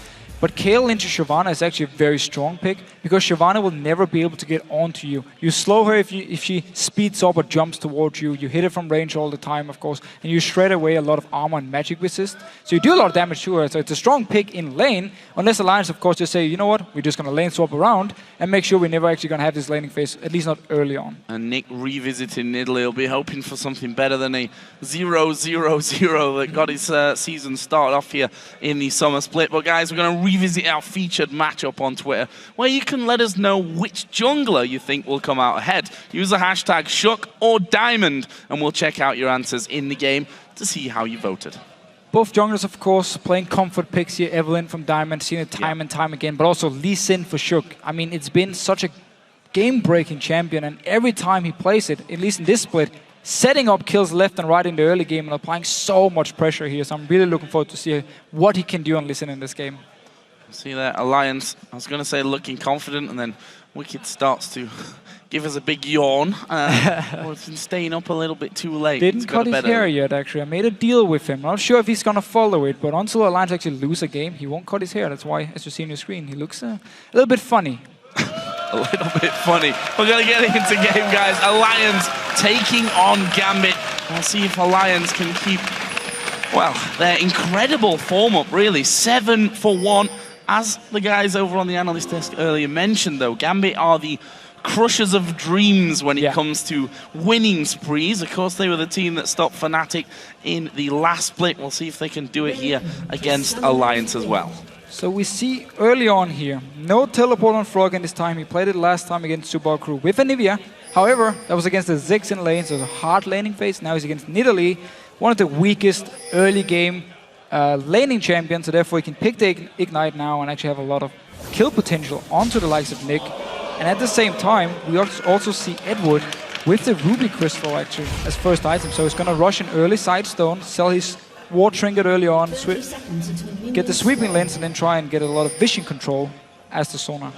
Certainly going to be an interesting one, and Nick getting the first spear of the game off. Always nice to start that way, even though it gives you, of course, very little in the grand scheme, or gives you nothing in the grand scheme of things, is probably more accurate. Confidence boost. Exactly, the confidence boost that you are 100% with your spears. See if Nick can keep that record up. Right now, there's a very distinct lack of anyone really moving out of a safe zone right now. A lot of wards down in River, not too much pressure put up, and wards planted a little bit deeper on the enemy side of the river from either side. And we can actually see that we're going to see a standard start for the junglers, both on their red buff. However, Nif and Tabs moving up towards the Death Brush. Are they going to try a, they are spotted, what for me would be a very risky two-man invade here? Well, at least for now, they're actually forcing Diamond and Darren away, because down the bottom lane, of course, is Edward and Genji, and in the mid lane, Nick just standing with Nidalee, won't be able to do too much. So Alliance actually managed to delay the red buff from Gambit and pick up their own red buff. Delaying as long as possible. Nif down to about half HP. He needs to be a little bit careful about this one. Actually going to flay over. There is the red buff taken by Diamond, but a lot of damage will be done to him. Darian falling a little low as well, but look at this. Alliance invading on the enemy blue buff. We see Edward actually coming across. This is very risky. This is dangerous. They're going to come around with the Ignite there, put down towards Shook. Spear is going to land. Shook going to go down here, surely. AD carry coming in. It's Edward that picks up the kill, and now they're chasing Wicked. Does have flash available. Will use it as well to get out of the back of the Dragon Pit. Such a risky play from Alliance. They knew, of course, Diamond and Darren up in his top side were delayed with the red buff. However, they also know that there's both Genji and Edward in this bottom lane side here to just come up, collapse around them if they move in for the blue buff. So very risky move, and Gambit picks up first blood for it. Red buff Edward, who having a look at the race, like, can I do him red buff? Maybe I'll be able to do it. No, probably not, my friend. Again, but 2v1 mid. Exactly, 2v1 mid. This is exactly what Gambit went for the last time around that they played. I think it was against the Wolves, if memory serves correctly. Yes, it was. Where they managed to deny a lot of farm, and Darren taking a lot of damage. Big combo coming out off Froggen there. He's at level 3 already, and Diamond might actually think about giving a little bit of pressure on towards that mid lane here, or not. He's quite content with stealing away enemy camps. Wicked has followed Shook this entire time, and there we go. The tally coming in from Twitter. 81% of you thinking that Shook gonna come out better of this one. Funnily enough, it's Shook, of course, who went down for the first blood here for Gambit. But now though he's moving with Wicked into the jungle side here of Gambit. They can of course do it because on the top side is 2 members of Alliance. So they have multiple members to join in case a fight should happen. So they can take away all the farm here. Red buff actually wasn't cleared after Diamond picked it up. So it's not gonna... Nobody has the timer yet before Alliance actually spotted and can clear it out and get the timer without Gambit actually knowing it. Get their timer down. It's 2v1 mid again. Or just ignore it, which is what they actually did, going straight up towards that top lane. But yes, indeed, 2v1 it remains as Darian going low earlier from Froggen came back into this lane and needs to be a little bit careful because Froggen's not a guy that's going to miss his combo. And last time, they used this comp here again. It was against Copenhagen Wolves. They put a lot of effort into trying to deny CS from Kauton in the mid lane. This time with Froggen though, they're actually going aggressive towards him. Diamond joining in as well. Gonna get slowed. Spear will land as well. Have they got enough damage? That's a good stun coming out. Froggen actually will flash away. Nif having to flash his way towards his turret as well. Now Nick been hooked in there. A little bit of a chaotic exchange there as Froggen flashed out in one direction. Nif went back towards his turret. Gambit unable to lock either of them down. And now taps on this top lane here. He can freeze this lane pretty much forever if he wants to and just pick up all the farm. As long as Alliance make sure nobody from Gambit move up to stop him, he's gonna become very, very strong. And now that's actually why they're staying around this mid lane here. Trying to get Gun down. He's stuck. He's dead. He's dead. Or is he? Flash comes in, he is dead. Froggen following through from it. Feel like I've cursed a couple of people already saying that he's dead without a shadow of a doubt. Flash away, goes down anyway. And again, you have to think about Shook waiting for the flash to come in before he followed his Q through, able to pick up a kill back. So we see actually Darien, as soon as he respawned, just teleport top lane to push the wave into the tower. He's gonna die again. Oh, Darien, you're in big, big trouble. Well. Maybe? Maybe not. Yeah, he is. Where's he going? Where are you going to go, Darien? You're going to get hooked in. There are 4 men around for Alliance. And that's a freebie kill. It goes over to the AD carry, goes over to Cogmore, a champion which we know stronger and stronger as the game goes on. Definitely helped by picking up 3 kills. Same goes for Nivea in the mid lane, of course. Got the first blood onto Froggen. Managed to land the Q without wall, of course. He doesn't skill it before level 8 or something. Later on, he actually always goes full damage early. And at the same time, there was no slows or anything. Just straight up Q onto Darien. Picked up first kill, got the flash as well. So for now, things are looking good for Alliance. Things not looking too good for Darien, who, by the way, went 0-7 last time he played KL. Still won the game. And that's the point. Yes, that is the point. Darien can win games with giving up a lot of kills. We've seen that, well, probably lost count of how many times we've seen that coming out of Darien. However, when that does happen, it's usually him giving up a kill, chased by 3 or 4 men, and Gambit then using that, you know, mass miss, I guess we can say, of Alliance being pushing to get the kill onto Darien. Level Take 6 objectives. Yeah, level 6 versus level 3. There's the slow coming in. Tabs is going to do a hell of a lot of damage here. Will he have enough to actually finish off? Not quite, but again, Darien locked out of experience and farm range. He's going to get nothing again. At least though, Gambit has managed to actually deny a lot of farm from Wicked because he's been running around with Shook trying to set up the kills. Simon almost stealing the red buff here. Wicked down to bottom lane against also, of course, the level 6 Genja, trying to get some farm and taking a lot of poke for it. Yeah, still needs to be somewhat wary of that one. As we said before, Genja really the one, if you look towards the statistical side of things, that's been holding Gambit up there, that's been doing very, very well for them on the stat side of things, and we'll see if he can continue that here today. A little bit behind on the CS, and that kill as well for Tabs is certainly going to be a bit of a problem for them. And now look at this, Nif coming up towards his top lane. Darien is still level 4. Tabs just going to let all of this farm scrape away, and now they're going to take the turret, and Darien may just go down for this one. He's going to speed himself up, gets a slow, but will get slow. Oh, he's out of hook range. That may be enough for him to actually escape from this one. Will Froggen come up? Darien's going to actually turn things around, try and fool the rest of Alliance here. Nif doesn't have a flash available, so there's no flash play, flash hook available for him, and calm and collected by Darien. He runs in, runs out, manages to get away. Juking around a little bit here, no mana onto Taps, and of course the hook was on cooldown from Nif, couldn't even fly onto him, therefore he couldn't take up the kill. Cool play by Darien, of course. The tower did go down, but he managed to pick up some farm at least, and keeping fairly even with Wicked so far. Over for Froggen. We wondered whether Gambit were going to try and challenge for that, try and keep Nivea a little bit pegged back when it comes to spamming those spells, leaving the ultimate down to farm in that mid lane. Doesn't happen for them this time around. However, Gambit doing some good damage, some good work on this bottom side of the map. Genja has actually got himself a CS lead now as Diamond moves towards the Dragon. In fact, Gambit are in perfect position here to take the Dragon as well. Yeah, so Froggen was actually out of mana in this mid lane here, so they knew he was going to recall, and therefore they just go straight down, start the Dragon. Great use of the fact he knew he was going to recall, and Darien died on top. Yes, Darien went down, but this is okay. We can now finally refer to that whole thing before. When Darien dies, he pulls people away so that Gambit can get objectives. This time they get themselves a dragon. Darian dies, unfortunately, pretty much 1v1, I think it was there in that top lane. Gonna take a look at it again. It was 1v1. He's not level 6, so no intervention. No flash, no ulti. Wicked just jumped straight onto him. Actually has a flash to pick up the kill, but still deny Darren even more CS, and now Wicked can just farm some of it up here. Darren, however, did actually get double Dorans and now attack speed boots as well, so should be able to at least farm as long as Wicked won't jump. So a lot of damage coming onto Nick. Froggen getting to that point where it's a little bit of a problem for them. Blue buff on allows him to spam a lot more onto the farm and also onto Nick if he's unlucky enough to be in that position. Is, however, still in the lead here, Nick. And oh, nice. Wow.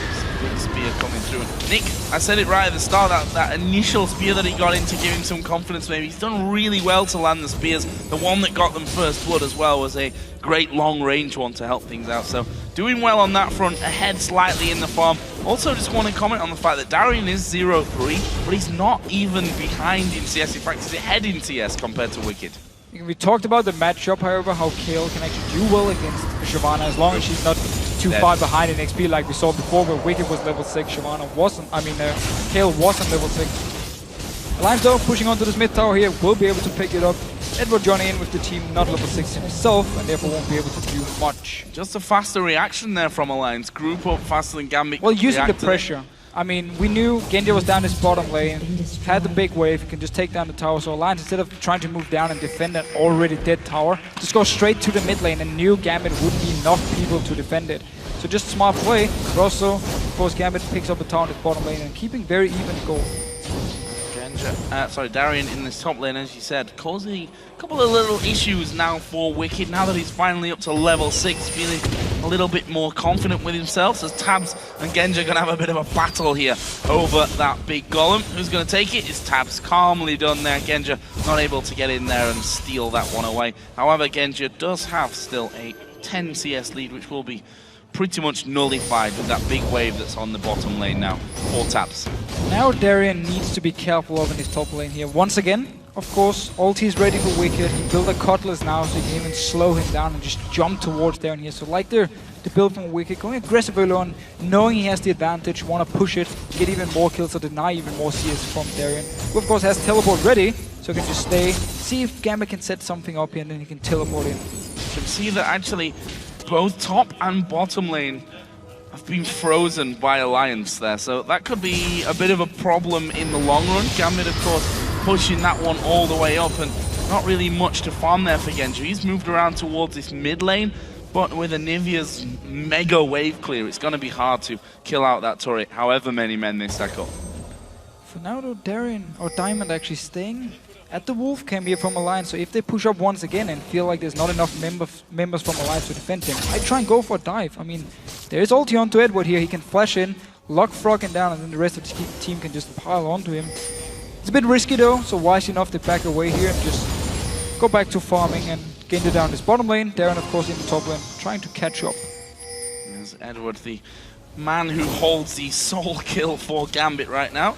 Picked it up in the very early stages of the game onto Shook, but since then it's been all about Alliance when it comes to the kills. 1 kill for Wicked, 1 for Froggen, and also 1 for Tabs. The 3 men that you're going to be wanting to scale as fast as possible going in towards the later stages of this game. Blue buff here will be gifted over to Nick. Quick spear will give him that. He's still holding a very slim lead, but a lead nonetheless as Wicked going to get aggressive here. Is he going to be able to take down Darian? There is the ulti coming in. Intervention was used by Darian. We do have Froggen coming up towards his top lane as well, and Darian now is going to be trying to run away from things. The decision is, well, what is the decision? Where to go? How long are you going to prolong your life in this scenario? Actually, Wicked is going to move in. Who's going to get the kill? It will be Froggen with the final auto attack. Let's see what Gambit do with this now. 3 men in mid. They're pushing up the mid lane here. The minions, however, are not even close to the tower. Genji decided to just back away from it. Gambit knew they weren't in a position to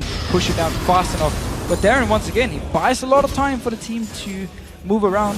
This time, the Alliance had already pushed out the wave in the mid lane, and therefore nothing could happen for it. Not the ideal start for Gambit. 2-0-0 Froggen. He asked the question of, is the Anivia ban worthy? And you'd think if any team in the world knows how to play against Frog and Anivia, it probably would be Gambit by now. So many games that Anivia has, well, beat them, I think we can safely say. Choosing to leave it open and maybe gonna pay the price. We'll have to see. Still a long way to go in this game. We're only 15 minutes in.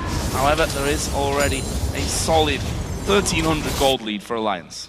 And we did see Gambit try to 2v1 mid early on. Now, wait a minute, you see Diamond here? Nope, backs away. Edward was spotted by Ward. What we saw early on from Gambit, tried to do the 2v1 mid to deny some farm from Froggen. And Nick is slightly ahead. However, due to Darren giving up the kill as well, it actually didn't work for them at all and just meant he fell even further behind. This is the reason why 2v1 mid is a very, very risky tactic. Didn't work for them this time, worked against Copenhagen Wolves. Let's have a look here. Alliance all grouping up in that mid lane. Dragon actually coming live, so they're going to be backing away from it. Diamond is already on the backside of the team. Actually, he's going to be spotted. Pops his ultimate on the team and actually may get followed through. And there's the kick coming in. Diamond down to less than half HP. Darian coming around the side as well. Targeting not exactly focused here from Alliance, but they're going to go, I think, for Darian, who tried to get back away through that Tribush. Did manage to stay alive as well as another spear lands onto Wicked. They're going to start off the Dragon. Still risky, or is it? Shook's actually backing away.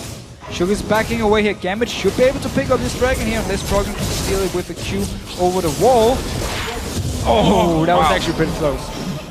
That was very, very close. Saw the health bar just shrinking to the point where Froggen may have been able to get that one. However, it's Gambit that get it. Second of the game goes to them, so holding on to that, you know, once famous, I think we can say, Gambit Dragon control. Yeah, we saw the fight itself here, or what was supposed to be a fight, was actually Alliance first, moving into the river, and then Diamond was in a good position, flanked around them, got the ulti off them, had to then run away, because Froggen actually put a very nice wall in their entrance towards the river, where the rest of Gambit were trying to run in and help. So Edward had to flash the wall, use his ulti, nobody was there to follow up. Darren TP'd behind the line as well, so it was a very messy fight from everyone pretty much, and therefore Alliance managed to get out of it.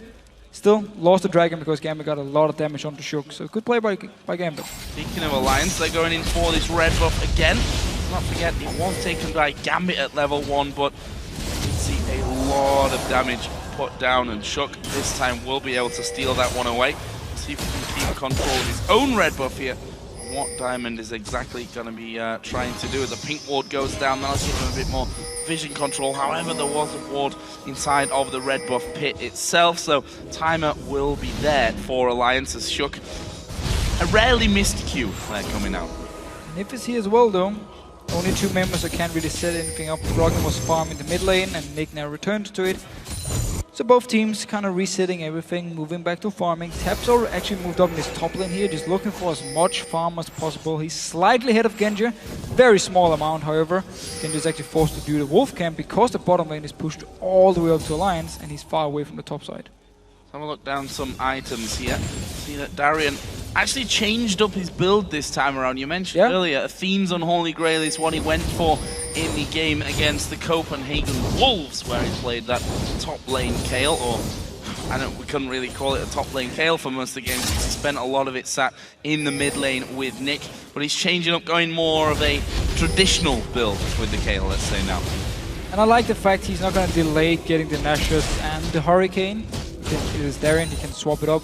But normally you will go Nashus into Hurricane here and just be very strong already in the mid-game team fights with all the attack damage. And it's what we talked about with the Sona pick here, where I think Gambit is just aiming to try and lock down 1 or 2 members and let Darren have some time to just auto-tag on to them, do AoE damage and try and kill or get as many people low as possible. Genja though, he's getting hooked. Oh, coming in, are they going to be able to follow through? A lot of damage, but Genja used an early flash to get away from that. Diamond was the man in the end that picked himself up the blue buff with the help of his smite, so despite that challenge from Alliance, Gambit able to hold on to their buff, and let's not forget he lost his red buff on its last warning as well. That could have been both buffs stolen away by Alliance.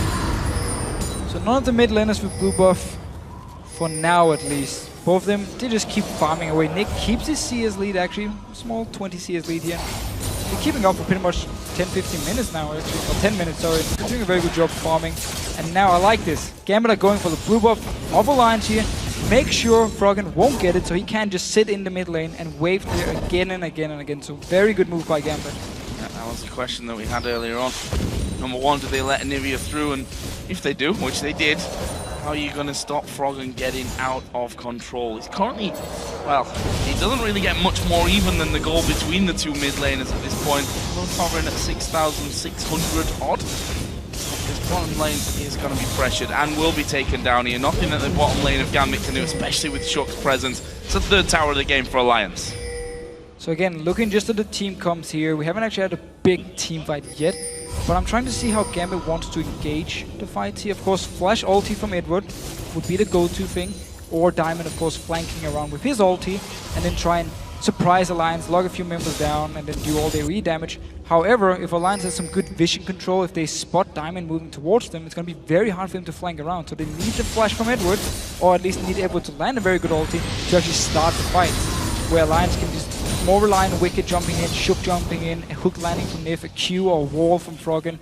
Everything is skill shot based, but there's more options from Alliance to start fights.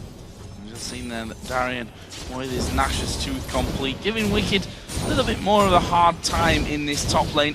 He has got himself up to level 11, Wicked at level 12, and actually Darien still holding a minute CS lead, but it's showing that he's been able to, since he's had a bit of free time, let's call it, where he's not had so much pressure on him, doing a good job of keeping up in the farm and clawing the level difference from earlier on back in this game.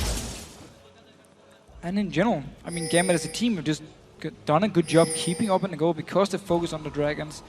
Focus a lot on farm on both Nick and Genji on this bottom lane as well.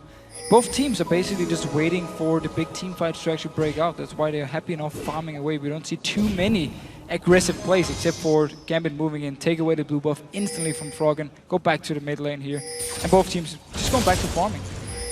Back into the farm, and Dragon is surely the next big thing to come up in this game. Already a few wards down by Gambit, one of which will be cleared out thanks to the scan out of Froggen. 3 sweeping lenses for both teams actually. Same positions as well, but that's where, you know, Nidalee really comes into her own as well. If you can hold off the Dragon attempt by Alliance, manage to chip away with a couple of good spears, then you all of a sudden find yourself pretty much with a well-earned and almost free Dragon. That's what happened last time around. Shook went far too low, and he had to recall from it, so there was no challenge on that last Dragon by Alliance. This time again, Diamond is already in position. Actually already starting the Dragon from Alliance. Instantly as they move in to clear the ward, they just started. Both top laners are running down towards the Dragon. They might have to teleport, and there's the wall on Connect. There is the wall. Edward going to be locked up against the wall itself. Dragon actually was pulled away from here by Alliance. Is that going to allow them in? Wicked has teleport available. We've already seen Darien teleport in. Here we go. Q has landed. Can he get in there? Yes, he does. Shook manages to steal the Dragon. Now they're going on towards Darien. There's a crescendo use at the back. Wicked will use his ulti to get away. And again, a messy affair where Darien goes low. Big spear comes out. They're going to go for Nifia. This is bad news for him as the Flay only lands onto one. There's no tower there, of course. And that is going to be a dead Nif. It's Nick that picks up the kill. And Tabs, he's running into no man's land here. One hit onto him there. That pretty much says that he cannot execute himself. Actually, he might be able to turn around and have a go at Genja. He's going to leave it for Nick to come in. Tab's actually running away from this one. Spear lands instead. Kill onto Nick here, so Alliance, they managed to pick the Dragon, but they lose the team, but they were split up at first, and Wicked teleported in with about 50% HP, so he had to ult away from the fight as soon as he joined in, as soon as the ulti from Edward was gone, onto him, like the storm was gone, he just had to jump away, couldn't actually even be in the fight here. So Alliance, even though they got the Dragon, lost the 2 members here, very good team fight by Gambit, a bit of a messy affair from Alliance side. Look down what Wicked's picked up here as well. Boots of Swiftness, going to help with the annoyance of the slow coming out of Darien there. See how that all works out for him. The CS is still pretty much bang even between the two. A very close matchup on that one. Aside from the fact, if you look at the kills and assists there, a little bit more one-sided. A kill and 3 assists for Wicked and 4 deaths only to the name of Darien. He is Wicked once again, actually going to use his ultimate and get in there on Darien. I think with those boots of swiftness, he's actually feeling very, very confident about being able to finish this one off. There was a flash used, though, by Darien to get back off to safety of that top lane. Forcing away the flash, we see him use the Blade of the Ruined King, which he built very early on to simply just get onto Darien here, and every time Darien uses the Q to farm, Wicked can jump onto him and stick to him here. Gambit though, pushing out his mid lane. Froggen is still far away. Nif joining in, misses the hook. Should be a tower for Gambit. Never mind. Kind of They almost. could have taken the tower. Kind of almost was, and I think they will. And there it is. Gonna go in and just tank up that last hit on it. Really didn't need much damage to actually get finished off. And look at this, Froggen going for the blue buff. Diamond's actually got vision of it, but decides not to go for that one. So Froggen this time around does get his blue buff. Last one, of course, was secured by Gambit, was stolen away. And I wonder what Darien is building towards. Didn't actually go for Hurricane, a second item instead. Blasting one here could be towards maybe a Death Cap and then use the Mana Crystal towards a Sheen. We'll see. I see the goal difference between the mid laners here and the swing of how it's gone there from 5 to 15 minutes basically, with Froggen having a real good time of it. But Nick slowly but surely clawing his way back up on this one. Early towers for Alliance, and then of course the kill onto Froggen gave him the gold spike early, but then Nick and Gambit itself actually, just because they take dragons, because they're farming pretty well, catching up and keeping it very close. Actually 500 gold ahead. Really not much difference in this one. Let's have a look down some items again as both teams doing somewhat of a face-off in mid. And I want to look at the mid laners while we're on that topic, because they've got pretty much the identical build. Both with the Themes, both with the Death Cap, both got Sorcerer's Shoes now done as well. What is the next plan here out of Alliance? Again, revisiting that top side of the Gambit jungle that they've done so successfully up until now, managing to steal away or at least challenge for a good few of those red buff spawns. However, Gambit not going to be lured into the jungle. They know that Alliance have vision control of it.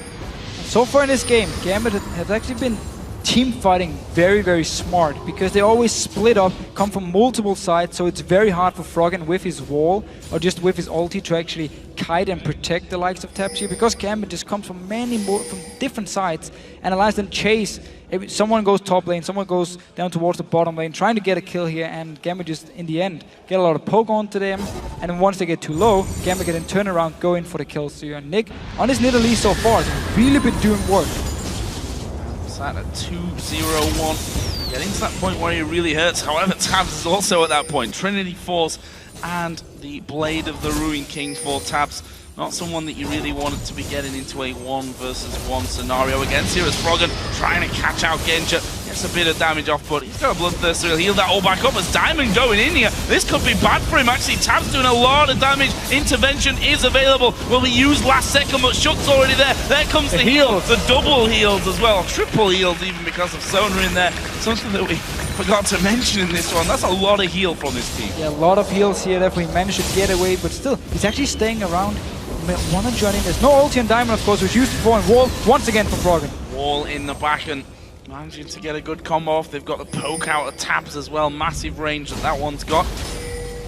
We'll see how Gambit can hold on to these turrets, because that's a problem for him, as we see the drive-by from Shook coming in. But again, it's Diamond that actually comes out on top of that, gets himself the red buff. Second time he managed to smite it away from Alliance. Well, first was, of course, the blue buff, now the red buff here.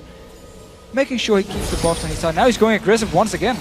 And the hook coming out just a little bit too wide, as Genja pretty much all on his own there in that mid lane. Manages to scare 3 men from Alliance away from it completely. If we look at the mini-map here, we see that Tab's going to be pushing the top lane. Wicked down on the bottom side of the map as well. Both of those top laners do have teleport available. They need to deal with Tabs quickly here. They've actually got Genja coming up through the jungle. Diamond will be coming through lane, but they're going to lose half the health on this turret. They may even lose a little bit more, as Nip going to be caught out in the jungle. They managed to get the hook onto Genja, and Froggen blows him up from the side. Turret surely going to die as well. There's the kick onto Diamond. Not sure that he will escape. Good crescendo comes in. He's going to die. Is he going to go down? Yes, he does. It's Ignite from Edward that gets the kill back for Gambit. Nick is here. Fight is not over yet. Edward chasing with him. Diamond backing away, so only 3 members from Gambit chasing on here. And there is the Banshee's Veil. Finally, pop spear comes forward. It lands onto Froggen.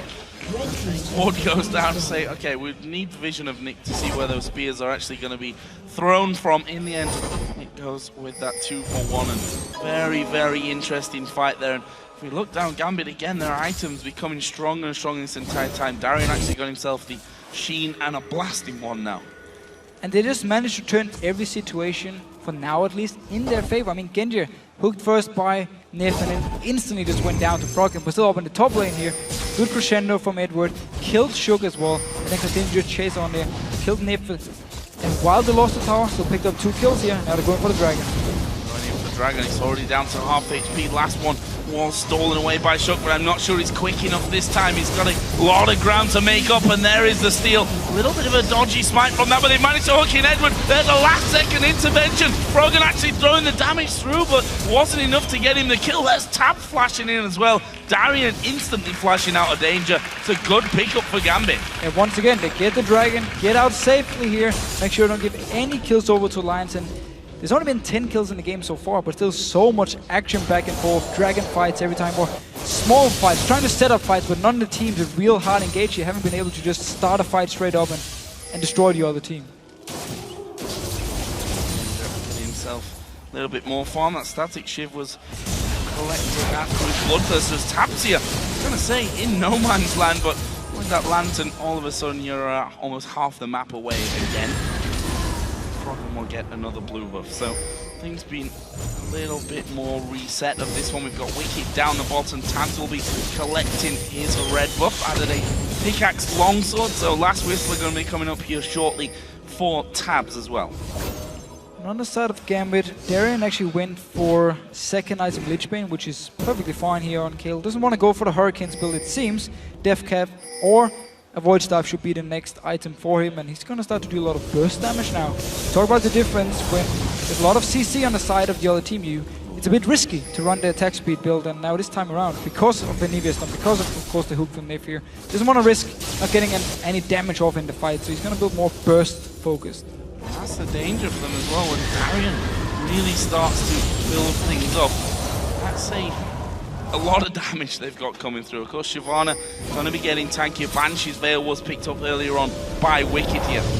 And of course also the AP build instead of Hurricane is really going to help the team when you look at the heals. Yeah. It's going to make the heal even better. Nick with the heal as well, going to of course build a lot of AP, so it's going to be even stronger. You see Edward with the heal too, so there's so much sustain on the side of Gambit. It really makes a lot of sense for Darian to not go Hurricane. We're just seeing Darian and Wicked spotting each other, but nothing really happening. Wicked very, very tanky at this point, as I said, with the Warden's Mail and that Banshee's Veil from earlier on.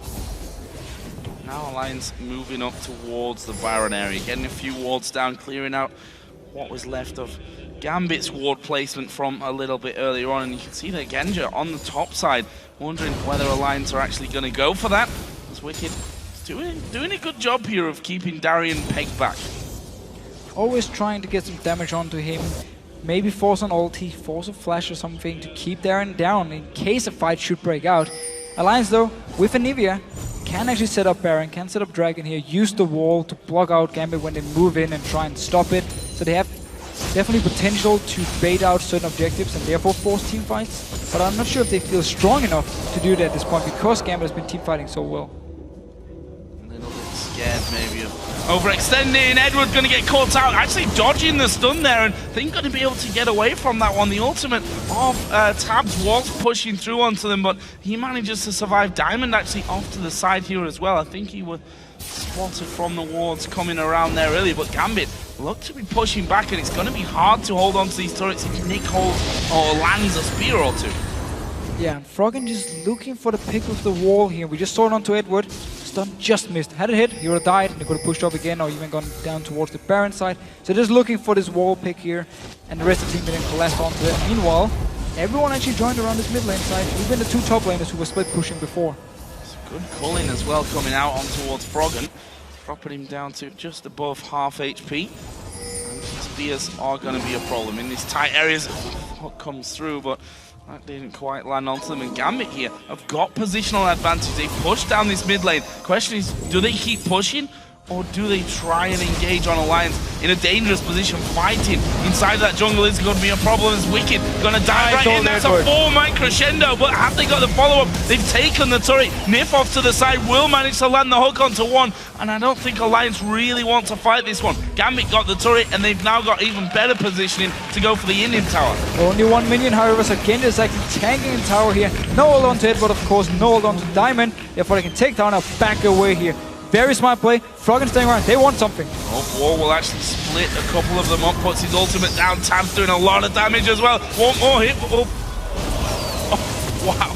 Finish off Diamond. The last second intervention coming out.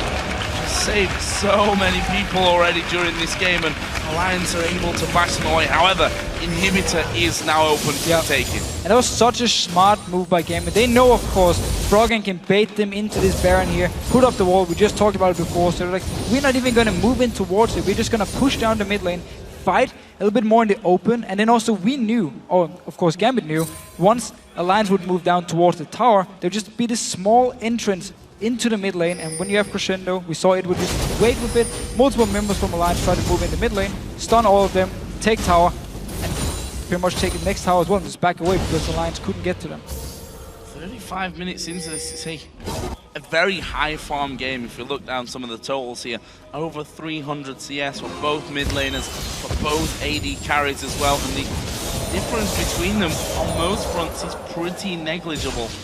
Diamond and the rest of Gambit holding a 3,500 gold lead over that of Alliance. The hook's gonna land, but the spear will follow through, and Nick instantly knocked down to half HP, and again, Gambit are in the mid lane. However, they are missing their AD carry and their top laner.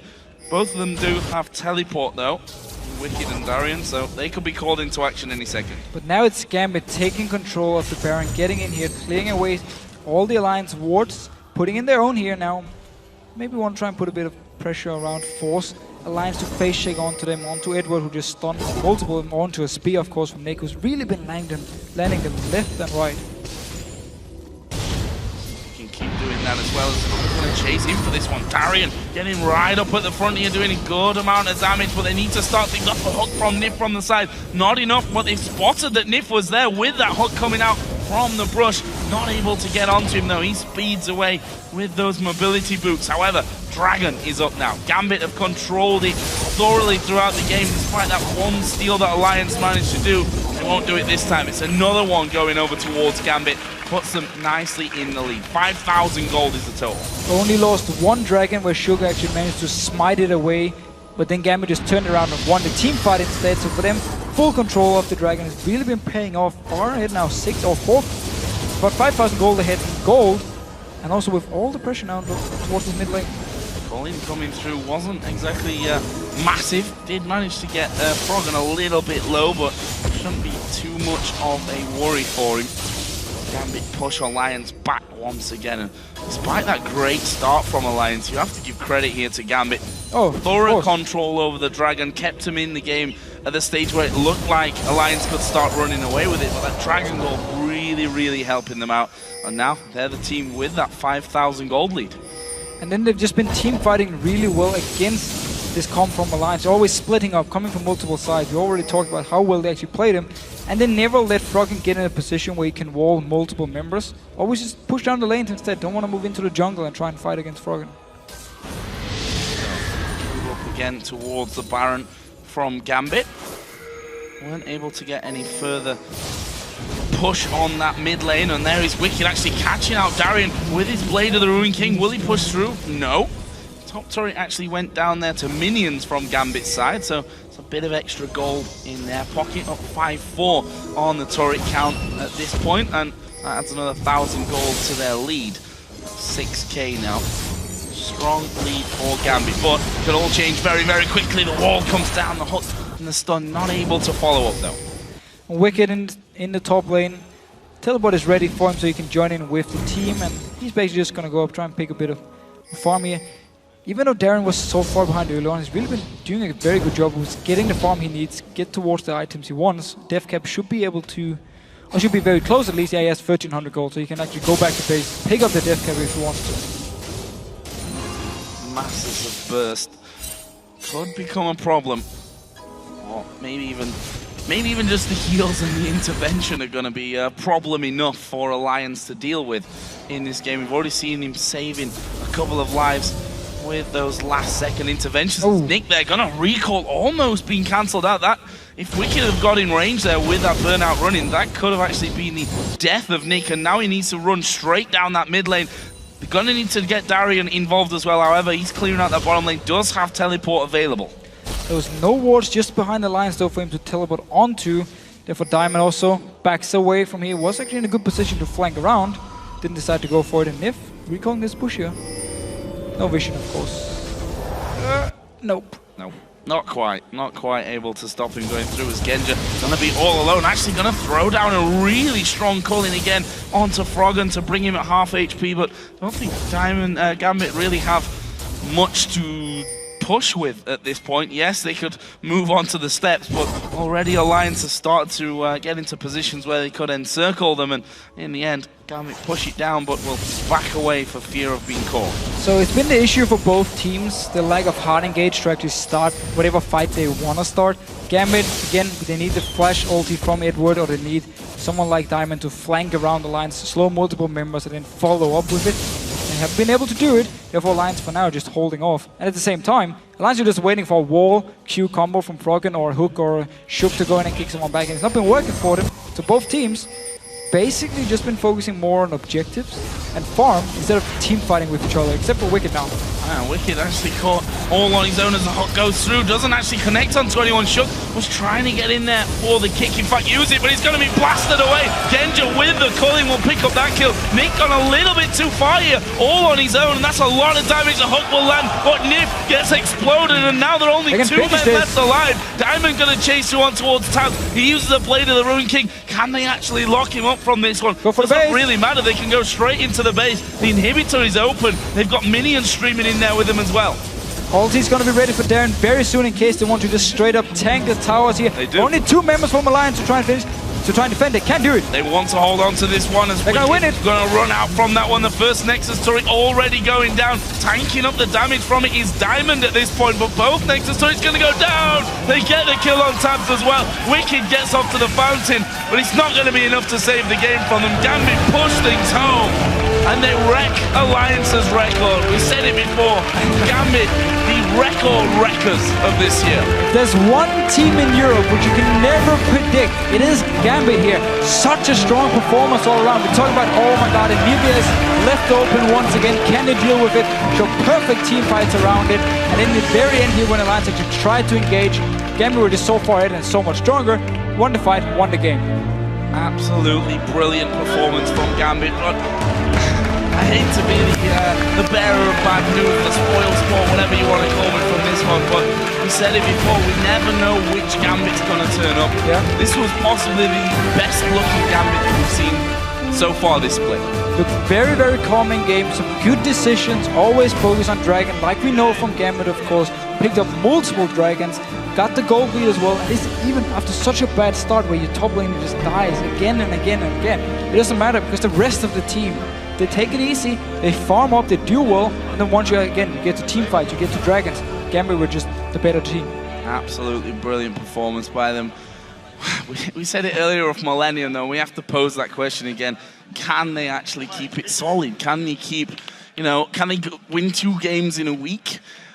We don't know, because we just literally don't know which Gambit turns up. It could well be that they come tomorrow and they get absolutely destroyed, but focus on the positives here. The fact is that Gambit just gave what we thought, or probably we can say what is the strongest team in Europe right now, managed to beat them at their own game. Managed to beat them. A lot of comfort picks all around for Alliance here. Taps, of course. I just talk more again with Nivea for Froggen, Shyvana for Wicked. Everything was comfort picks for Alliance here, and yet they managed to actually win the game. Because again, they were just team fighting so smart, and they were actually avoiding a lot of fights as well, and just focused on taking towers, taking dragons. Okay, you're gonna line up for this Baron here. You want to bait us to walk into you, get walled and die. Nope, just gonna push down the mid lane, take 2 towers and back away. We don't even care about you and Nivea. We don't care about where you want to fight. And so Gambit were actually in control of the game for most of the time. And also they decided with this combo with a lot of heals, just even though a person was very low and about to die, they never just left him alone. They actually went in, ulti from Kayle, healed him back up and managed to survive, and therefore didn't give up any kills to Alliance. See them just going from almost nothing to half HP in an instant. And one thing that's very, very impressive as well, we've got to say, is the fact that despite the start where Alliance almost looked to be running away with it, where Darian was 0 for 4 and seemingly getting caught out every time he pretty much left the base, if we're honest, in those first minutes, they held such a tight control on the Dragon to keep themselves even until they got to a point where they could say, okay, we can actually fight now. We are strong enough. And they did the exact same thing against Fnatic, where they lost all the towers. I believe they were down 7-0 in towers to Fnatic, but they kept taking Dragon. Again and again, they kept the gold even, and then once you got to late game team fights, they were the better team, won the team fights and won the game. So for Gambit, as long as they can get to this late game point, get to the late game team fights, they really are still a world-class team. Yeah, showing that synergy is definitely getting better on a Credit to Nick. basis. I mean, we talked in the game here about how he landed the very first spear onto Froggen, and he didn't stop. I mean, he just kept going for it. He was 4-0 and 4 in Italy here. Very strong performance. Very, very well played by Gambit. We have Shox and Trevor standing by with Diamond, so let's send it over there. Thank you very much, Joe. Indeed, joined by Diamond after that, Salas, a monumental win versus the first-placed Alliance. Tell me your first thoughts about after finishing that game out, because it must have been such an important moment for you guys as a team. Yeah, that was an important match for us if we win it. That would prove us that we are still a good team and we can compete really well in this tournament. And we did it, so we're happy. Yeah, congratulations, a very good win. I want to ask you to explain a little bit more about the Darien duo mid Kale. It's a strategy you did against the Copenhagen Wolves. It's a strategy you did again today. We see other teams putting their top laner with their jungler and stealing XP and stuff. Do you not like that, or do you think putting top lane mid in the first few minutes is more important? Well, it depends on Darian's mood, I think. He sometimes goes with me, he sometimes goes and zones mid laner, enemy mid laner, and I don't know what he thinks about it, how does it work. Sometimes he with me, sometimes he with Nick, but it works. Yeah, and it worked as well in this game again. Alliance was able to rack up some kills in that early game, but for you guys, it was all about the objectives again. Tell me a little bit about how Dragon still seems to be the best focus for Gambit, and you win games with it.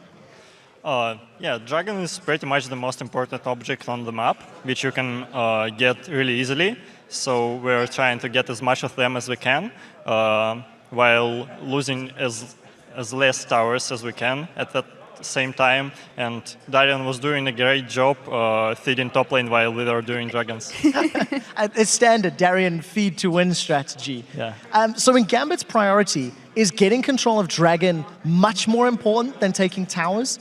Because it was how you guys beat Fnatic as well. You got all of the dragons, you waited until late game where you had the items you needed. Why is it that pushing towers early is less important than getting dragons? Because dragons are respawning and turrets are not respawning. Another question up against Froggen's Anivia. You guys didn't plan to ban it out, and you guys are of course very familiar with that Froggen Anivia in Gambit as a team. So why was it that you decided to leave it on the map, and how do you deal with it? Well, we all knew about Froggen's Anivia, that he plays her really great, and we knew how to play against her, but the one thing was that Nick was playing the first time against Froggen Anivia, so we were kind of afraid of it, but Nick said, give me Nidalee and I will carry you, and he pretty much did it. Well, it's nice to see. It's good he delivered. I want to step back from the game and ask your opinion on the state of the jungle at the moment. Patch 4.9, Kha'Zix is less popular in the jungle. I don't think we're going to be seeing him. So other than Elise, Lee Sin, and Evelynn, as the pioneer jungler that invents all these new champions, when will we see one that's not those three? When Riot will buff like Ancient Golem item, jungle item, or I don't know, or nerf Lizard or nerf Lee Sin, Evelynn and Alice or something like that. But we need to change something to bring new champions in the jungle. I'm going to put you on the spot quickly. If they buff Ancient Golem, which champions become more viable because of that? I think Amumu will be the first one, because he is really strong even right now, but he suffers in the early game when guys who built Lizard buys 2 blades for 10 attack damage and just beat him in jungle early. And then, I don't know, I don't remember actually, maybe Nautilus or stuff like that. All right, very interesting. Well, thank you very much, Diamond. And Gambit does it again. They break the winning streak of Alliance this time around. We're halfway through with week 4, so let's check in with Joe and the Fisho to see what the table looks like. Thank you very much, guys. And after today's 3 matches and factoring in the forfeit from the Copenhagen Wolves, here's where the teams are currently standing. in the standings. Despite their loss to Gambit and due to SK's loss earlier, Alliance remain at the top of the table with 7 wins and 2 losses. Yeah, and then we have a 3-way tie in third, where Fnatic, Millennium, and Super Hawk are all 5 and 4. And as the bottom of the table, bottom of the table note, yeah, I can't speak English either. Don't worry, Joe. Rocket, of course, they've moved even with the Copenhagen Wolves after the Wolves had to forfeit the game earlier today against them. And both teams now have 2 wins and 7 losses. And of course, we have another day full of LCS coming your way tomorrow. Starting off with Rocket versus the Super Hot Crew, and then Gambit takes on Millennium. After that, Fnatic will face Alliance, and the Copenhagen Wolves will then go up against SK Gaming.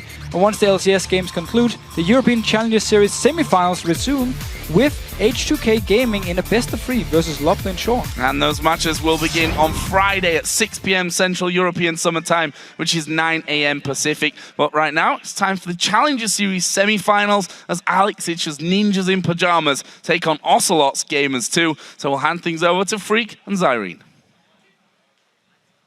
Thank you very much, Joe and Officio. Welcome, everybody, to the European Challenger Series, brought to you thanks in part to our friends at Coca-Cola. I'm David Freak Turley. Alongside me is Aiden Zyrene Moon. Sup with it? Not much, Freak. How's it going with you? It's going pretty well, man. Got the preview show under wraps. Got a lot of puns out Really there, so good. they might be on cooldown, but we got some good games. So we're into the semifinals now. Only 4 teams remain, because that's how semifinals work. Today's match is between the #1 seed Ninjas in Pajamas, featuring Alexich, and the 5th seed Gamers 2, featuring Ocelot. Yeah, this matchup features former pro players looking to battle their way back into the LCS. But Ninjas in Pajamas are dealing with an extra hurdle in their journey. They now have 2 brand new teammates after releasing Nukeduck and Mythy for their season-ending suspensions. Yeah, so replacing Mythy's NIP spot is a familiar face, an actual former support for Gambit and Cloud9 Eclipse. Voidal also used to play with Alexich, and he's going to be and also replacing Nukeduck in the mid lane is Exile, formerly of SK Gaming Prime. So today's match will show if NIP has enough time to gel against Gamers 2, whose roster has actually been together since the beginning of the 2014 season. Yeah, Gamers 2 actually has the longest standing roster of the Challenger Series, so if they have an edge today, it's their teamwork and familiarity with one another. Gamers 2 has never made it to the Challenger semifinals before, but if they can take advantage of a patchwork NIP team, they could advance even further and get their trip to London. That'd be awesome. We'll see if they can do it. Of course, going to London means you actually made it to the grand finals of Challenger Spring Series 1, and so let's take a look at the bracket and see where all these teams are heading. Ninjas in Pajamas and Gamers 2 are today's semifinal matchup on the top side of the bracket. Both those teams swept their quarterfinal opponents. And tomorrow's semifinal match also features 2 teams who were dominant in the last round. It's Loveland Shore and H2K Gaming. And so with wins in the Challenger Series also come Challenger Series points. Here's the score as of right now. Now, all 4 teams in the semifinals, which is Gamers 2, H2K Gaming, Loveland Shore, and Ninjas in Pajamas, they're all tied for first place with at least 4 points guaranteed. This also means they can keep playing, of course, and earn more points, up to 9 points for first place. Yeah, and everyone else in the Summer 1 tournament, Denial Esports, Chantal Machtavau, SK Gaming Prime, and Unicorns of Love have been eliminated, and 1 point is the most they can earn in Series 1. Now they have to go back to the ladder and requalify for Summer Series 2 in order to carry over those points. So see if they can do it. And of course, these numbers can be a lot to remember, but fear not, the men and women at lolesports.com have volunteered to support. Under the Leagues and Tournaments tab, you'll find scores, schedules, and everything else you need to follow the Challenger Series and the LCS all season long. You know, so Braum is finally here, but my vote for most OP support goes to lolesports.com. Yeah, plus, they won't steal your kills. Yeah, those frickin' support players, those are my kills. Today's best of 3 matchup between Ninjas in Pajamas and Gamers 2 is just about to get going. So let's take a look at, that NIP new roster, right? Alexich still top laning, by the way, if you guys didn't know that. He's top laner for those guys. Ko in the jungle has been awesome. Exile, the new mid laner. Freeze, the only kind of remaining member of NIP from way back when. And Voidal, the new support pickup. Yeah, Voidal's a very great support pickup. When I heard that Mythy was going to be out for the suspension in the season, I immediately thought that Voidal would be the pickup there because he wasn't on any teams. And we talked about him last week. I was like, where is he? He's somewhere in the Voidal right now. And they ended up picking him up. And I was like, yeah, he's a great player. He's top 5 in Challenger in EU West and solo queue. Just been grinding it out by himself. So it's a great pickup there. Exile has a very similar play style to Nukeduck, so he's going to mesh with the team very quickly. And Alex did have the option to move back to mid, but he opted to stay top because currently in mid, all you need to know is matchups, whereas in top, you need to know 2v1s, you need to know where to go in the early game, and it's a lot easier to mess up. Yeah, exactly. Competitive play is a lot different from solo queue. Mid laners kind of have the same things going on. Top laners have a bunch of crazy stuff, so that makes a whole lot of sense. On the other side, though, Gamers 2, honestly, they continue to look really, really scary. Their bot lane duo, Dude. Yeah, it screwed me up because the name was right there. But yeah, Dude and Yuki have a 96 KDA in their 4 games. Hopefully they can go for 100 here. Yeah. And the big thing about that, too, is if you look at Dude's just flat out score, he has 2 kills and 46 assists. That's a support that doesn't steal your kills. They are an assist train, 16, 0, and 80. Yep. They basically just go even in lane, get some kills for themselves, transition it into the mid game, and it's like, oh yeah, Ocelot, that's right, JWoww, Morden, we're just all going to group up, and we'll be the constant damage and the CC you need in the fights. Yeah, and it's worked really well for them overall. I got to say, this is a pretty strong lineup. Of course, they're facing a new bot lane, which will be interesting. Freeze and Mithy did pretty well for themselves overall, but of course, you've got Voidal coming in here now instead, and that's going to be maybe difficult for NIP to deal with. Yeah, it's going to be a hurdle that they definitely have to leap over. Voidal, he doesn't fall short in individual skill, but meshing with your AD carry is of the utmost importance. You are sharing that lane with them. You need to get the synergy down. And Freeze and Mithy, they had really good synergy. They had flat out fantastic synergy. And I don't know how much time Voidal has had to mesh with them. It's been about 5 days. I don't know how long he's been in the house, because NIP does have a house. They have an analyst too. Yeah. Who's been helping them out recently. Yeah. So they were trying to up their game as much as possible so they can give themselves as much as an edge so they can get back into the LCS, because all these players are very hungry for that. Yeah. In this bottom lane here, Yuki and Dude, no deaths, 4 games. They average a 24 KDA per game. Dude averages, what is that, 10, 20? He averages about 12, 11. He averages 12 KDA a game himself. Oh, they both get 12. It's a disgusting lane. Yeah, it's great. It's a disgusting lane. It's like 20 assists per game in wonderful. that bottom lane. Yeah. That's ridiculous. Yeah. That is crazy. But they show up, man. Oh, and then you compare it over to what Freeze and Mithy had, and it's like, oh, you got a single-digit KDA? Who needs We're going for triples over here. I mean, wouldn't that be great though, right? You're like, yeah, on one corner, right? like imagine a boxing announcer. It's like in the left corner, weighing 75 kilograms, at height of 2 meters. On the other side, it's like, yeah, this guy's got 100 KDA. He's got a 9.7. You're like, it's the mountain weighing 420 pounds. Yeah, it's versus me. Yeah, you'd get destroyed. So would I if I were fighting these guys, for what it's worth. Anyway, guys, we are on a champ select, as you can tell. Ninjas in Pajamas dropping the Lucian away from Yuki. The Kassadin dropped away from Exile. Now, this is 4.9. It is the slightly nerfed Kassadin. Braum also up. I want to see if that comes through, but we'll have to see. Yeah, Braum didn't make it today into any of the games in EU LCS. Might see some play here today. People are leaving him for last ban because they're trying to bait people into banning it first. Yeah. They're more afraid of it. But right now, the thing is that Voidal has been known by trade as a Thresh player. Same with Dude. Dude plays a ton of Thresh and a ton of Morgana. So even if Braum goes through, those two are going to be open, and they do pretty well against Braum. Yeah, it's going to be an interesting test. It's funny to watch all the LCS players only recently started playing a bunch of Braum in solo queue because they were practicing for the patch they were on, and everyone's rushing for it now. First pick Jax does come through though to Alex Ich. No Braum bans either, but no one's picking it up. All right, I'm a little concerned here because Alex Ich, he's relatively new to the top lane. He's basically been playing mages there. His interview that I saw that was done with him, he's saying Kayle, Lulu are right up his alley because he played them mid lane for a very long time. Jax, that's actually something I haven't seen in his champion pool before. I've seen him play Ryze, Shyvana, Lulu, Kayle, Soraka. Haven't seen a Jax from him yet. Yeah. And now we're going to get that from him today. See if he can hard carry with that. And we're going to see Braum in there as well. And speaking of hard carries, Twitch also backing it up. So a freaking ton of damage output for the Ninjas in Pajamas lineup with the Braum to hold the front line, and we'll see what comes in for mid and jungle. Yeah, a big thing here is that when it went over to the 1-2 spots for Gamers 2, they immediately locked in Morden's favorite champion, which is also Ko's favorite champion. True. Ko is known for his Lee Sin play. You cannot give him Lee Sin. And Ko is he's a very big facilitator of his team. His KDA doesn't reflect how good of a player he actually is because he's sitting at just a 4. But he has a lot of deaths because he goes in, kicks people back, and sacrifices himself, but he got your AD carry. Yeah, true. And so because they ended up taking Lee Sin away from Ko, they ended up giving up Twitch and Braum. A hyper carry with Braum, who's unbreakable, makes it so you can't hit people behind him, is incredibly potent when you combine it with a Twitch for late game or a Vayne. It's true. It not get to him. Well, at the very least, Shyvana can. She just walks in there and goes, Dragon Form! Rah! And Shield! Can't, I mean, right through it. Yeah, he'll go right through the shield there. So I guess she will, as the case is for genders. But this is interesting. So I feel like NIP did a great job with their champs, because they got they basically got 3 really awesome high contested picks, and Gamers 2 only got 2 here. So I like the initial setup. Exactly, yeah, I like the initial setup here. We'll see how much the leads in denial matters here against Ko. It's all we've seen him play so far in the Challenger Series. Morden, as you mentioned, his favorite. Shyvana vs. Jax is a matchup that I feel like traditionally goes Jax's way, but as you talked about, Alex doesn't play the champion a whole bunch. We are going to see, looks like, a Cleanse Twisted Fate come in for Exile here in the mid lane. And that's going to be, of course, against Lulu. Yeah, we're going to have to see how that works out for him. He hasn't locked that in just yet. And there we go. Okay, so the Twisted Fate is going to allow him to start ganking other lanes, whether it is going for the Braum, who has a lot of gank assistance, or going after the Jax, who has that as well. And at the same time, Ko on Evelynn could be anywhere.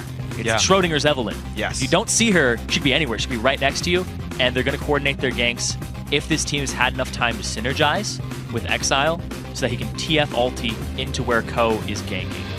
So it's going to be a really big thing here. There's a lot of stealth on this team between the two members. And a big thing here is that he's pretty much forced on Evelynn at this point because Ko's style, his second most played was Kha'Zix. Yeah. And Kha'Zix took some hits in 4.9, to the point where people are still relearning, seeing if he's viable in the jungle. So Evelynn fits his playstyle more than Elise does. He likes roaming around the map very early. He likes giving up himself for the kills and diving. It's totally his style. Yeah, high progressive counter jungler as well. And it does seem to be a little bit easier on Evelynn than on Elise. So I agree with you in this one. Yuki is going to get the Kog'Maw here. So Cog Thresh is a good lane. You've got the safety to pull him out of tough situations. But yeah, you talk about how scary TF Eve is going to be. I agree with that. You've got either ganking for a Braum with exhaust lane on one side with Voidal, or you're ganking for a Jax who can leap, strike, and stun. So kind of no matter where he goes, Gamers 2 is going to have to be a bit afraid of this one, and I want to see these matches play out. Yeah, and a big thing here is that he actually swapped the cleanse over for Ghost, which is much more typical of a Twisted Fate. I was watching the CC, and I was like, Gamers 2 doesn't really have anything that he should cleanse out of for the most part. So it wasn't... Dodge hooks and you're okay. Yeah, exactly. And I assume Voidal is going to get him Mikhail's eventually. It's possible. Par for the course. It's very cheap, very great item against Thresh. You can go ahead and break the chain. Yeah, it's great. And if you time it right, you can jump in there as like it gets broken. That's true. You'll at least remove the stun. You do it very quickly. Yeah. But the Ghost on Twisted Fate is going to allow him to chase people down. And the thing here is Exile. Very similar playstyle to Nuke Duck. We see him playing Twisted Fate. There's a champion that Nuke Duck went to multiple times back when he was in the LCS. And coming up big with it. So they banned out actually Yasuo Kassadin to force him onto this champion. So they're well aware of Exile's champion pool. He's formerly from SK Gaming Prime, the one that we didn't see earlier. He was on the one from a Spring season ago. Yes, or the one from Spring, not the one from this one. Yeah, exactly. I talked over your point. Sorry. That's fine. He's tried and true. Thank you for helping me there. Yeah, just leading me through it here. But yeah, Ocelot on Lulu. He played it previously, came up with a 6.5 KDA for himself back in the round of 20. And since then, he's basically been handed really hyper carry type champions. He got a Caston, he got a Nidalee. Now he's on that support type mid laner, and he has a Kog'Maw. This is basically a keep the Kog'Maw safe. Absolutely, it is. Is what this is going for here. Yeah, and what works well in keep the Kog'Maw safe comps. This is something I've sort of, because I've been watching Kog'Maw, watching the team comps. He's a champion I like to play. I've been looking at like what types of teams work with Kog. You can't just go full peel. If you go full peel, the enemy team actually walks over you. Yes. You actually have to have guys go in there and like start things up. Like I like that Shyvana and Lee Sin are going to probably go in and start a fight. Lulu wild growth to Shyvana, and you've got all this havoc being wreaked, or wreak havoc. I forget which one that is actually, the pronunciation of that word. Causing havoc for the Gamers 2 front line. There we go. That's going to work. And then you don't have an option but to deal with those guys and leave Kog'Maw alone. So I actually think this is a very good comp for Yuki to excel in. And I do like Gamers 2 as lineup. Here's the caveat, though. Is he ever going to make use of the Kog'Maw passive? That zero death lane. He's giving up one of his abilities. He's giving up his... What are you doing, Yuki? His burst potential goes down. He misses out on the true damage. Ooh, so they're going for straight for an invade here. But actually, we see Freeze is looping around them. He's going to go get a ward onto their blue and set it up. Okay, this is all kinds of interesting. So, yeah, he did manage to lurk But does he walk back straight into them? No, he knows they're in this lower jungle. He's going to go down to the lane and then back around, like, below that brush. He won't even get spotted. Hope it's fast enough. Oh, my God. No. Freeze. Freeze. Okay. That's safe. Actually, you can see them come out and be like, okay. Okay, so now he knows that they left, which is a big part, and now they're invading. NIP is on the top left side, making sure Alex can get a deep ward in there. I think Jawa saw him, though. So Jawa actually spotted this invade. Gamers 2 also, they don't know their blue is warded. but they know about the general position of the rest of NIP. In fact, they could even guess that the Blues warded just by seeing Twitch was down there by himself. So potentially, everyone actually knows what everyone's done. Nope. Well, they know what Alex is doing right now. He's down on a ward. He hit it once, gave it a nice smack. Yeah. I'm not sure if they saw JWoww, actually. They pinged a brush to put a ward down in, but I'm not sure if they knew that JWoww was up in the top lane. So potentially they don't know about the defensive wards in Gamers 2 Northern Jungle, but realistically, it's going to be a pretty safe start to the game. Both junglers will start near their top laners, interestingly enough, without any much of a big leash. So this means a lot of things. Yeah, it does. This means that they're going to go ahead and head most likely mid or bottom first, unless they loop back top and change their gank timing. But also, it's a 2v2 in the bottom lane. This is really big. You have Braum and Twitch versus a Thresh Kog'Maw. One of these lanes is a little bit better in the early game than the other. Give you a hint. It's the one that's good about to stun someone. Yeah, Twitch's early game damage over Kog'Maw is ridiculous. You do have some harassment from Dude on the Thresh. If he gets a hook, that's fine, but you also have so many tools on the Braum in early game that really can keep this Twitch safe and amplify his damage. Just any hard CC with Twitch gets him more stacks for Contaminate. And this goes right into Freeze and Voidal right now. They're going to have to show off their synergy versus this tried and true lane of Dude. And they both hit level 2. Some good damage going in. That's going to be a stun land with the ward right there. Forcing the flash already, and there's the Unbreakable, forcing Kog'Maw away as well. Hook is going to hit Freeze. This could be bad. He's going to get flayed almost in a turret range. Very, very nearly in range for that one. Exhaust gets burned for nothing. So that is Dude losing 2 summoners and just trading health bars. Yeah, gets no summoners out of NIP. Summoner spell advantage now for Freeze and Voidal. They don't give up a kill. They give up a lot of pressure, though. And Ko is going to immediately try and take advantage of that. This is smart by Morden, though. He identifies the bot lane as the weak point that Eve could come in, and so he clears the jungle near the side of the map. He wants to be on the southern side. Yes, the time is convenient to his jungle pattern, but he needs to be on the side of the map. Yes, and the big thing here, too, is that Ko, he's very, very familiar with Lee Sin. He knows that in a straight-up duel, Lee Sin will beat Evelynn if he gets counter-engaged on. So he's actually waiting to see Lee Sin first. Yeah, so right now not too much is going to happen. There is one ward kind of near the mid lane that would spot some Lee Sin moves, but there's no wards at all to see Evelynn. She goes back for the bottom lane, and this time, actually, Morden is now on the wrong side of the map. This is going to be a guaranteed 3-on-2 with the lane pushing down. If Morden shows himself on that ward at all, then it's going to be a 100% go sign. Look at how hesitant he is, right? He wants to know where Morden is, but he just doesn't. They never got a ward in that second lane rush to see if Lee Sin was camping behind that, though. It's such a common trend for junglers to say, hey, our lane is pushing out. I'm going to wait in these wings for like 30 seconds to see if there's a counter gank. But with no one knowing if he was counter ganking or not, they just had to back off. Yeah, Alex is pushed so far up, but Morden goes ahead and farms his golems instead of coming in from the side. Has no idea that it's warded or not. Communication not being there 100%. You should keep your ward timers on your enemies. And also the fact that he hasn't seen Evelynn is pretty big too. And the big thing here is that both junglers are actually respecting each other and saying, you have to show first. And now Ko is going to go try to find Morden. He's going to get the big Wraith right here, so it's a little bit of counter jungling happening for the NIP jungler. Morden has backed once for that double longsword. We heard Diamond talk about that not too long ago, actually, in his interview. And one of the strengths of Lee Sin and the Lizard Elder junglers. So in terms of a brawl, Morden will be very strong. JWoww still having to respect Alex a little bit there. You can actually see 32 to 26 in minions. Alex is doing very well on this champion. We don't see him on very much, but he's succeeding with his first pick champ, so I gotta commend him for this performance so far. Last time we saw him, he's playing Orianna top, and then he swapped into Shyvana afterwards. It was... To be fair, it was Orianna mid. He did lane swap. Well, then he went top later. And that's true, he did. It was great. It was a very interesting setup. And now he's the hell out of us in champ select. Oh, yeah. Or at least me. You might have had it. Yeah, I was like, oh, what are they doing? Oh, but what is he doing? Well, Ko's going to spot Morden. Yep, he pings the MAA. He does, I think, Morden saw him. Yep, and now JWoww is going to be able to break the stealth a little bit too, so Ko's forced to back off. So far, none of these junglers have found a gank that works. There were opportunities, but as you pointed out, they've respected the counter gank, so nothing's happened yet. It's just a game of chess, basically moving your pieces back and forth. So if you give any sign of weakness, any room, you reveal too much, somebody's going to go for it. And that could be what ends up happening here. Or he may just lose a couple camps because he saw Ko back. Did he see him? He saw him back. He was sitting in the bush. Then they can dive this. And he was able to see it. He knows that Ko is not there. All right, well, you're seeing JWoww push all the way down. The minions 6. are not dying all that quickly. There we go. JWoww is level 6. Alex just got to be super careful. He's trying to get the positioning there. There's the TF ulti as well. A lot of damage coming through. Alex actually stays alive. 1 hit from dead. And he's going to keep his team alive thanks to Exile's teleport. They get Alex's flash. Exile ends up leaving the lane. So overall, though, it was very good for Gamers 2. Didn't take a lot of damage. None of them have to back. They can go ahead and continue farming. They get Exile, though, and Alex to both back. So that was good. They forced the first TF ulti out, which is a 3-minute cooldown.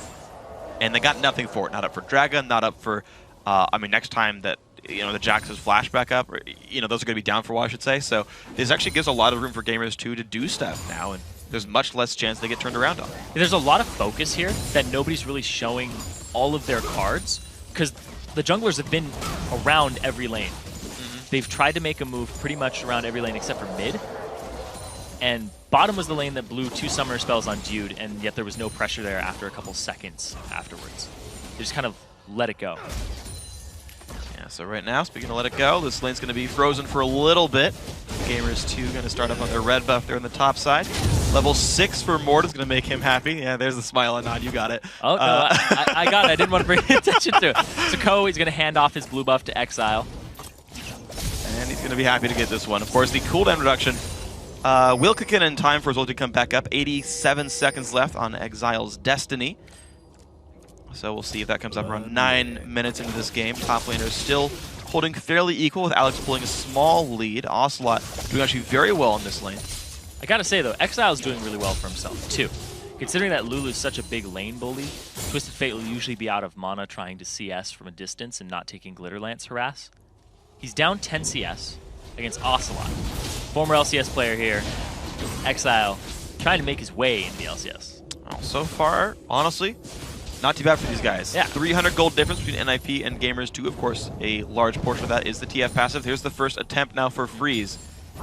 He is very alone in this one. Of course, he will get help from his support before too long. Level 5 for both duo lanes. Voidal close to 6 here. Same for Freeze. And you have just the barest of leads there for the AD carry there in gold. Both have backed for their Cutlass and Boots, though. Level 6s are going to come out here for NIP first, just by a couple minions. We have Freeze already getting the Rat-a-tat-tat. I don't think about one wave for Voidal. Yeah, a dive is not going to happen. Ko is on the complete opposite side of the map here, trying to help Alex out. Looking for the second attempt for a dive there. He's not going to get that one just yet, though. The ulti, though, is almost up for Twisted Fate. This could be a setup for a top lane force against JWoww. They ping out Morden. They see him coming around, and they're actually diving Exile. Ooh, this is going to be a little bit risky. He's going to sit towards the back. There comes the recall back behind the minion lines, but he is dangerously low. Morden puts the ward down. He's going to look for it. There's minions there. Yeah, can't Q through them. Flash Q would be a little bit too risky. There comes the engage, though he went too hard for Alex as JWoww forced the flash away, and now Ko has the red buff, has the attacks coming down, a couple more Qs, one more, and he'll pick this one up, and there's the first blood. Well played. He baited that fight out, and it paid off. I was sitting here thinking, Ko, not being on Lee Sin seemed to be kind of, he needed a crutch, but apparently he doesn't. But they're going to get a dragon for it here for Gamers 2. There's a chance NIP can contest. TF ulti is up, teleports up for Alex Ich. There's the TP in for Dragon. Straight into it, trying to get them off of it. Dragon's still hitting Morden. Morden's going to have to go for this one. He knows the jungler's not around. Can he get the damage down in time? No, he's forced to get away from the fight, so it's actually a Dragon picked up for NIP at 10 minutes into the game. Dude, now in a very bad spot. He's going to hook someone in, but this is not great for him. The knock-up there. Voidal still chasing. The exhaust is down, though. Freeze showing up. The knockback, and Dude will be the first death in the entire Challenger Series for this bot lane.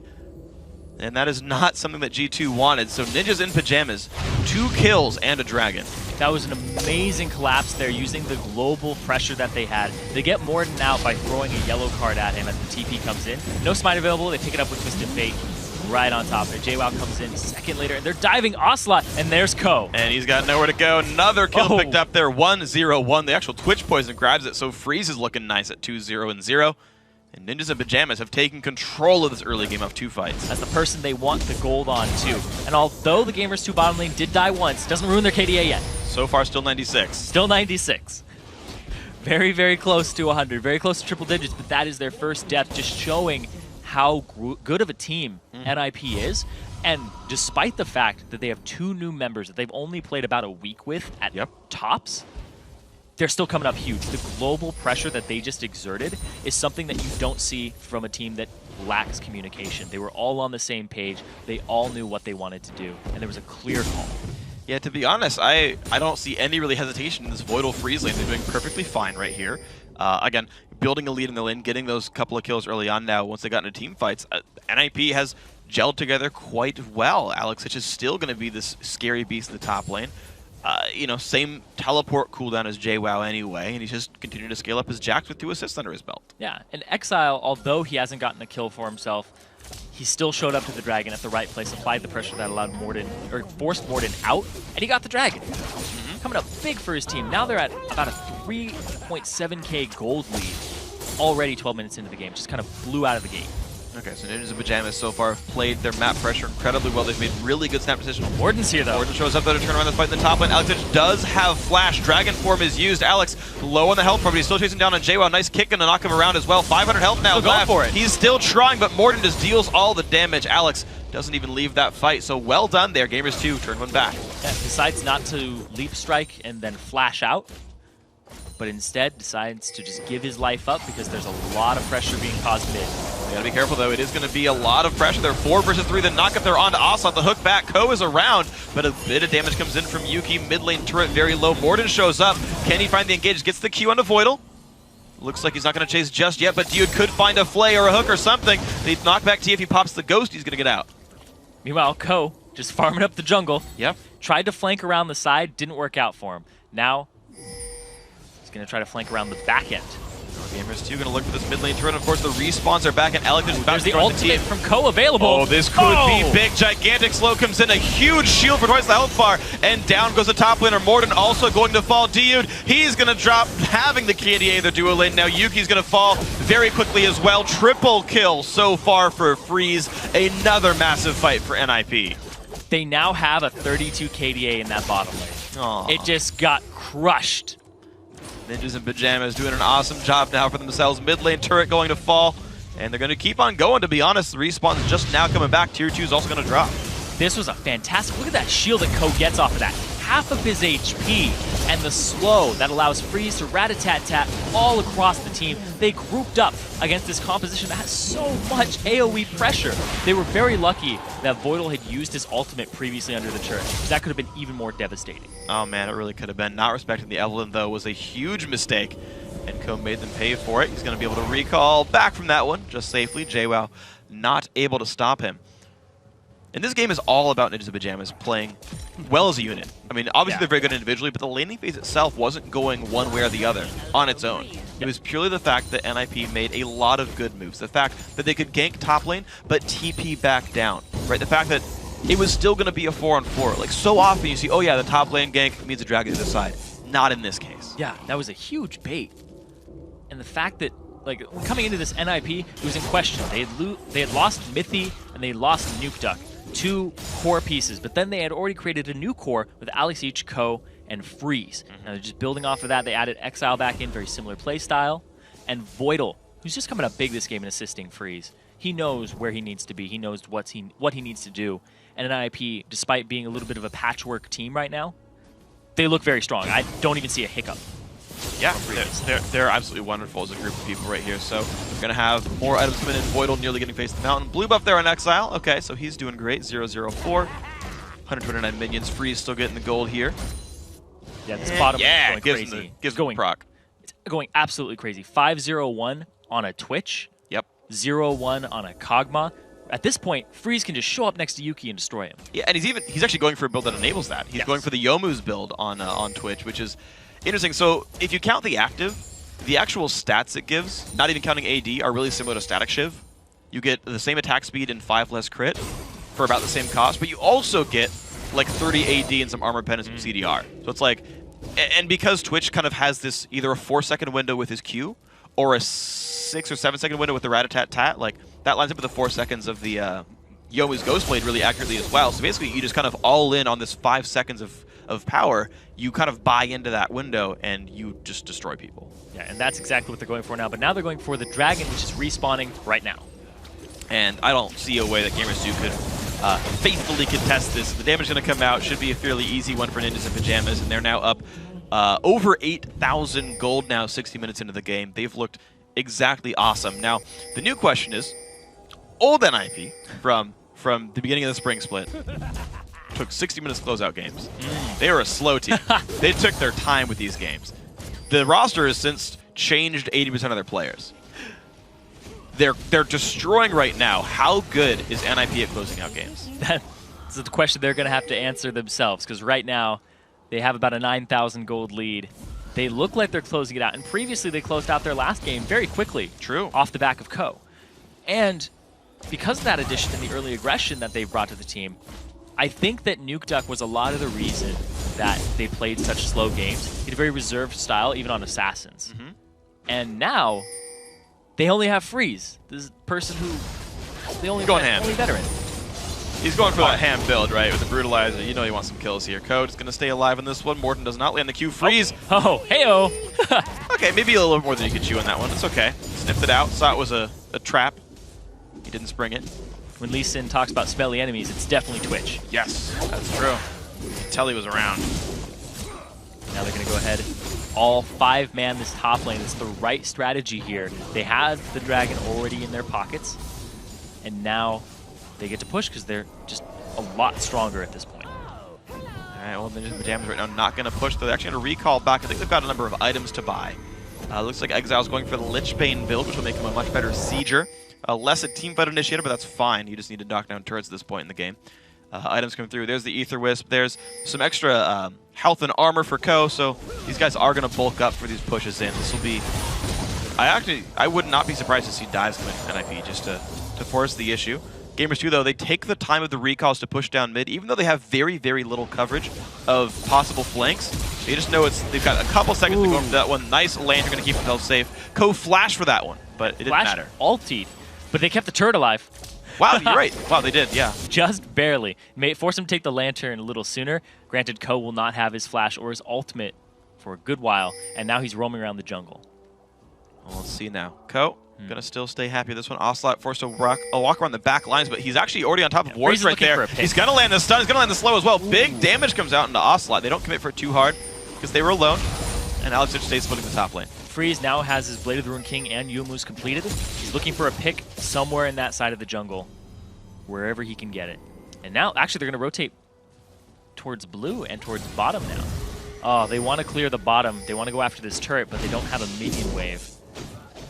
Oh, Alex is really way too aggressive right now. He's going to have to be very careful. Lands the CC a little bit. Warden, there's the flash away. Going to jump to another Warden. Alex will stay safe. Freeze pushes up the bottom lane, and looks like they will group up for tier 2. And here's the thing, too, is they're sitting all around this area. They could get somebody in rotation. They got to be a little bit careful. I saw Ocelot coming up. Didn't do anything about him, though. Comes around the back end. Ko stays safe for now. Looks like no dives quite yet happening. Here's the wave, and they're going to actually go back somewhere else. So Freeze is right on top of Ocelot. He's going for it. He's going for the 1v1 ulti popped as well. A lot of damage comes through. The flash away keeps him safe. Now Freeze stuck in a bit of a 1v2, but there comes Exile. There comes the support as well, and that will be a kill picked up onto Dude. 8 to 1 the scoreline. That one worked. It almost 3v1'd that. The Exile came in and said, all right, you need my help. 3v3, and they got a kill quickly picked up there. That means bot turret is going to be going down rather rapidly here. Ninjas in Pajamas looking pretty great overall. 20 minutes in. They're now knocking on inhibitor turrets. Yeah, and the Youmuu's is almost back up now. He'll have that very, very shortly. Gonna go siege the second turret. Morden trying to come up and defend it. Meanwhile, Alex, he's gonna continue to push top and apply this pressure. He has the teleport available. Yeah, so whenever he needs to join his team, he will do so, but until then, he's gonna start trying to knock down that tier 2 turret up there. Gamers 2 again is forced to pick up the scraps. You're seeing a 1-item AD carry. That Kog'Maw for Yuki still just on Blade of the Rune King. And just a long sword chilling there. Like, that's not a build that's going to break down a Jax right here. Whereas you're going to see the beginnings of a third item here for Freeze. See what he ends up buying for himself. Right now, he's just looking for the assassination potential. He could kill anybody on Gamers 2 right now by showing up next to them. Shyvana's not tanky yet. Morden, he's just got offensive stats, but Twitch's offensive capabilities are much higher right now. Yeah, they are scary, to say the very least. You saw him in the almost 1v3. Rune King is back, available. Rat-a-tat-tat up in about 10 seconds as well. He's even going to get the red buff on top of all this. So he is fearsome. as he is smelly. Gonna be good for that guy. Now the ward clearing starts for NIP. Looks like they're changing. There we go. I was like, man, he's just going at whatever ward's in that bush. They were right on top of each other, so yeah, couldn't see the pink. But there we go. We got got it out. now.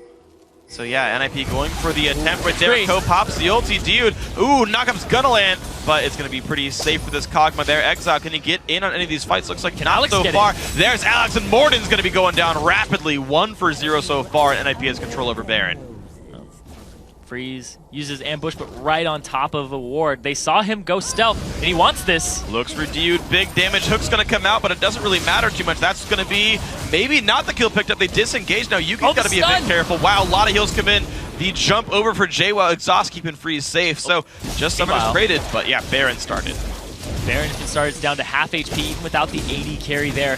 Mostly Alex Itch just wailing on it, and they're going to get it for themselves off the back of Freeze, zoning off 2 members. Almost giving up his life, but gives up his flash instead. Well done by these guys. 14,000 gold lead almost for Ninjas in Pajamas. These guys are super far ahead right here, 22 minutes in. Still a very quick clip in.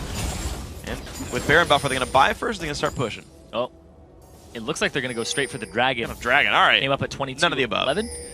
Gets themselves more gold, and then back. See what they can do, group up after that. So they've inherited the NIP name, but none of their tendencies. Not just, yeah, they're certainly grabbing all the gold on the map. Yeah. I don't think they'll stall this game out. They have 15k gold lead. Yeah. At this point in the game, at 23 minutes. Just a dominating performance. Freeze will most likely try to pick somebody off again, and then they'll get an objective from that. It's basically a pick comp, but instantaneously on top of you. Yeah, I really do like how NIP are playing this game right here, because even though, like, yes, they could go for inhib, but they went for Baron instead, I think that's still the right choice. That was the safest choice. They set up the ward control. As soon as someone checked, they just went for that kill, knowing it was going to be a secure kill because of their gold lead. Then once they force everyone back, like, great, we can use this the extra gold we get, plus the buff to say, okay, we can close it out from here. And so this is, I think, the push they go for. Yeah. Against this composition, if you're gamers too, you need some type of early lead, whether it's a dragon, and you need to get ward vision and keep it all over the map. Because this is a composition with a teleport from Alex Each, an Evelynn, a Twisted Fate, and a Twitch. Basically, Twitch shows up next to you, starts attacking you, and then boom, Evelynn's there too, Twisted Fate is there too. They all just converge on you in a moment's notice. You have to have complete ward coverage for that. And right now, it's just not something that Gamers 2 really has. They just don't have the money to buy all these wards. 3,700 gold on Dude. Oh my lord. Not a lot. Exile has almost twice the gold of Ocelot. Yeah, that's massive. Pretty much down the line, you're seeing 50% leads in a lot of Exile has the most categories. gold in the game. Yeah, he's just been CSing. He's been showing up, getting the assists for himself. He's gambling on fights, and knowing that it's TF, he tends to win at gambles. So yes, he does. Passive coming up big too. Yes, absolutely. That's the case here. Ko's going to walk in. He's going to see Morden multiple and three-man ulti. The box comes down. There comes Voidal. The knockout's going to come in. Nice ulti on top of that one, and Dude will go down. So will Yuki. These guys just finding their way in. A double kill for Ko, making him 4-0-4. And, back in the jungle he goes. Yep. Meanwhile, in Alex land, smacking away at these minions, going for a split push again against JWoww, just keeping their tankiest member, the only person who could actually take about 2 shots from Freeze, occupied. Now they're going to get an inhibitor at 25 minutes in the game. They're Baroned up. They're looking for more, though. They have this second wave just pushed up all the way on this inhibitor, and they're going to go for it. NIP look good. They're going to go for the second inhibitor as well. It could be about 15 seconds after the first one went down. Freeze does pop Yomu. He's going to keep putting the damage out, though, on this one. And the second inhib does fall, so Ninjas in Pajamas making a lot of great plays, and now just the base is in shambles. Yeah, I think a big part of this is from champion select. NIP, we talked about it, they basically locked in Jax, then it was Lulu and Lee Sin. Then they got Braum and Twitch. Yeah. Everything went in their favor from champion select from the first 3 picks they got. They got a lot of great champs, and all those guys have worked exceptionally well for these guys. Now top lane tier 2 also going to fall, and Ninjas in Pajamas, as a group of players, they've made so many good moves, they've snowballed their lead every step of the way, and I haven't seen a single crippling mistake from these guys. Yeah, that is really, really big right now, because now they're sieging the very last inhibitor turret in the game for them. They have to go straight for this and just let the other waves push. It's very, very simple. They just have to have Freeze do auto attack damage to it, lay off a bit. Alex doesn't care, and they're smacking down, and they might go for an engage afterwards. But no, they don't even kill need them to. off. They've got buildings to kill. Those things can't run away. You can't lantern the inhibitor back into the base. So Disregard champions, acquire inhibitor. Acquire structures, and there we go. All 3 inhibs dead. Bear Buff is off the team. Ninjas in Pajamas. They could take the time just to recall back and shop one last time. Freeze looking very aggressive. He's on him. And Dude is not going to abide by that. Down he goes. And now the jump in for Twisted Fate as well. Ulti pop, that's going to be Yuki cut out on this one. Morden off the back lines does find Exile, though. He's forced to run away from this one. Low health bars, but enough to keep himself alive anyway. Another kill comes in onto Yuki. 0-3 and 0 on the Kog'Maw. 0-5-0 on the Thresh. This bot lane of NIP have done so well in the game. And it's going to be both turrets going down. Perfect fantasy points there for NIP as a group of 5. And there we go. Down goes the Nexus. 27-minute game. Exile survives the end. NIP looks scary. 27 minutes. Definitely not the NIP style. Completely different team.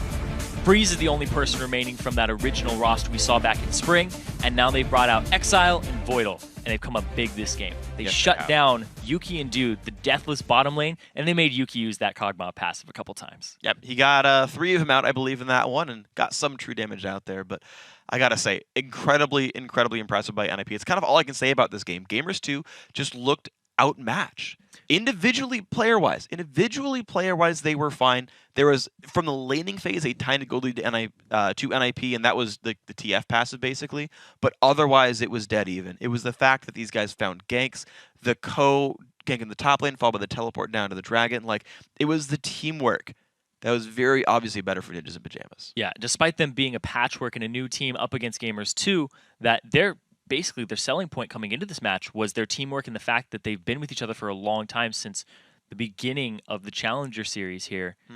They looked a lot like a new team. They were very much in shambles, NIP just showing them their weaknesses. They went with a Protect the Kog'Maw comp because they put a lot onto Yuki and Dude's back. Yeah. But up against Freeze, who got a very early game lead as Twitch, you can't do that. Twitch is going to show up right next to Kog'Maw and destroy him, alongside Twisted Fate, if he doesn't blow him up initially, alongside Evelyn, who's probably there in the flanks, and a Jax TP. And then they got the Dragon off of that great play. Yeah. Like, I want to go back to that play. I do too. It's what the game hinged on. Because Ko went top, the first gank of the game, gets first blood for himself, and then you're thinking, okay, typical strategy. We talked about it before. You see the jungler top, time to go get Dragon. Basically, NIP reads Gamers 2 like a book and say, you guys are going to go do Dragon right now. I know what you're going to do. Go straight there, teleport, Twisted Fate ultimate, Destiny Gate, right on top of Morden. Get him out of there, get the Dragon for themselves, and get a 3K gold lead about 16 minutes into the game, actually. It's crazy. And the thing is, like, let's actually break down the elements of that, because I like breaking those things down a little bit further. And so, break it down for me. If you want to repeat that success at home. So normally when you go for a dragon fight, right? Like, certain things have to actually work in your favor. You can't just be like, junglers there, show up, because of course you can creep check is the term from games I used to play. You kind of creep check them at the dragon. You gank them at dragon, whatever term you want to use here. But the fact that the bot lane is holding equal, right? The fact that NIP's bot lane was fine. Like, if their bot lane's injured, they're out. You can't 2v4 that. It is impossible. You will lose that battle, and it's not worth trying. But the fact that they show up as 4, Gamers 2 shows up as 4, and you're like, that's fine, we can 4v4 you, and we're all healthy, right? Jax took no damage during that fight. Twisted Fate was not pushed out of the lane either by Lulu. Like, those guys were fine. And then you still have Braum and Twitch able to just follow in from behind. That's perfectly safe and healthy because they weren't shut down. They weren't damaged, right? Gamers 2 didn't Dragon because they pushed people out of lane. They Dragoned because they thought they just had a 4v3 when that wasn't the case. And that's a gigantic risk to not track a teleport cooldown, to not track the fact that they will just show up in from behind you. And so without getting any lane advantages, without forcing a recall, you don't really even still get to do that. Yeah. Like, it's actually a little bit greedy. Like, normally the reason ganks work is because all your lanes are already pushed. Like, that's why people gank, is because there's this overextension somewhere. But if the only overextension is top lane, you don't get to do that anymore. Yeah. It was kind of a feint. It's basically, we're putting a lot of resources top. No, we're not. Yeah. Just kidding. We're all at Dragon. You've taken a lot of Dragon damage because it's 60 minutes into the game. You don't have any defensive stats on your Lee Sin. Yeah. It caught me off guard, too. I was like, okay, they're going to go for Dragon. No standard. Oh, wait a second. Yeah, there's you were like, teleports. actually, haha. It's like, Alex is full health, man. Like, if boy. And I also want to tell on Alex here, right? Yes. So we talk about the fact that NIP is playing well strategically. I attribute a lot of this to Alex Ich. Just because he was kind of the I don't want to say makeshift, that's not the right kind of term, but like he was like basically the coach and analyst for the team, right? All these years of experience with Gambit Gaming or Moscow 5 or Empire, depending how far back you go, right? Hyper experienced player. You talked about it in pregame where it's like he wanted to play top lane because he could bring his competitive experience to that lane and make a lot of good decisions. And the old Gambit that fans know and love is hyper aggressive. They take heavy risks because they know they're good and they know they'll make the right calls. And they're innovative. Yeah, and they're innovative. That game looked a bit Gambit-esque. Like spring 2013 Gambit-esque or old Moscow 5 where it's like they're going to come at you because they know what's going on, right? They're going to make plays that you maybe haven't seen very much before. Like it's honestly rare to see you gank top lane then also contest Dragon. That's not that frequent of an occurrence. But Alex, I think leading the team, right, making a lot of these calls, even from the top lane, but teleporting down, making the plays with himself as well as his team, like these guys have gotten the ball rolling really, really well. Yeah, and they're all around in the house together. Yes. They have that analyst now, Clement, who was the former NIP analyst before, coming in, maybe laying down some secret strats for him. We'll have to see. Why not? But so far, they look really, really good. Alex was the only death of the game, though. Sacrifice. It's okay. Top laner's duty. That's when you say worth it. One's okay. Yeah, it was really worth it because a 27-minute game is worth it in anybody's book. You're just like, oh, that game ended pretty quickly. Let's go get a drink of water. Let's go suit up. Basically, do more of the same in this best of 3. Yeah. See if they can pull it out. Because, man, 27 minutes is well below the game average right now in terms of time for European Challenger Series. Yeah, those are like in the mid-30s. So these guys are like 8 to 10 minutes like faster than the normal win right here. So certainly in the semifinals. Yeah, exactly. Because Gamers 2 is not a team that you just roll over. No. They are a very competitive team. They've gone through 4 games, pretty much crushing until they got here. Yeah. And now NIP staring them in the face. With a new roster, you come into it, you're like, okay, maybe we'll be a little lax, but no. But they're still awesome. Yeah. Yeah, and to be fair, I wanna correct your point, just to be silly about it. They're a team you roll over if you're that good. Okay. Right? Like G2 are not pushovers, but if you're that good, maybe they are, right? Okay. It's like we saw some great teams get destroyed nobody at World. knew how good NIP was going to be coming into this. Of course You're like, okay, we have a lot of great named people in here. We Sure. have top 5 challenger players. You expect them to be good, And but then you you're don't like, know it. okay, we got Exile versus Ocelot. See how this shapes up. Well, fine. Most gold in the game for Exile. Yeah, pretty much done deal right there. Let's that game is in our match 13K history. to 7K in individual gold. Yeah, it's a bit of a leap for that guy. That was crazy. Because Exile, he's a player that we haven't heard a lot from, and I have heard that he's very similar to Nuke Duck style in terms of play. But right there, just showed he's a facilitator for his team. He's always going to show up. He's going to do consistent in lane. Beating Ocelot in lane is not an easy task. No. He's a very, very good player. He's known for having great Orianna shockwaves, being a great setup for his team. Don't know if they'll go back to that in game 2. Maybe have Ocelot on something that can carry a little more. Yeah, I do have to think about what Gamers 2 does differently then when they want to kind of come at this one in a different way. Because, again, it all, I think, did snowball the Dragon fight. I thought individually they held up. The specific thing I want to actually call out is actually JWoww. So he went 0-3 and won that game. But the entire game, he was keeping up with Alex. Like, as far as goal differences go, he was 8K to 10K, which is the least bad in terms of, like, compare. Like, they're the least difference, right? Like, Voidal, like, literally doubled Dude's gold, for example, 8K to 4K, right? But as far as disparities go, that was the smallest disparity. He was actually equal in CS, 189 to 216 by the end of the game. And it was actually, he was like +2 right before that last push. So, like, JWoww straight up held up in a matchup where his opponents first picked. Yeah. And he's fighting Alex, who's, like, been in the professional scene for, like, 3 years now. So, like, JWoww's doing real good. Oh, yeah.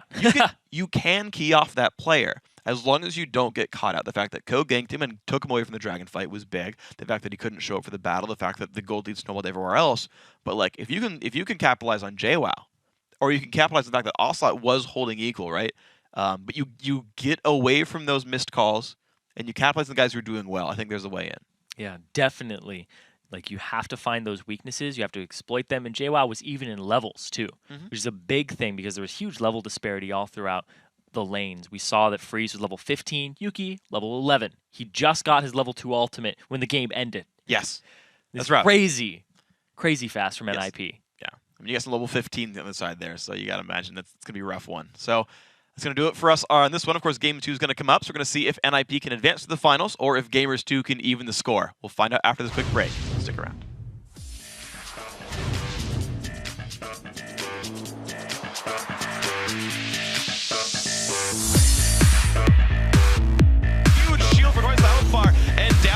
top laner. Morden also going to fall. Dude, he's going to drop, having the KDA the dual lane. Now Yuki's going to fall very quickly as well. He's going to see Morden and 3-man ulti. The box comes down. There comes Voidal. The Naga's going to commit nice ulti on top of that one, and Dude will go down. So will Yuki.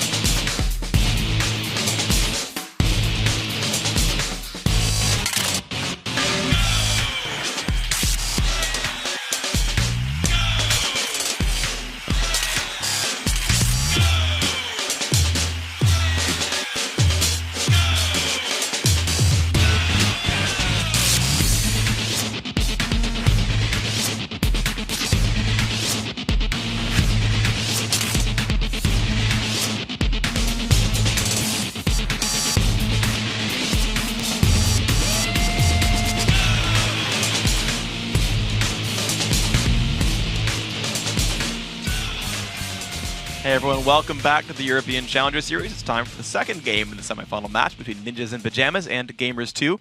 Of course, NIP does lead 1-0 after a 27-minute win. Yeah, Gamers 2 bot lane, despite being deathless all throughout their first 4 games, they just couldn't hold up against the new bottom lane of Freeze and Voidal.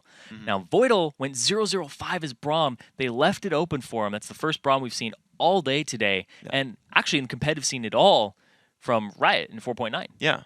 Yeah, and it looked real good. Honestly, Voidal was very strong. Freeze still looked good as well. So the new bot lane, a week old, still looks awesome. Again, the lanes themselves did hold up, but the fact that the team play was better for NIP, I think, was a gigantic point there. So now, poor Yuki and Dude, their KDAs dropped to 12 from 96. It pains me a little bit, but you know, when you die 8 times as a group, I understand. Oh, yeah. Just knock that KDA down from almost being triple digits to barely being double.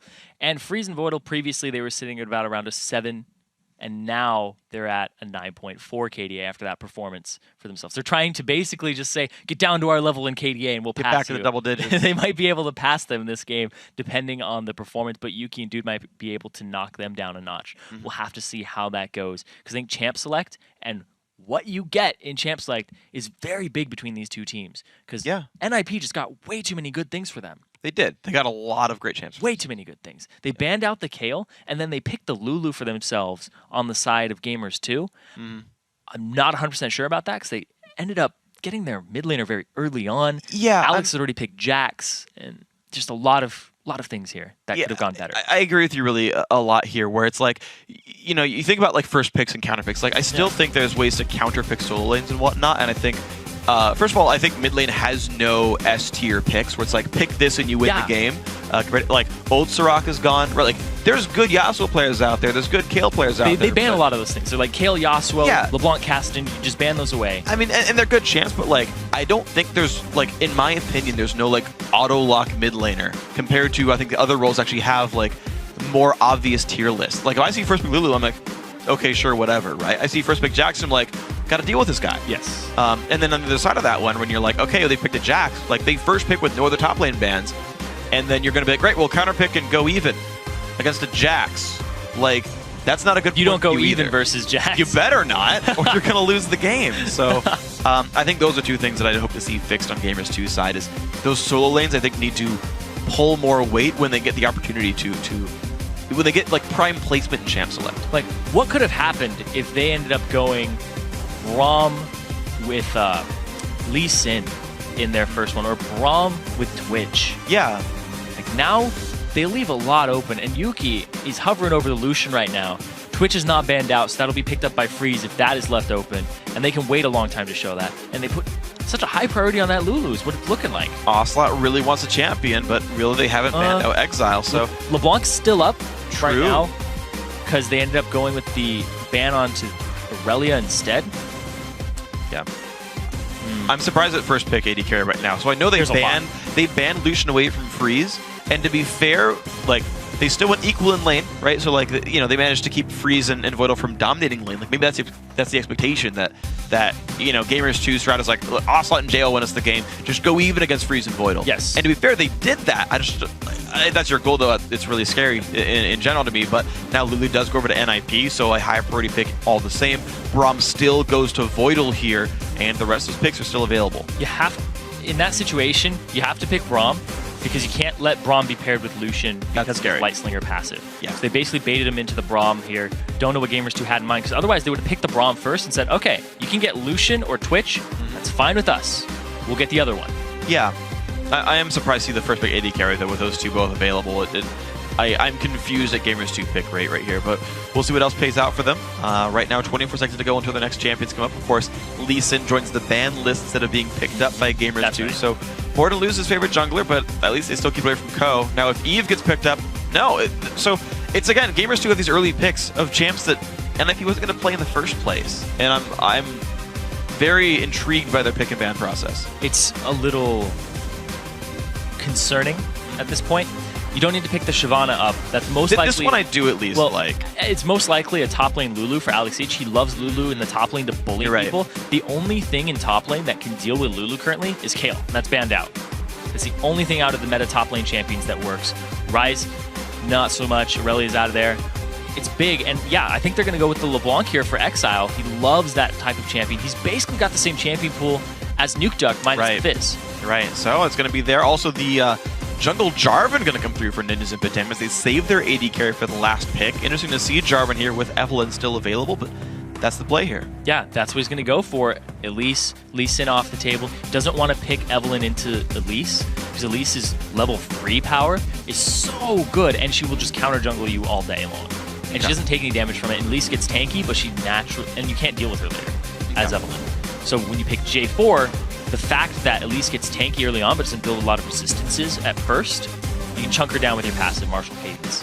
Cool. Well, we're going to see that matchup play out here. We haven't seen a lot of Jarvan in the recent past. We see him occasionally, but... Saw him about once or twice. Yeah. I think at 4.9, he's definitely the top 4. I think that since Kha'Zix got knocked down a little bit, J4 has taken his spot in the top 4. for a lot of reasons. Buffed his shield, cost less mana. Yeah. The fact that his martial cadence is now more front-end bursty. Yeah, he's got really good trading in the jungle. You mentioned that one. I actually agree. It's a really good way of like, hey, Lee Sin, get out of my jungle. Yes. And that's going to work out. Well, Nidalee comes through, though. Interestingly enough, though, they're already fighting Engage with Jarvan and Lulu here in the lineup. So I think you've got to be really good at Nidalee if you want to make that one happen. So top Shyvana, Nidalee here for Ocelot. Now last pick for Ninjas and Pajamas. Why not Twitch? Worked last time. Yeah, that's basically the go-to here. Lucian taken away. Freeze had an amazing performance on that. They're going to go with the tried and true bottom lane that they used last time. And NIP, once again, they seem to come up pretty big in Champion Select here. Gamers 2, his composition is basically try to bully Freeze in lane with Lucian. Don't know how well he can do it with Voidal at his side on Braum. But then you need Ocelot to just poke. But there's so much engage. You know what? I actually like the Gamers 2 bot lane versus, like, as far as the matchup goes. Yeah, the bottom lane, yes. Because most of what Braum does actually nullified by the champions picked. Yeah. Lucian Q goes through him anyway. His ulti and W both gonna hit his face regardless. So it's like you're not getting extra value out of the Unbreakable. And then on top of that, like, I mean, again, hooks are still good block, but you can still flay the guy because Flay's gonna spawn from the back regardless. So you actually get around a lot of what Voidal would do by picking this roster of Gamers 2. So I think this is a nice initial setup. And then it's how well can you get to the backline? How well can you do with Ocelot? Yeah. Or how well can you do with Twitch? You've both got explosive backlines. Yeah, and of course, he'll try to get onto Ocelot, go ahead and Cataclysm, but Nidalee jumps straight over it with the pounce. Potentially. Then you also have the silence from LeBlanc currently still. So there's a lot here for NIP to use. And you can even just jump in there, use the Wild Growth on the Jarvan, and then polymorph whoever he's on. Like, there's a lot of options here for NIP to execute what they want in this game, whereas Gamers 2, they're pretty committed to just one strategy. Yep. They're committed to bully bottom lane. If that doesn't work out, then Ocelot is going to have to carry us with poke later. Yeah. Hopefully one of those sets them up for victory. They got to hope real hard, though, because the thing about a poke team is it really depends on do your opponents have an answer to the team. So one thing I actually really liked was Gambit's game against Alliance, where they're fighting this sort of kitey disengaged team with like a Nivea Cog or whatever. Mm-hmm. But they've got a Nidalee, which means you've got a disengaged team fighting a poke comp, which is great for the poke comp. You're like, yes, it is. Great, run away from a spear is wonderful. And like Gambit played this slow, controlled, exactly right. And Gambit played this slow, controlled, super smart game where there were no tools for Alliance to turn this game around. This side, though, also has got his javelins, and well, NIP have engaged. They've got Jarvan, Braum, and Lulu to start fights out. So suddenly there is a pattern to get back in the game. Whereas that's why playing just Peel for Twitch isn't always the best. It's, well, we have ways in because you might play a disengaged team as well. Yeah, a great thing with Twitch isn't protect the Twitch comp. It's more have other threats besides Twitch. Group people together, lock them down, and then Twitch can go shoot them from afar. Hey, Jarvan's great at that one. Yes, he is. But also at the same time, you're going to have Alex each top Lulu. You're going to have this LeBlanc that's going to come up big. And the fact that even if their main target is Freeze, Voidal's more than enough to just keep him safe with Unbreakable and give him extra resistances with his stand behind me. Yeah, it's going to work really well. I'm actually very much like There's so many threats on NIP. Whereas Gamers 2, you take out Ocelot, you cripple the entire team. Yeah, absolutely. And Voidal can also take some javelins. There's like a couple little individual things that can happen, but we're going to see how the early game playmaking goes. Thresh Lucian is a great dual lane. Elise is a phenomenally strong early game jungler. And of course, you always have the teleport playmaking. So Gamers 2, like anything they do have the tools. Yeah. We're painting a bleak scenario because NIP was so strong game one, but well, also definitely the champion select again. Like, great. They had a great drafting phase, but of course anything can happen, and we're going to have to see what happens here. The win conditions, there are some for Gamers 2, but can NIP shut them down? See if they can find it right now. Gamers 2 taking the slow route to their blue buff. The delayed invade by Ninjas in Pajamas do buy them about 12 seconds out of Gamers 2's sort of jungle route there. Alex and co are going to share some experience there. They're going to look to... Are they counter-jungling or are they going to clear the full camp? What they're ending up doing is they're splitting experience because it's a 2-on-1. Basically, we're 2-on-0 right now, and they're going for the 4v0 split push here because Yuki and Dude decided we got stomped last game, we're going to go top. Yep. Even with the favorable matchup for themselves. Interesting situation, though. Gamers 2, I feel like they're less practiced. The common way right now at the top tier to play 2v0s is the jungler gets full experience of the buff monster, which guarantees level 2 after the first camp. This didn't happen for G2, so actually missing out on a level on their initial couple of clears, which means they're missing out on a spell as they go through their first couple of camps, slowing their clear speed. Whereas NIP have a bit more damage through. They're actually a full camp ahead right now of the clear speed against Gamers 2, which means it's just golden experience NIP have that G2 doesn't. They are both full clearing the jungle though, because they expect to stay on this side of the map. Now, will Gamers 2 actually go for a turret push here? They're right here if they want it. No. And they want to freeze. Meta's to freeze this. And they're going to go ahead and do that. And now there's just more roaming of the jungle by NIP, but NIP's jungle's gone. Oh, look at this though by NIP. This is smart. They're leaving Twitch to solo down in the bottom lane, whereas the rest of NIP are actually going to group up and defend this top lane. So they're actually going to get more experience and gold than Gamers 2 will. Yeah, and they're going to get it onto Freeze, who carried them last game pretty hard in the early. There's TP from JWoww. Yeah, so here's the thing is you force the teleport from your top laner, and all AD carries will beat top laners currently in a one-on-one situation before level 6. The difficulty though, and we saw this actually in the LCS, is how well can you gank? So we actually, I literally saw it was either a Twitch or a Kog'Maw just get ganked by a TF. As soon as he got level 6, he just showed up with the top laner and was like, oh, well, you're dead. And there is actual risk here for the Twitch if Elise shows up and she's looking right now. There's more gank assistance from bruisers than there are AD carries. Potentially. Well, we're going to see if the Cocoon can land. Sneaks in behind. Freeze does have stealth, so how well can he play this one? Starts the stealth. Damage comes through. Not going to land Cocoon. Just ambushes away. He's far away. No Cocoon lands here. So JWoww stays safe, but now that escape's down for a few seconds, and Freeze always has to be afraid of that. Ooh, Ocelot getting some nice spears on the Exile. Pops the clone. 2 LeBlancs, what is this? That's normal though. We expect that. Ko gets through, jumps over the Dragon Pit, did get spotted by Tribrush anyway, but he wants to counter jungle. Of course, they saw Morden at the bottom side on Elise, so gonna get a couple of camps here. Fun thing too is that because the Jarvan's martial cadence is now front end loaded, you can counter jungle a little faster because before you wouldn't. You're not get gonna one proc anyway. You get 1 proc. You're not gonna get 2. Cool. Yep. All little just things. These little nuances that make a champion better. Yeah. Sometimes you just realize something. Or make them worse, because when we reduced the width of his EQ knockup combo, people kind of ditched him. Yeah. It's harder to land. You get used to a certain size. It's I mean, it's definitely going to throw people off for a short time. I mean, how many fail flashes did you have when we reduced flash range, right? How many fail flashes do I still have? Oh, that's true. I had one yesterday. I felt really bad about it. Oh, Morden looking for something here, but look at that. He's going to get chained. And EQ. He's okay, but Ko is around. Look at that. Damage comes through the flash. He gets engage, but Exile. Oh, he's got to be careful. Knight is on. That should be enough damage. That is first blood. Well done, Ninjas in Pajamas. Forcing it. Just dealing all the damage, and it works out. Oh, Exile still got Cocoon, but blew his Ignite. The heal came out from Ocelot to try and save Morden, but it was enough. And now they're going to go ahead and push this wave up as fast as they can. Go find something else for themselves after they back. Oh, Ninjas in Pajamas already looking really good. The gank forced by Jarvan. It is a happy thing right here. And look at this. We've swapped back to fairly normal lanes at this point. You're seeing Freeze and Voidal back reunited in this bottom lane. Worked so well last time. And you can see JWoww's not having the best time of this. Oh, not at all. And now there's a stun available for the Twitch. Alex Each is going to have to duel out Yuki, despite Lulu being a little different than typical top lane bruisers. Still struggles against AD carries at the start of the game. Yeah, I mean, a lot of times you also don't tend to run armor seals on even top lane mages, unless you're fighting a Renekton kind of guy. Health per level is still the standard, so you do have the ability potential from Yuki here. And of course, you see triple Dorans for Alex. This does sometimes hurt your warding ability because you run out of item slots really fast. So we might see a lower contribution there from Alex as the time goes on. Right now, though, without boots, it's not a big problem, but we'll see. Right now, his contribution to the team is just holding that top lane. Yeah. As long as you don't die, you're good to go. But it does mean you won't have teleport until 10 minutes, which means there's the chance, actually, that Gamers 2 can just make a big play for Dragon. Ko's sitting around waiting for this blue buff to come up. And it's not going to come up for actually a while now, because he actually started red on Elise. Yeah, he got pushed around, so it's about 10 seconds delayed right here. They only started it about this time 5 minutes ago, so Morden's going to grab his own red. Gets that pretty successfully. There we go. Ko does start with his blue buff. Of course, he had ward coverage already. Yuki's going to check him, though. He's going to rely on a good smite. He gets it. And I don't think there's any real danger here for him.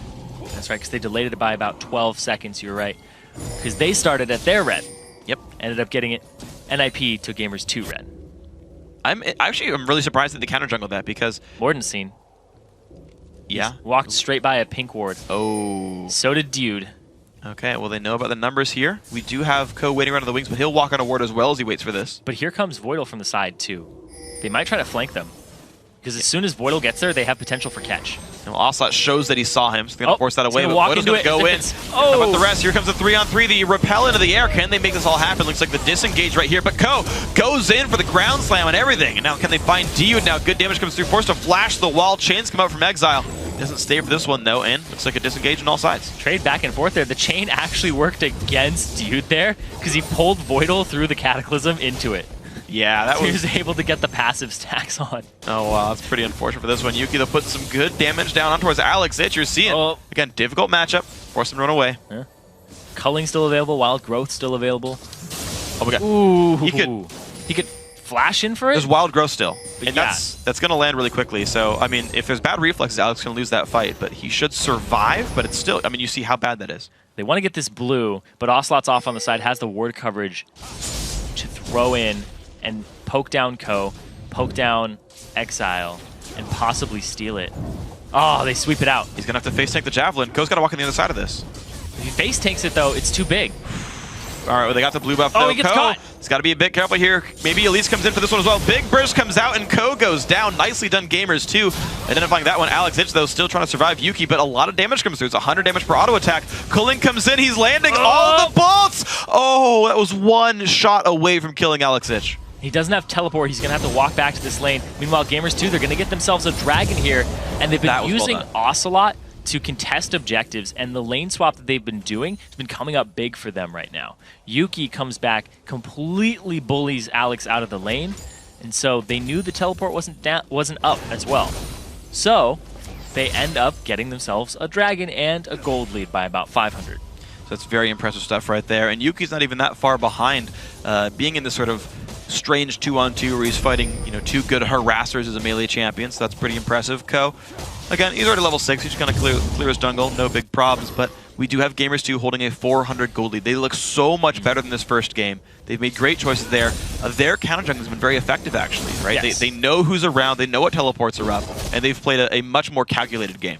Yeah, and the thing here, too, is they end up getting Ko when his escape was down. Jarvan, you want to use your E and Q on camps to clear them as fast as possible, but it's your escape. It's not like a Lee Sin where you don't always W inside of a camp. Sometimes you do use the Iron Will, but Jarvan, if you use either your E or your Q. Oh, big damage comes in. Exile's got to be careful, though. Ocelot wants to show for this one. Chain hits a minion.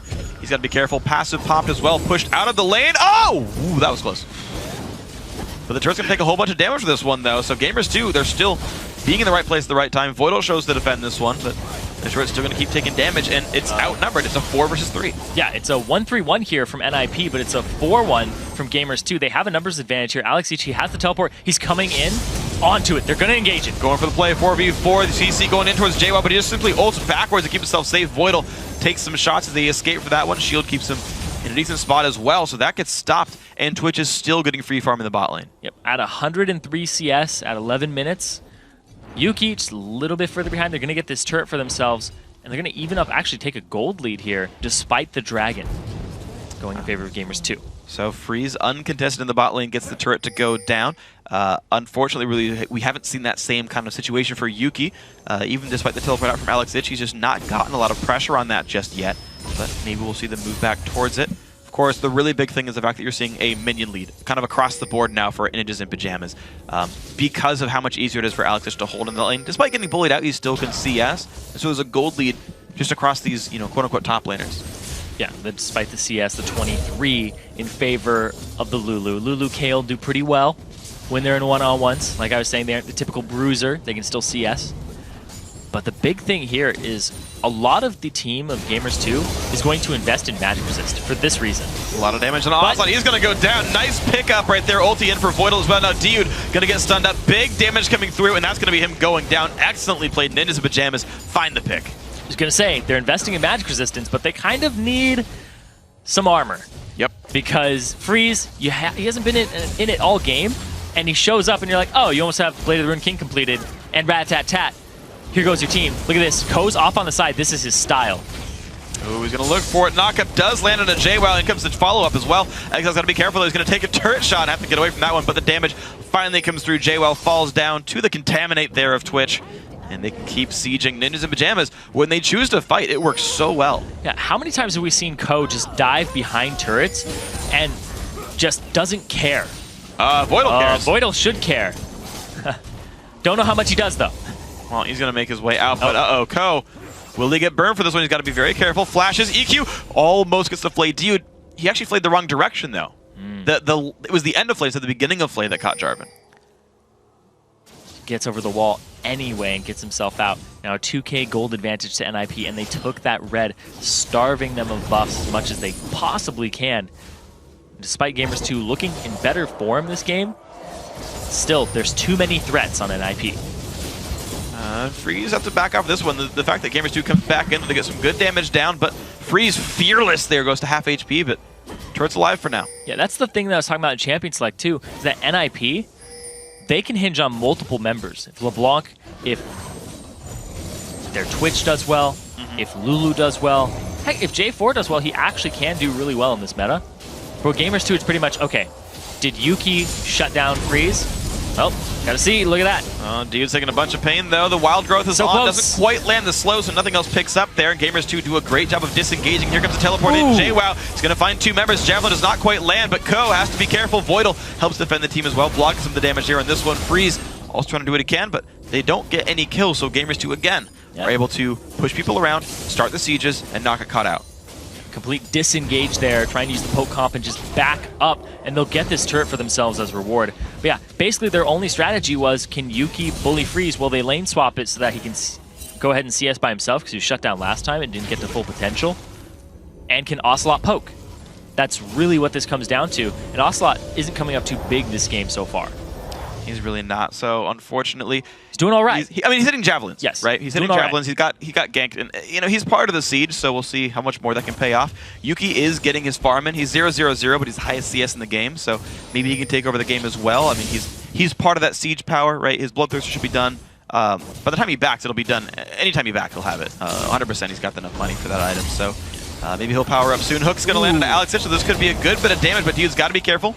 He rightly doesn't go in for the kill, knowing he's outnumbered on that one. And Freeze off to a great start again. Very reminiscent of the last game. But he got solo farm, solo experience. Sitting at about 110. He's now 27 CS behind Yuki, but he's 2-0-1. He's going for the Assassination Twitch again. Now he's becoming more of a team player. Yuki's actually overtaken him in levels. Well, he's doing a good job of that one. Level 10 now on this Lucian is a big deal. Voidal stays safe.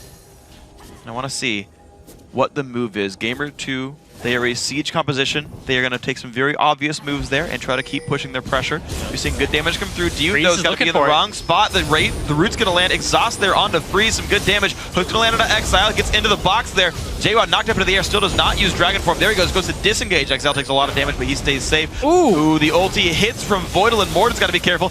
Nice culling. Nice javelins. Freeze running out of health. They're going to chase back in. Gamers 2 not afraid of this fight. Flash in. Lucian puts so much damage down. Freeze can't quite take enough damage to fall down, but this does give control to Gamers 2. They lose a champion, but they gain a turret.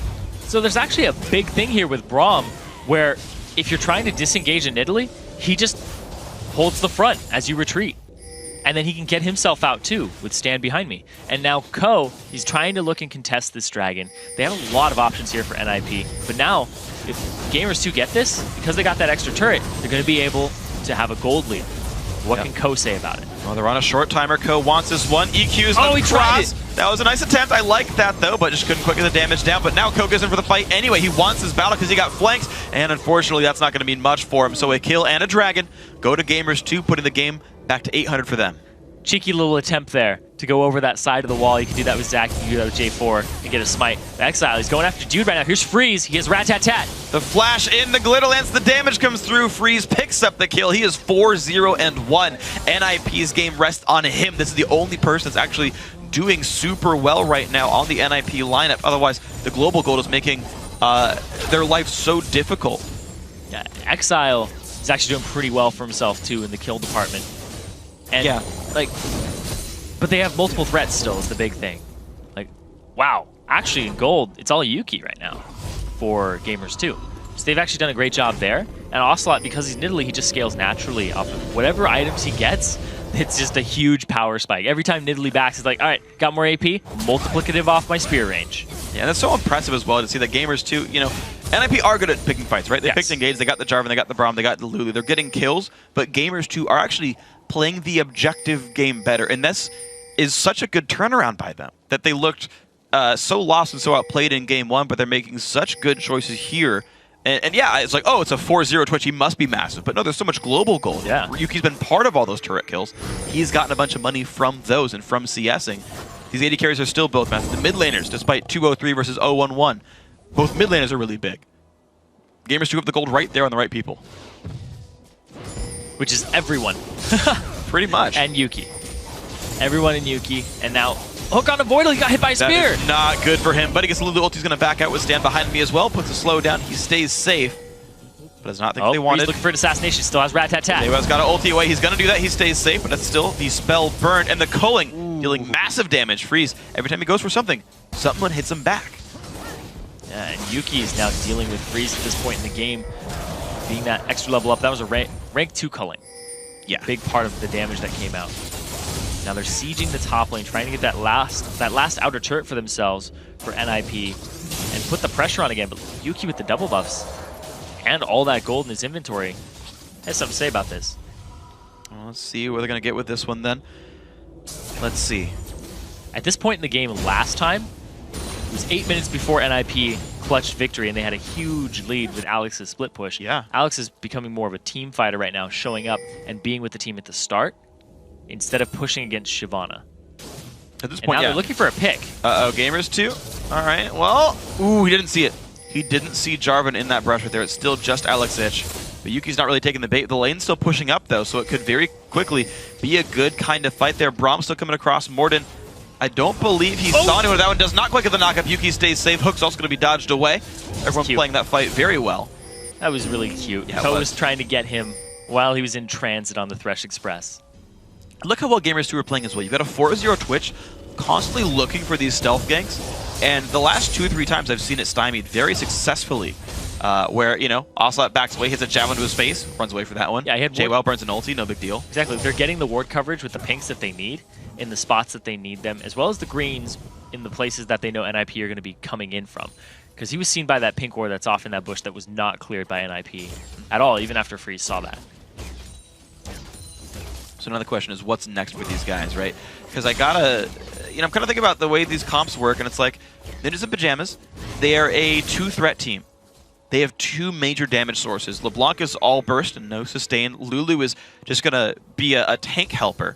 And then it's just Freeze. It's just Twitch dealing damage. He's still going for this early game Youmuu's build, where it will fall off super, super, super late when you need more dedicated damage throughout a fight. Gamers 2, they've got Lucian, they've got always useful javelins, and Shyvana is eventually going to do more than a Lulu will. 50 minutes into the game. It's very standard here from them with the poke comp. Yeah, and they've got the ways to make the poke work and the ways to disengage. Like, G2's lineup is well-rounded. They're playing this comp very, very well, and the clock is in their favor, actually, I think. NIP have tried to make these plays with the LeBlanc, with the Twitch. They found a couple, but it's since stopped. Have to see. Now they're going after Freeze right now. I mean, a late game Twitch is a late game Twitch. Sure. And then you have Braum to peel for him, so you can't really do damage to him for the most part. Yeah. You'll have to get to it. It's very difficult. They don't need to get to him. It's a poke comp. Just walk away when he pops ulti, right? Throw javelins when NIP tries to fight. We've so far seen Gamers 2. Like that? Yeah. Just do that. Just like that? I mean, Thanks, Ocelot. It's natural for cats to eat mice, so it's really not a surprise here that Ocelot is not only role-playing another feline, as his name suggests, but... Let's get shish kebab him and then have Shyvana cook it. Yep. Man, look at that team synergy. Roasted rat.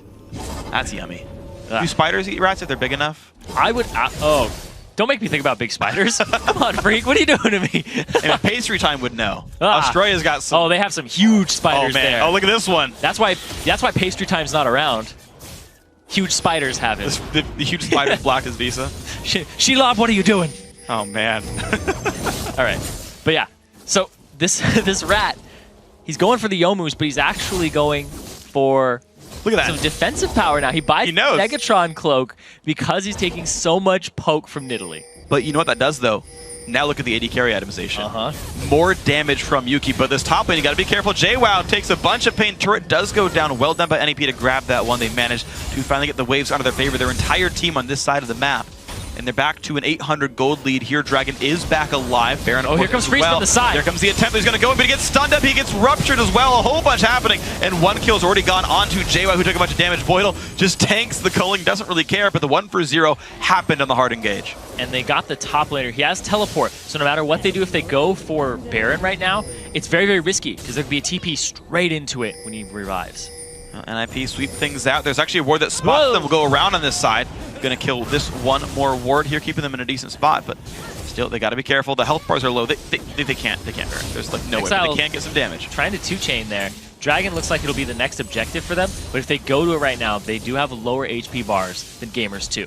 Voidal's at half, and there's actually zero ultimates up for Ninjas in Pajamas, whereas JWoww still has the Fury for a Dragon form. There's no rewards to teleport to yet, but you can drop a Lantern down. The Dragon is started anyway. This is risky for Ninjas in Pajamas. Voidal is low. Ko is still trying anyway. Wards over the wall, and actually Twitch is sectioned off. He actually can't rejoin his team. They have to back off. Yeah, he's 60 CS down now under Yuki. Yuki's just been farming all game, and the CS is actually extremely low this game, considering it's a 24-minute game. The only person who's really even close to a good par is Dude, and right now, look at that. They're going after JWoww. He has teleport, he has his Dragon's Descent, and he also has a flash. Well, he doesn't dodge the chains. He doesn't really dodge the Jarvan either. Has to ulti away. He's going to stay safe for this one, but the re-engage might happen. Problem is, Gamers 2 only have 3 members. If more of NIP turn this fight around, it's 3v5. Yeah, there's actually nobody even close to them at that point. Freeze pops out. Might have given them a little bit of a numbers. Yeah. If they kept chasing Ko and overextended, Freeze would have killed them. Yeah, Freeze would have killed JWoww for sure. Yeah. And then maybe they could have delayed in time for Braum. But they forced JWoww back again. The guy with teleport who can still show up to this Dragon fight. Meanwhile, Alex back to his pushing game. It worked last game for NIP. Can it work this game? Now they're going to go after the Dragon and see what they can do. He's just trying to, just track JWoww away for now. It can at least force someone to head to that top lane pretty soon. It frees up LCS to actually make moves and not have to teleport for them. If you can just get the push, then go somewhere else. That's what he's doing right now. NIP actually still have... He's going to go for blue. Yeah, and actually, this is really impressive. Again, he can teleport back down. He's free to do this. He didn't walk by any wards on this way. And NIP know they still have ward control over Baron because they have wards that would watch people go to put wards down. So Gamers 2 are blind on that side of the map. And that's going to keep incurring risk to any moves on that side. Yeah. He's going to go ahead, get this blue for himself, go top, clear it out, and possibly TP into the fight. We'll have to see. Meanwhile, Gamers 2 are... They see Alex top now. Yeah, but Gamers 2 still isn't a hard engage comp. Like, no matter what, you give time for Alex to come in. Anyway, he actually goes on top of the team, and they're okay letting him do this. They're going to go back in for Dragon, but now JWoww's on the other side of this fight, and they've got to be careful about how this fight starts. Slow lands on Yuki. JWoww in the front. He takes a lot of pain, though. You're right. You got to be careful with this one. Voidal on one side puts the knockup down, but big damage comes in from Yuki. Voidal still in the front line, gets the Lulu. He's taking even more damage. Twitch forced away in the back lines, getting what damage down he can. JWoww stays safe, but NIP are the team forced away. Exile does not land the W, and look at that. Gamers 2 have wrested control over the Dragon area.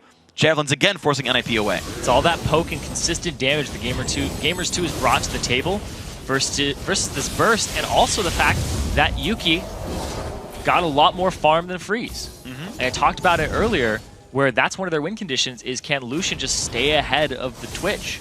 He's making it a nightmare for him, and Ocelot can poke. Well, it's working completely out of the fight. Working absolutely wonderfully. So I gotta hand it to Gamers 2 that this comp is working quite nicely, and realistically, they're not getting punished. The Jarvan engage, the Braum follow-up, the Lulu follow-up, that's not really hitting right now. Ninjas in Pajamas have not gotten into the back lines. The kills have been in these giant turret dives where Gamers 2 overstays. But the ones for Dragon, the sieges that Gamers 2 want, they're always positioned well. They always disengage properly. They're not getting caught out on. So unless NIP keeps forcing the issue... It's kind of like what CLG currently does in NALCS. They're playing the objective game. They look like they're down in kills, but doesn't matter. Even or up in gold because they're playing the map perfectly. There's still a turret for them to take of those tier 3, and Baron is actually being done right now by J4 and Twitch. Ko's taking a lot of damage to this one. This is actually a very risky attempt here. I I think they can get it, but I think they need more help. I'm not sure this Baron actually gets taken If they come in right now I don't start helping it.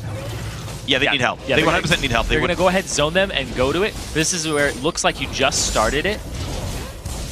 Someone to heal Burn, and there comes Exile to take this up. Voidal's there as well. This should be enough, and there we go. Baron now will go to NIP. Gamers 2 gets tipped off about it, but they get tipped off about it when it's already low. That's a big thing there. If you start it with 2 members that can tank it for a while, and then you come and reinforce at the right time, basically it almost looks like they did a 5-second Baron. It's like, how did they do that?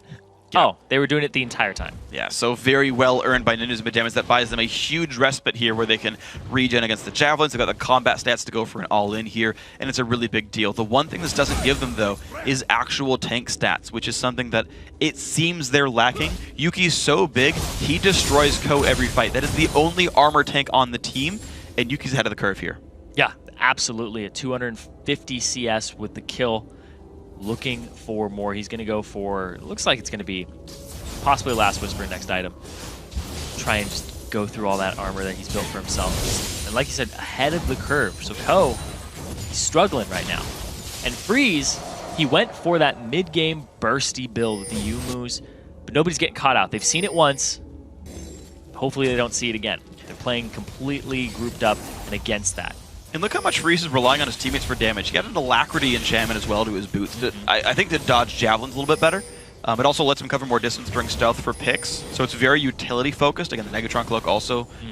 Also the fact he didn't get an attack speed item like PD or Shiv. Yeah. So he's lacking. Well, he's trying ulti pop. Ocelot forced away, losing a lot of health for this one. More CC coming down, and so far, it's pretty good for NIP. They dealt some damage, but now Ko is stuck under the turret, flayed backwards as well. He's got nowhere to go here. Gets some heals, gets some shield, but a lot of health lost. A lot of health lost there from Ko. They have the Baron buff for some regen, but he's most likely forced back now, or he'll have to do a camp and shield himself and just get a little bit back from doing damage with his Elder Lizard. Because that was really well played by Gamers 2 to disengage. But Ocelot was immediately out of the fight and blew his flash and heal. Yeah, so that is Summoner Spells burn at the very least, which is a good thing for Ninjas in Pajamas. Next time they catch Ocelot, he might actually go down if Dude can't lantern him out there. And looks like Ninjas in Pajamas, though, they will take some time to heal Ko back up. He gets a No Magic Mantle and a ward. I actually want to point this out, too. The synergy between Lucian and Nidalee. Lucian fixes the wave clear problem when you're being sieged. Because all the minions are lined up, you just Piercing Light, Light Slinger, and Ardent Blaze, and you're perfectly fine, the wave is gone. Or you can Culling. Whereas Nidalee, you want to stay out of Cougar form. You want to stay as far back as possible and just poke. So he's not the mid laner that's involved in the wave clear. He's got his bases covered. He's doing a good job of this one, honestly. Gamers 2 have been pretty well reserved, though. Ninjas in Pajamas are right now trying to make this top lane fight work, the mid lane fight, I should say. And they're still trying with what they can, dodging javelins left and right. But the wards keep coming out for Gamers 2 to prevent all this. Thing is, though, NIP owns the jungle right here. These jungle fights, not easy for G2 to win, especially without wards. And so these guys are simply taking away all the buffs, sneaking in with Twitch and whatnot, and just looking for that occasional pick. And as soon as they get one, they can open up the map. Oh, he's going to get the attack speed bonus. He's going to use the Youmuu's to get the turret because he caught them while they were rotating. Granted, their bottom tier 2 is actually going to take a lot of damage here because there's a minion wave from Gamers 2 pushing there.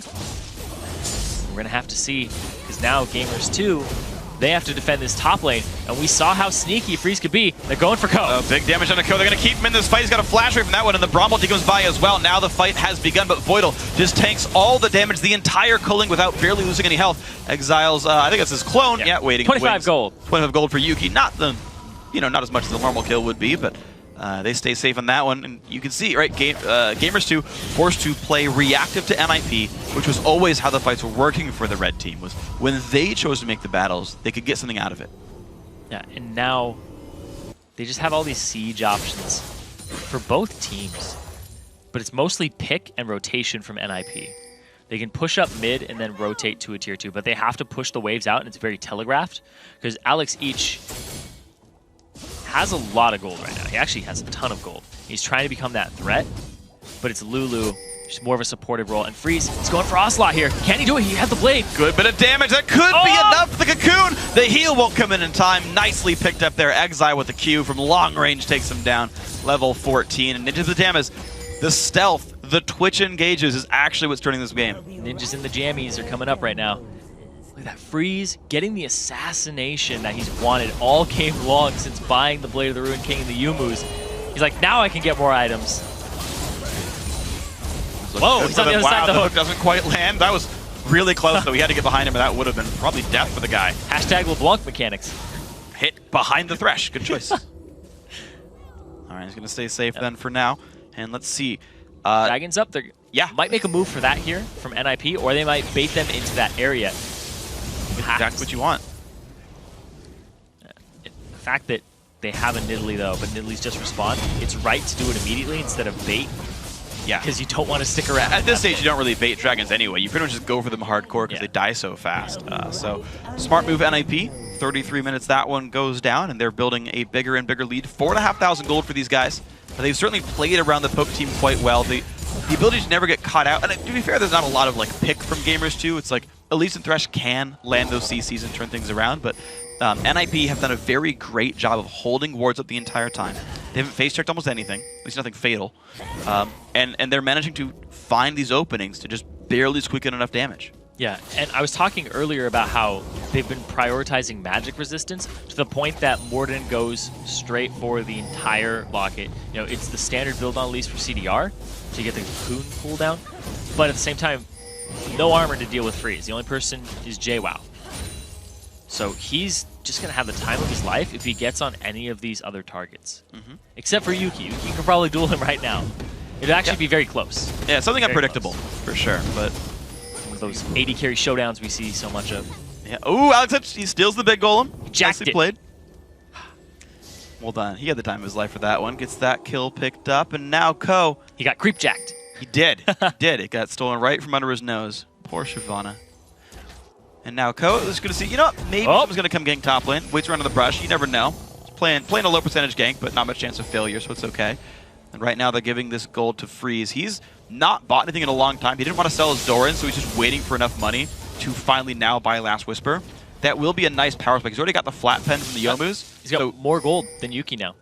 Yeah, he's finally by 30. Yeah. But it's enough. It counts. It counts. It counts. I'm not wrong.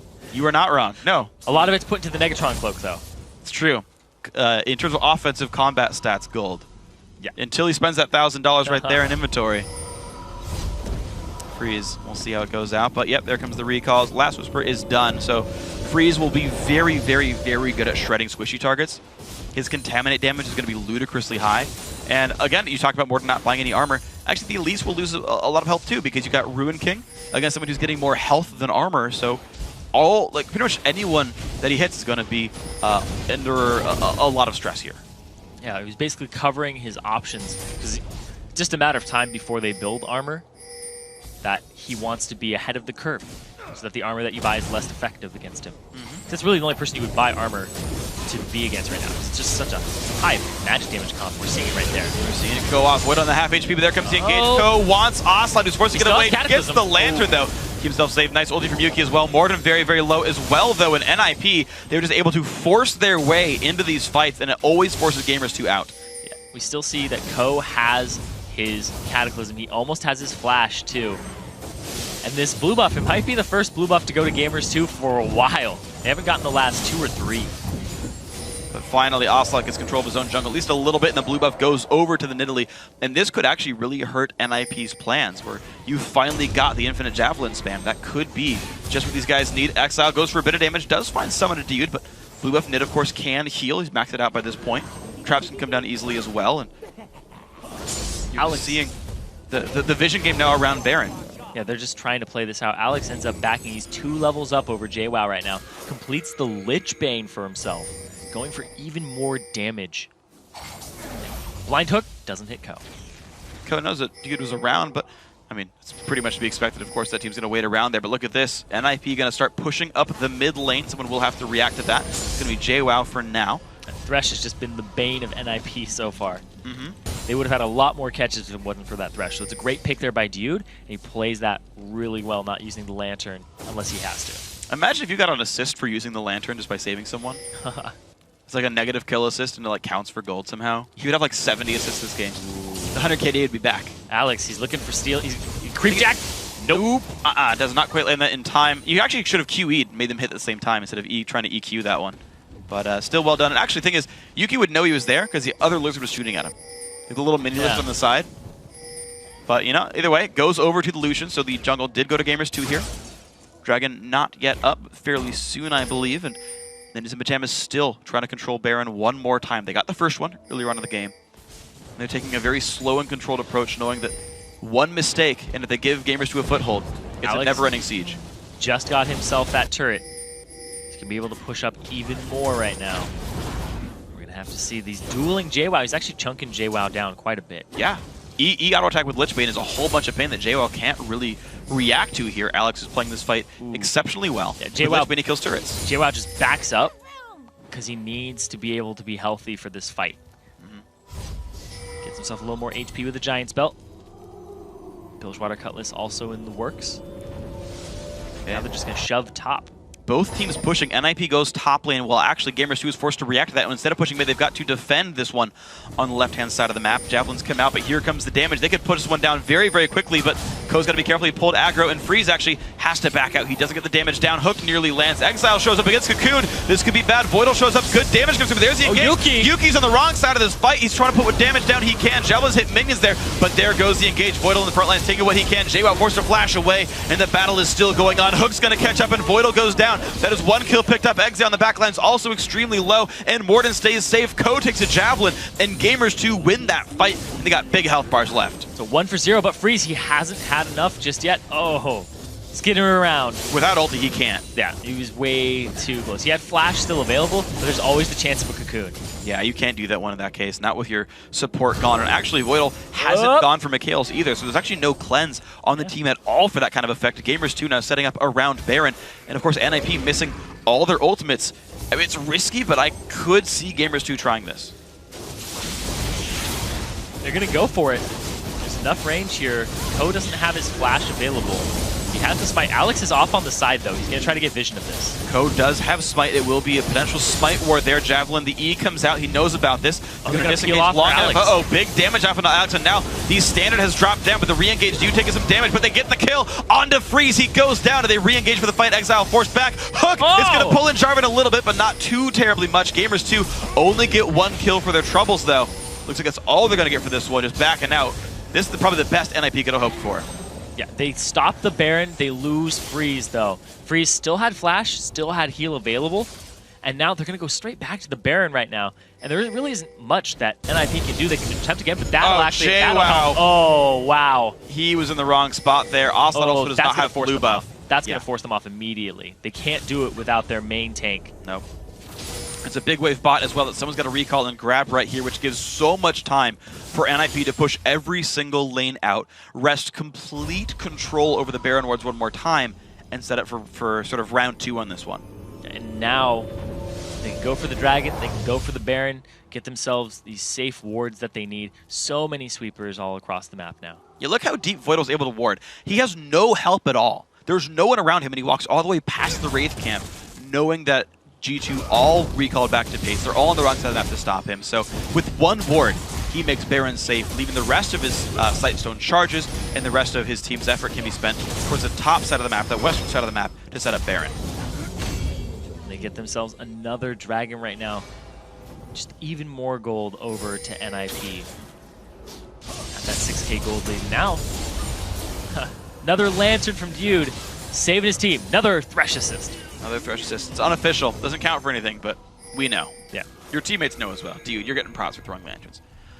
But now, it's time for NIP, right? 4 sweepers. 2 of them has been paid for as Oracle sweepers. Oracle's lenses, I should say. Yep. And they're actually, wow, starting up on Baron without complete ward coverage is the thing. They actually missed one of them. Dude does not quite get caught. The ulti Lantern as well doesn't do too much, but now the play in Ko in the front lines, but Dio takes all his health bar. He goes down 1 for 0 so far. Twitch was able to deal damage to the backline. Voidal staying is safe to a summoner heal. Javelin still coming out. Yuki doing a bit more damage, but just forcing the disengage. The 1 for 1 actually, Ko did fall down in that fight, and Gamers 2 have the health bar lead. Ocelot they look for overextends. Ocelot, though. Big damage comes through. Forced to flash away for that one, but now Alex puts the Glitter Lance down as well, keeping the team back. Yeah, you have to keep them back right now because Gamers 2 have their jungler, whereas NIP does not. NIP don't think they're going to go for a Baron anytime soon. Way too risky at this point in the game. Wow, these guys trading things so much back and forth. Ko, I'm surprised he went Hex Drinker there. I don't agree with him getting more damage there. Banshees I mean, Spectre's Cows what he could afford right now, and that would have been more durability for that fight right there. And think about it, again, you are the main tank. You can't build damage. That's not okay, basically. Locket starting now for Void. He's got the Aegis already trying to help the team out. NFP still winning around trying to stop this one, but Gamers 2 wanting to push this down. Big damage, of course, from Yuki. 4 completed big AD items. The culling as well, putting some good damage down, and they're still trying for this one. Jungler has just now respawned, but there's no smite yet in range for NIP. G2 still trying. Alexich comes by. Freeze looking for the flank as well. This is going to be very, very close. Goes in for Yuki. Big damage. Baron's picked up, but there comes the fight. Alexich in the back lines cannot kill Yuki. He stays alive, actually, and Freeze forced away. Exhausted. JWoww chasing him down. The kill picked up by Morden. 2 for 0, plus Baron. Huge for Gamers 2. Gamers 2 are coming up really big right now off the tankiness of JWoww. You can't deal with him. And also the fact that Freeze, he's basically been going even with Yuki. Yuki is such a huge, consistent damage threat that hasn't escaped. If you catch Freeze, he's done for. They took complete advantage of the fact that they had caught Koa. They're going to turn this game around right now and make it basically even, but have more combat stats. They're going for this inhibitor turret. They've still got 30 seconds of the response. It's a 5 versus 3. They can go for so much right here. Plus a cannon wave is there, which means they're going to get the inhibitor. They've got 25 seconds to go for the Nexus on top of that one. That could be the goal here for Gamers 2. They are still trying. 20 seconds till the respawns. There's the minion line. Turret number 1 goes down. They're going for turret number 2 now as well. JWoww takes a lot of damage. Ignite is on. He takes a shield though, and Ko re-engages the first turret. The second turret now also dead. JWoww forced away. He goes down. The 1 for 0. The respawn's coming right now, but they're hitting the Nexus. Gamers 2 trying to close the game out. They're going to do it. The series is now tied 1-1. And they're still down in gold, down in kills, because they played the map, the objective game, and the fact that they had Italy on Ocelot was huge. Yes. That was really big for them. That was their win condition, was can Lucian stay a little bit ahead of Twitch? Can we catch Twitch?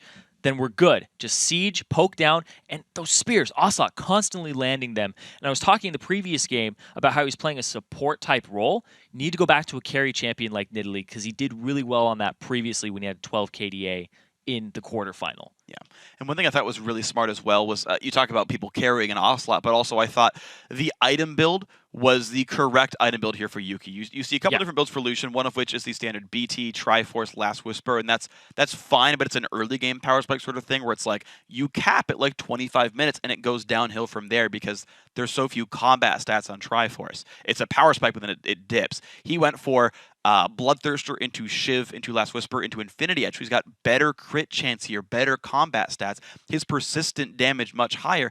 And you saw, right? You saw that, you talked about the win condition earlier on, but how much farm went onto that Lucian, onto Yuki. End of the game, he was 392 minions to 273 of Freeze. A 50% minion bump right there because he was given all this farm to carry the team fights. You saw him destroying Ko in team fights, destroying Voidal in team fights. He broke through that front line by himself, and it worked incredibly well. Gamers 2 had a well-rounded team with an obvious role, with like an obvious goal in mind. NIP could not get into them in fights. Yeah, and Voidal, he didn't really have any defensive stats aside from HP.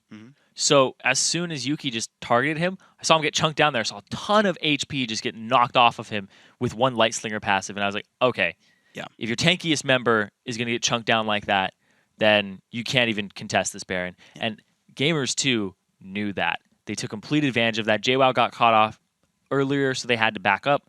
You know, just these little picks.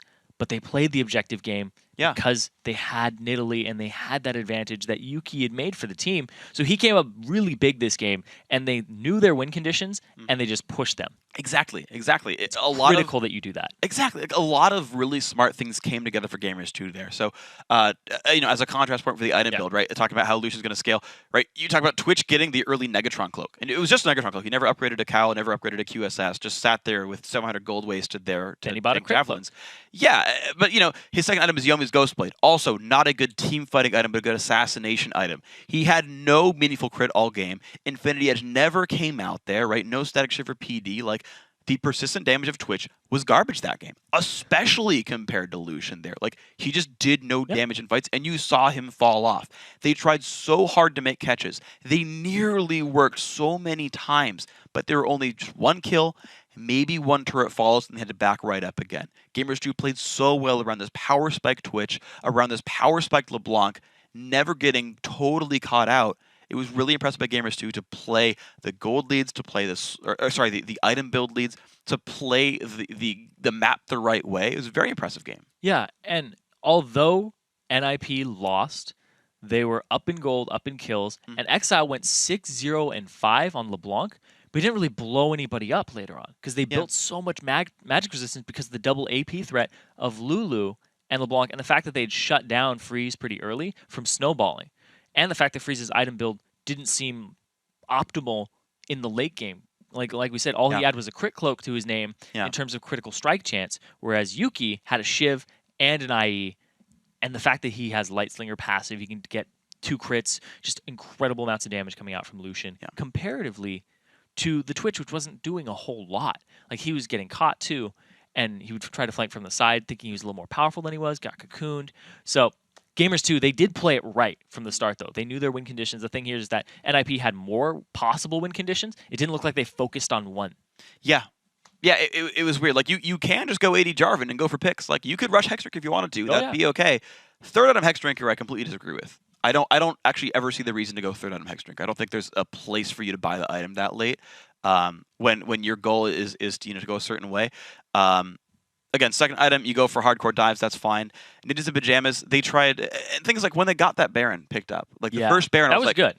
I thought they were playing it so well. It's like because G2 is playing so passively, because they're playing just around the dragons and around occasional turret sieges, G2 is actually ceding map control a lot.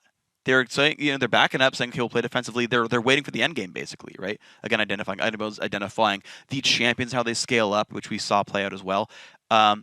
G2 ceded map control a number of times in NIP. After the first round, I was like, cool, they could get a couple turns off this, do it again. We, in fact, we saw like a sterling opportunity for that one for the second time around, but NIP just sort of started playing more slowly than they should have, right? They started, you talked about it actually a second ago, like kind of switching their priorities partway through, like kind of not focusing on one way to win the game, and they just sort of let G2 sort of regroup, play around another power spike when Nidalee completes another item, right? Deathcap Void Staff done by the end of the game, so gigantic javelins there, and they just got to play around that. NIP kind of eventually, by the end of the game, started playing into G2's hands. Yeah, and G2, they played it really, really well. It's very hard to shot call from behind. Yeah. Because you have to play it correctly. And Ocelot came up huge for his team. Like, his damage dealt just from the spears and getting people off of objectives was amazing. He went 2-2-3, which doesn't reflect how well he did in that game for his team. Him and JWoww farming up, becoming completely tanky very early on. His first item was the Sunfire Cape, and then he started going for magic resistance off of that. He got a Bilgewater Cutlass eventually because he had a lot of money in the bank from trying to push against Alex Each. Yeah. But, man, just being that frontliner that they needed, and the fact that there was a frontliner lacking for NIP at the same time. I mean, basically in the end game, it becomes who can shred through the other guy's frontliner first. Oh, you have a real designated tank in JWoww. And a real AD carry. Yes. Like, realistically, right? You got both things going on. Well, the other one's an assassin pick. Right. Champion.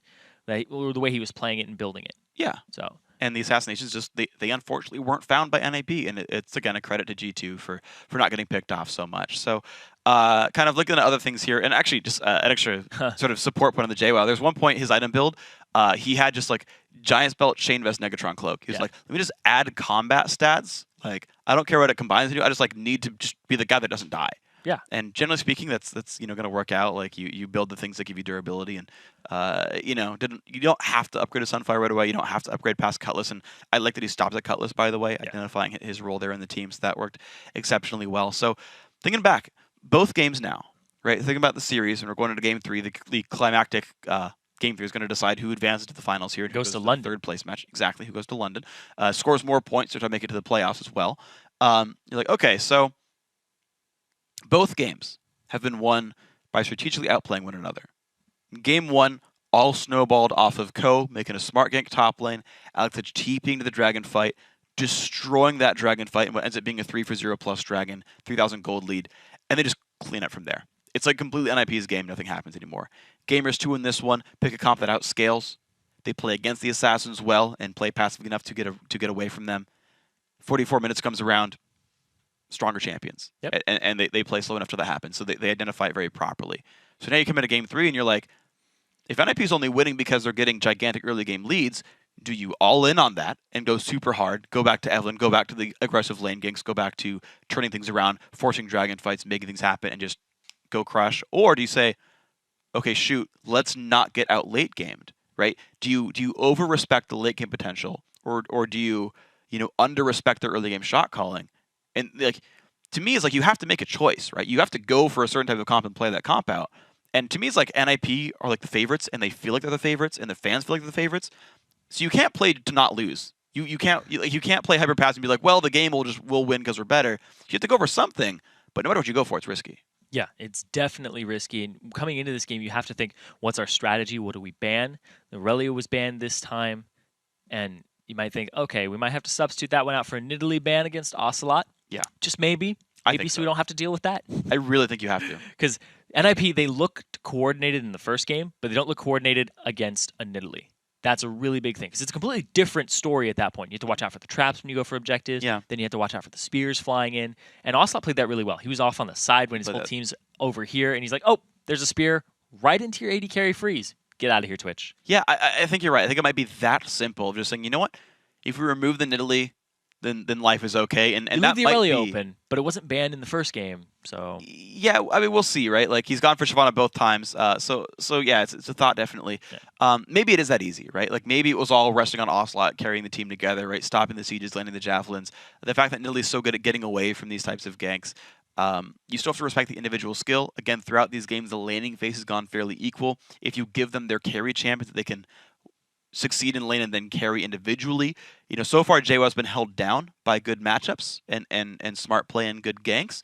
But if you give him something crazy and he goes off, it's like, well, you've got another threat you weren't ready to deal with before. And like, you maybe have to keep those bans and think really heavily about what you give them. It's a hard couple of things to think about. Like, it really is.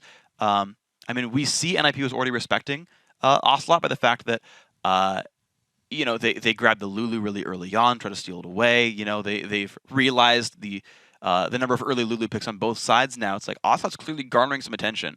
I think you're right that Nidalee becomes an issue in Champ Select because he's pulling the mind share. And another thing too is watching that game very closely is that NIP could have had a larger lead if it wasn't for Nidalee because they would have been on the objectives. Well, at the same time that they were, because they were on the objectives. Yeah. At the right times, they just would have taken them faster. Yeah. With less hesitation. Because they're like, let's start the dragon. Oh, wait. Nidalee's right there. Freeze just took a spear. Oh, we can't do it anymore. Yeah. Things like that just kept happening to them. Exactly. So this kept them off of their game that they played in the first one. Yeah, so we'll see if that ends up being the adaptation. We got to take another quick break, though, but when we return, it's going to be time for the decisive Game 3 between Ninjas in Pajamas and Gamers 2. You don't want to miss it.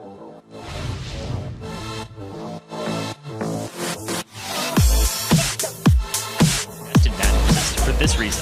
A lot of damage on Ocelot. He's going to go down. Nice pickup right there. Ulti in for Voidal as well. Now Dude going to get stunned up. Big damage coming through, and that's going to be him going down. There goes the engaged Voidal in the front line, taking what he can. JWoww forced to flash away, and the battle is still going on. Hook's going to catch up, and Voidal goes down. That is the ulti lantern as well. Doesn't do too much, but now the play in Co in the front lines, but Dude takes all his health bar. He goes down 1 for 0 so far. Twitch was able to deal damage to the backline. Voidal staying safe to a summon or heal. Big damage. Baron's picked up, but there comes the fight. Alexis in the backline cannot kill Yuki. He stays alive actually and Freeze forced away. Exhausted. JWoww chasing him down. The kill picked up by Immorted.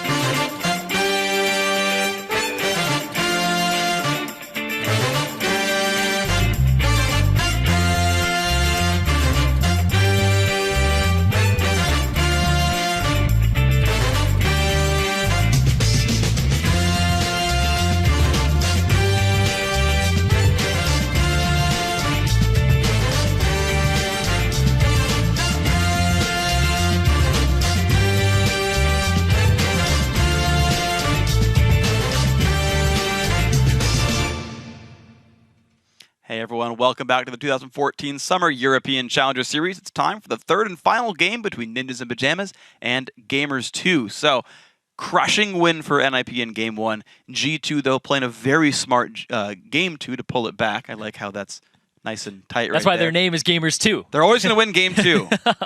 Not always, but so far they have in the Yeah, they summer have. split. They have won Game 2 every time so far. All right. This is Now also the gonna go for first. three. This is also the first Game 3 that we've seen. Yeah. Throughout the Challenger Series in this summer. Yep. So NIP, they end up losing the game despite being up in gold and up in kills.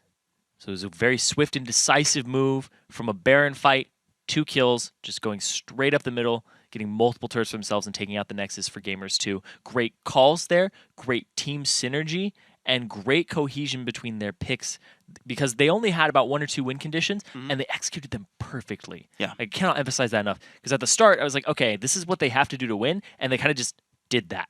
Yeah. They were like, oh, okay, that's how we're going to win this game. That's fine. Gamers 2 had much better map control off the back of the Nidalee and the fact that they had an AD carry that was basically tailored towards team fighting as opposed to picking people off. Yeah.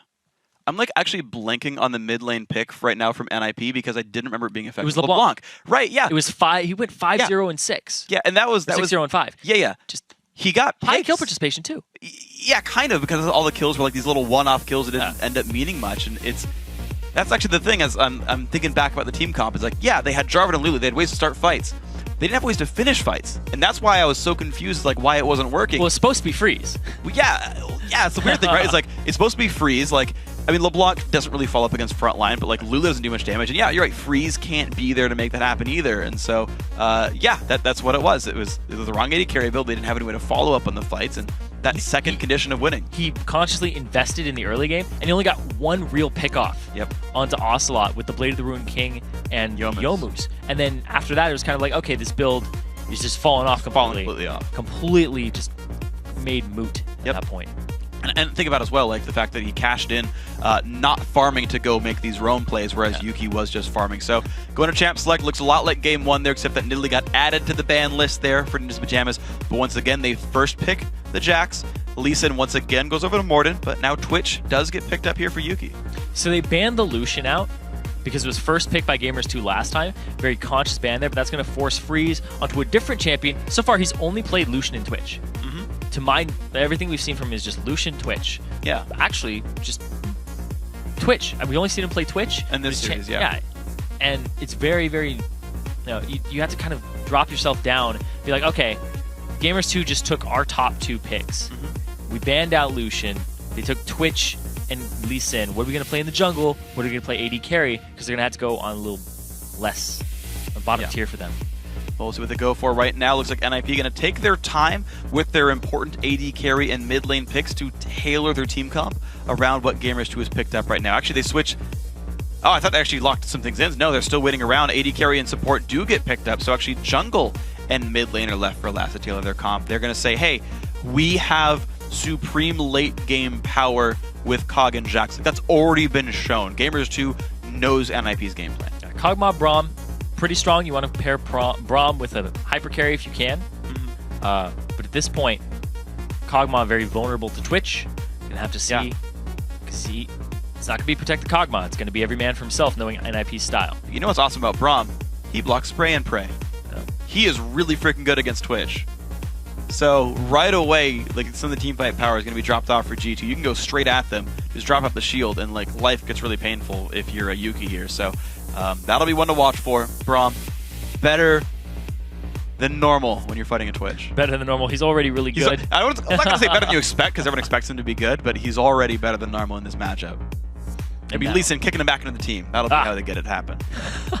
Honestly, like Lee Sin is actually good against Braum. Yeah. He sets himself up to get kicked into the team. Great. You get free ones. Stand behind me. Uh-oh. Stand. Whoa! Wrong side. Well, seeming to go for some very similar matchups here, though. Morgana, I believe that's actually one of the sort of considered counter picks to Braum right here with everything available. That's what he's going to go for on this one. Yeah. Shyvana still to match up against Alex Ich in the top lane. Last time they fought, it went pretty equal, but we'll see if this one tips any differently. Ninjas in Pajamas still looking at a very similar team comp for themselves. Maybe the Evelynn coming through still, and of course, hey, maybe they just pick up Twist of Fate again. Yeah, a big thing with Morgana, though, binding, if it hits Kog'Maw, root it for 3 seconds. It's going to be a lot of damage coming on that Kog'Maw. He's not going to be very tanky at all. He has nobody to back him up currently in this lineup. And Orianna would be a little bit of a shield, a little bit of a boost. But here's the thing. Morgana does really well against Braum. You talked about it being the counter pick. I think it's the go-to counter pick against Braum because in 4.9 you can spell shield, and the final tick of his passive, the concussive blows, it'll just say spell shield. Doesn't it's stun some you. magic damage and a stun. And very telegraphed because it's like, oh, that's the person who has the debuff on him. Spell shield him. Yep. Black shield it. He'll be fine. Give him the black shield and life is safe for you. So Gamers 2 going to make their last choice now, seeing that it's Orianna mid lane. And I think NIP's comp is pretty well rounded, though very late game focused. They have the ability to make plays. So 40 minutes, they look great. First 20, they look all right. We'll see if they dip at any point in time. Gamers 2 saying, okay, here's the comp. Think about the ways they're going to go in on this one. Well, what NIP's going to do is they're going to put the ball onto Ko, because we saw Ko last time flank with all of those really good Aghanim embraces. Just coming in from the back, getting, I think he didn't hit like less than 3 people. There was one that got flashed. Yeah. That was really funny. So that one only hit 1, but in the team fights, he hit about 5 people, 3 people consistently. So Ko loves to flank. And if you pair that with an Orianna, that's your engage tool there. Is 2 mild engages made into a really big one. And so it's going to be pretty happy right here. NIP do have ways to start fights and finish fights, and that'll make them a nice comp. And it is actually a 3-threat comp as well, which is nice. That if any one of them gets held down, someone else can pick up the slack. So Ninjas and Pajamas team looks pretty great. Gamers 2, though, pretty much 2-threat, but if Yuki builds the correct way, and so far he's been building to carry games, that could be enough for them. They have plenty of utility to back it up, on top of the fact that, Lulu and Morgana, great defensive team, great follow-up team as well if you get in there with Shyvana. So both these comps look pretty good, and overall they're well-rounded. It's like we can do a little bit of everything, and their damage is still going to be good late game in general. Yeah, I like that Gamers 2 is bringing this to the table right now. They have the Twitch, they have the Lulu to pair with the Twitch, and then the Morgana. Can't really get to the Twitch when there's a black shield on him, and then he also has Wild Growth. It's very difficult. And a Wild Growth Twitch is basically, I'm just going to stand here and use Rat-Tat-Tat. There's nothing you can do about it. Yep. Yeah. Basically, sunglasses come down from the sky, deal with it. Yeah, I mean... That's basically what happens with Lulu. And Twitch's eyesight gets even worse. He already has a hard... I hope he's playing Vandal Twitch. Actually, to be fair, one of his quotes is, "How do you see with all this light?" You give him sunglasses, he gets stronger. He aims better at the very least, right? It's got it. Like that's basically canon at this point. Okay. That's why Vandal Twitch is so strong. Yes, it's actually the best skin because he has sunglasses on, so he's a bit stronger as a champion. So that reasoning, yeah. There you go. Anyway, let's get to some real reasoning here between Gamers 2. Real reasoning. He looks so hurt by that. I am. But yeah, so Gamers 2 versus NIP here. The game 3 coming into this, NIP looks so dominating in their wins, and in their losses, they still had more gold. So if NIP wins it, they won it at about the 27-minute mark previously. And when they lost, it was at the 44, when Gamers 2 ended up taking that one. NIP have a late game composition here. Gamers 2 have some options. Gonna have to see what Yuki does, because he carried their last game alongside Ocelot. If they can go ahead and just plant the seeds for that duo to just run away with the game, it's very possible things can get out of hand. But there's a lot of synergy here on NIP. You throw the ball onto Braum. You throw it onto Evelyn, who's flanking. You throw it on Alex Each, who's going into the back line. There's a lot of options here. Definitely are. So NIP, they usually draft comps that have a lot of options. Yeah. What I'm noticing. Whereas Problem is Gamers how they 2, play around them. Exactly. It's like, which one is the one they're going to go for? Yeah. Gamers 2, on the other hand, not so much. Fairly single focus. Yeah, they very go much team fight team. Exactly. They go for like, all right, this is what we're going to do. NIP, if they recognize it, they can do something about it. But, so close. Doesn't see into the brush. Unfortunate there, but realistically... You'll still see Morden. Haha. Yep. Worth. That's more than enough for them. Oh, Actually, no, he don't. No. He doesn't see it yet. He didn't. The brush is in the way. It's okay. Not only is it out of the bush. Yeah. It's off to the side of the bush. So actually, this is very interesting. So Morden is starting on the safe side of the map. His dual lane is there. Ko is starting on the weak side of the map and isn't getting punished for it. NIP can get a 3-buff start if they identify this. Okay, so right now, basically, NIP realizes that the dual lane is not there in the bot lane. so that Voidal can very easily, and he's actually doing it right now, walking towards the blue buff. He can put a Trinket Ward down, and then jack Morden when he goes for it. NIP, if they play it right, get 3 buffs. Yeah, they started really far up too. Voidal and Freeze did. They were way up in that lane, in that bush, waiting for somebody to go ahead and face check it. And that was really big because now they have all the information that they need. They go ahead and place that ward for themselves, and it won't expire by the time that they get there. So now they're going to be able to go for that 3 buff start that you were talking about. Yeah, and that's it's not the biggest deficit. I remember at the beginning of Summer Split 2013, Dignitas vs Cloud9. It's like way back. Dig Cloud9 a year ago. Dig gets a 4 buff start. But Toy Blitzcrank steals away the Golem. They counter juggle the red buff. They get their own buffs. And they won. And C9 still wins because you know what happens? NASA just shows up top lane with 0 buffs. He's like level 2 and he's like, Spirit Fire, let's just push the turret down. Yep. And he's like, I don't really care. We're just not going to like deal with ganks in this game. And they do fine. So like you can play around bad buff starts, but it's basically a 5-minute window where your jungler beats their jungler. You're a level ahead. You're more gold ahead. You've got an extra buff on the guy, whether it's blue or red. In this case, he'll be up a blue buff. Over Lee Sin, it's not completely crippling. It's not. Exactly. It's not really crippling. In fact, Lee Sin can just cripple him back, pressing E twice. So, you know, not too bad. Set you up for it. I know. I appreciate that.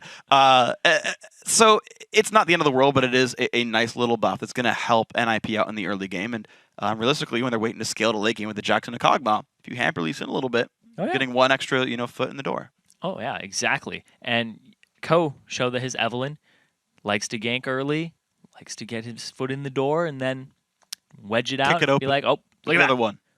What's in this can of worms? And be like, oh, it's an Evelyn ulti onto 5 people. Yep. But we'll have to see because Ko, he loves Lee Sin. He knows how to play against it. He played against Morden's Lee Sin in the first game, and he respected it. They respect each other a lot. True. Yeah.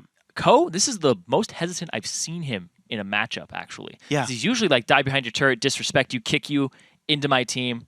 That's it. He'll like go down being like, whoa, Blaze of Glory! And he like dies and he's just like, yeah, that guy, he's over there now. I did my job. He's fine with that stuff. It's true. But now he's kind of playing like very skittish, not going for the aggressive counter jungle, which we saw him do previously. Like he was just all up in the enemy's grill before. Yeah. It feels like a style of sort of very safe controlled aggression to where like the ganks, they don't go for like lane ganks and like, well, if I'm counter jungled, I get screwed up, or I get counter ganked, I get screwed up. It's more like I know that with my group of people he's TPing to it. Yeah, 2-on-2. Again, there's the Trinket Ward, and there comes NIP. Of course, LCS has nothing else to do on the map, so and as long as they put it in the brush, Morden does not have a ward to put down. Oh, he's gonna get stunned. Oh my gosh, so much damage coming through. Force a flash away. I can't believe that actually just happened, but it's going to be the case. There's a smite, and Ko gets farther ahead than I thought he would. They burn a summoner spell, and they burn a lot of health off of Gamers too, so this is even better of a start for NIP. Yeah, and now Ko, he is sitting pretty. He's going to go ahead and counter jungle this with Alex Siege. Alex has no teleport available, so he might not trek his way all the way back up to top just yet, and I'm surprised the Gamers too actually aren't fast pushing it. They're going to go ahead and ward it up, make sure that they just freeze it for Yuki. I'm not sure actually why they even bother to Trinket Ward that blue buff down there, because realistically, I don't know if you're even going to see Eve walk. I mean, you might see Eve walk by the white camp in time, but she's still got the red buff to grab. She's still potentially going to make plays with bottom side. Yeah. In fact, Dragon's likely a play right now for NIP as well. They may not have known that she had started at the blue. Like, there was a blue floating on her. Yeah, so they have to know. Like, it's a guaranteed knowledge right there. Noticed, though. Here's the thing. Gamers 2's on the wrong side of the map as well. They know Morden goes top jungle because his bottom jungle's gone. They know the jungle's on the wrong side of the map. Ooh, they're converging onto Exile right now. He's a little far up. If he gets hit by a binding, it could be devastating because they're wrapping around him. Well, Exile should know. Oh, there's 2 members of NIP in the backup. Yep. Yeah, so we should know that everyone's going to come from the left side of the map right now. Alex. He stays towards the right. Ko is actually going to face check. This is not the right place to be, though. Big damage comes through. Has to burn his flash, but there's the jump over. The damage does come through. First blood goes to Ocelot. Now a double buff Lulu. NIP playing a little bit way too aggressive. Still now chasing Alex burns his flash, gets his shield. Exile's going to be careful now. Q's going to land from Lee Sin. They're not going to go for any more, but that was still awesome from G2. It's the 4-man roam middle. That was really well played there. Dude with the dark binding coming up big there because Ko just face checked that bush. That was so much disrespect by NIP. Yeah. They know Lee Sin has to go top jungle. They know Morgana's missing, and they still face check that brush. I am surprised they did a play like that. And now going for the wards. 5 gold. Just even more golds in the pocket. 5 more gold. Gamers 2. Ocelot now has double buffs, and that's going to make Exile's life really hard. Yeah. Yeah, it's going to be rough for the man. So right now, dude, Gamers 2 have made some very smart plays now. And, you know, we said that Ko was playing a little skittish, a little afraid, a little respectful. Not in that case. Completely misjudged where the enemy team was and got heavily punished for it. Gamers 2 showing up mid the right way now. And Exile just forced to shove away the minions. Does have a minion lead for what it's worth. Ocelot has already recalled once and is forced to get back in the lane, but which you Exile showing typically no fear. end up doing, though, because he got a 3-buff start. So he, like we said, he didn't respect it that time. So he was like, I'm more powerful than Morden would be at this point in the game. Oh, wait, there's Dude right there. Didn't keep tabs on the top lane. Well, I guess it would be the bottom lane duo. It's now in top lane. Yeah. You saw him roam down and make his way into those bushes. Would be the logical way to go. He didn't even follow Alex, because Alex was off on the left side, going a completely different route than Ko was. Yeah, well, okay. We got to see what these guys do. 300 gold is actually only what separates these teams now. A 4-minute first blood worth about 600 gold, but half that's been made up in the laning phase anyway for Ninjas in Pajamas. We're going to see junglers actually sitting on very similar item builds for themselves. Shockingly, no mana potion for Morden. Otherwise, he would actually completely mirror it. I don't know why he wouldn't buy mana, but you know, I guess it's just his style here. He didn't get a blue. Missing all the blue colors in Lee Sin. It's okay, Ocelot has to make up for it. 2 blue items in that champion. He's also got a blue buff. Yep. Very matching. It's a set bonus. Anyway, so they're going for a converge now. They're going to try the same strategy, but try to reverse it here. NIP, they're off on the right side. It's warded there, whereas Gamers 2 is off on the left, just hanging out. Oh, they're going to wrap all the way around, but here comes Dude from the top lane. Everyone sees everyone. They actually see Dude come down as well. He's been spotted on the way over. Gamers 2 has really good ward coverage of this map, and they have a lot of wards in their inventory too. They're playing this correctly. This is the right play. Oh, the dragon. Yes. And now they all have to wrap around and go for it, because Lee Sin can't walk straight through the lane. Morden doesn't have his flash either. They're going to be checking this, and by the time he gets there, no, he's not even going to go for it. He's going to go for wolves, and they're going to get themselves a free dragon. Wow. Well played right here. NIP going to grab that dragon very successfully for themselves. Gets picked up right there. Good smite by Ko. They did earn it based on where the lanes were in the first place.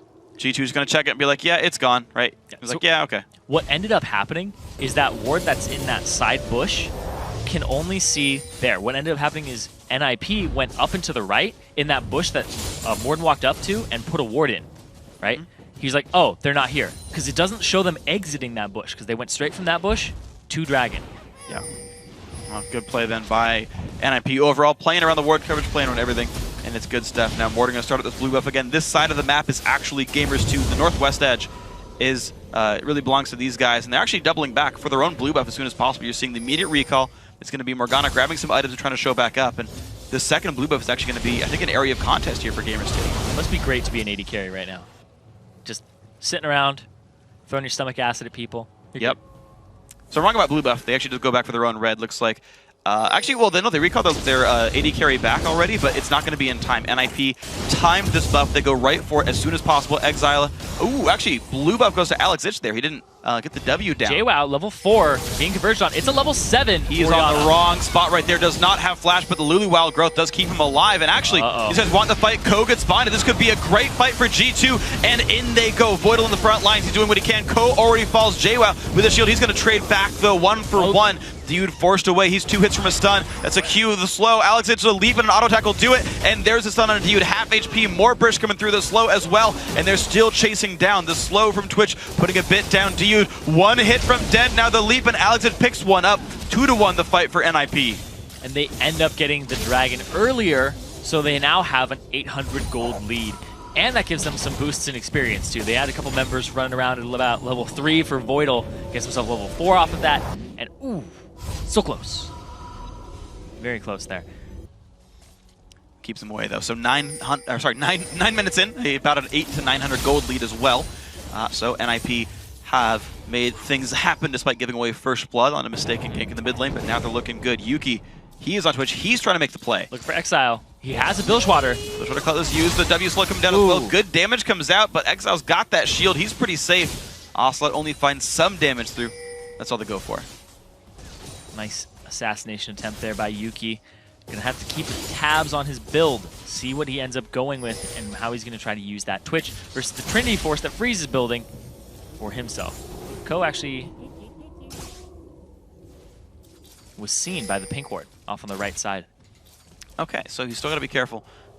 Really, all the above. So right now, it looks like top lane is going to be the move for NIP. They're sending a lot of guys around. They've still let Freeze sit there in the bot lane, largely alone. He shut up for a dragon fight, but like basically he's just alone, farming up as best he can, trying to get gigantic, if at all possible. NIP, a lot of effort sent top lane, but Gamers 2 read this, and they're around. JWoww, doesn't actually check the brush and hit anyone with it, so nothing found there. Some defensive wards from Ko, or I guess they're like aggressive defensive wards. They look to see if there's a counter gank in the top lane, and he actually spots enough of G2 to not go for it.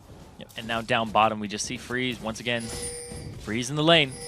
He's going to be up against the support though now. And Voidal, man, such great map movement prediction. Yeah. Basically, these two teams have been playing chess against each other this whole series long. Ooh, binding doesn't land, but the cast does, and decent damage comes out from Yuki onto Freeze, who's got to back up a little bit here.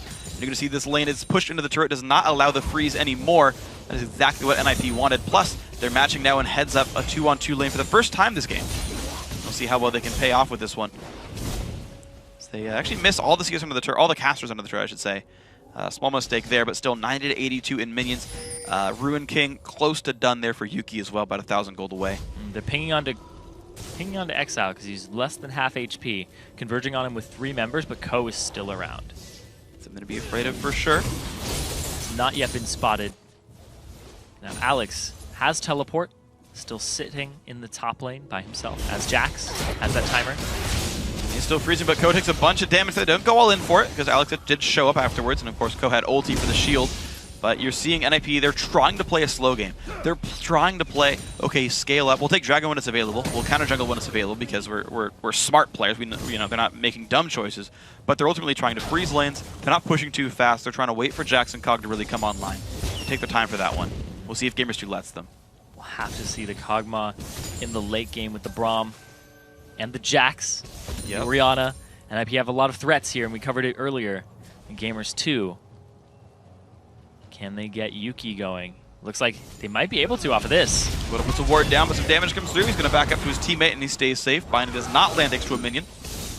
But that ward is going to go down, swept away by the pink of Morden. Going to make that team nice and happy. So now NIP have to be so afraid of the fact that Lee Sin can come in at any time, and he can't keep face-checking that brush. Yeah, they know there's a pink in there, though. Yeah. But they can't face-check it just yet. Going to have to call down Colonel Ko. Spotted. He gets spotted by the ward up there. No one pinged him out, though, so maybe they didn't see him just with their map awareness. But look at that. Okay, now they know he's there. Clear by that pink ward, no big deals. I'm actually surprised he showed himself at that point. Because once Voidal had checked the bush, Voidal would have been the one attacking it. They could have baited something in if there could have been a Sonic Wave Resonating Strike. I don't know if there was a need to show himself. He could have just stayed present off on the side. Yeah, maybe. Yeah, I could see that. I could see that.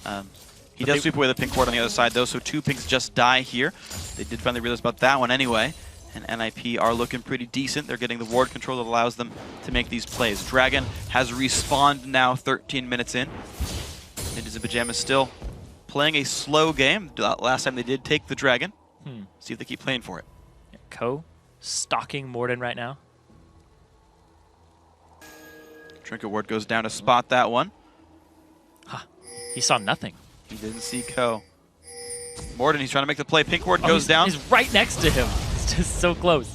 He's trying to sweep the ward away, but looks like Exile will be able to grab this pink very successfully. Oh, he jumps went over. for it. Here's the play. This is going to be good for Ko. Shotgun comes in, forcing the flash teleport. You can't kill a ward when you're teleporting to it, so this could be the attempt now. No slow's going to land right here, and Exile does get out, but that is a couple of summoner spells lost. Yeah, he flashed the ultimate from Orianna and Evelynn. He actually used his Agony's Embrace there. Oh, wow. And it hit nobody. Okay, so very good flash then for Morden to keep himself safe. That's good stuff with these guys. And it does mean a pink ward killed now. And actually, right now this means also NIP's on the wrong side of the map. No teleport for Alex Itch, so Gamers 2 just goes for it. Yep, good teleport by JWoww. It's paying off twofold now. But of course, they've zoned off Yuki. He's about half HP. He has no mana to come in here. Freeze is a little bit healthier. Don't think they'll contest it, though, with the lack of ultimates. There you go. Well picked up. Gamers 2 make that one happen, knowing they could only get a 4v5 at best, so NIP does back off. Gamers 2 put it back within 600 gold here. Very, very smart move, pulling the people down at the right time. But keep in mind, this whole time, Alex Itch has been farming. He's been pushing the top lane. He's got nearly a 30 minion kill lead, and we still don't have JWoww coming back top. And big thing, too, is that they blew the ultimate from Exile. So he couldn't show up to the dragon fight and just turn it around on top of a Kog'Maw. instead. Flash forced away. Twitch re-stealths, though. Of course, you can't really fight under an enemy turret, so and if you will back off of this one, Yuki pushing him away, but that turret's down a half HP, and of course, Dragon did eventually get answered by that top turret, just to make sure you guys, you know, hear about that one, because it means NIP really haven't lost anything for that. In fact, they just kept gaining solo lane XP, so really, there's even less chance to catch out of this one. But also, though, ult himself, but here comes Ko, flashes in to deal the damage. Exile shields himself, and the Glitter Lance misses. That would have dropped him down, so kill picked up by Ko. That was nice. And Ko's looking back to himself right now, diving behind turrets, the last place you expect the jungler to come from. Just such an aggressive style. Because he could have seen Morden at all on his little trek up there, and it would have spelt disaster. That worked very successfully. Alex tries to counter jungle the red buff, can't make it happen.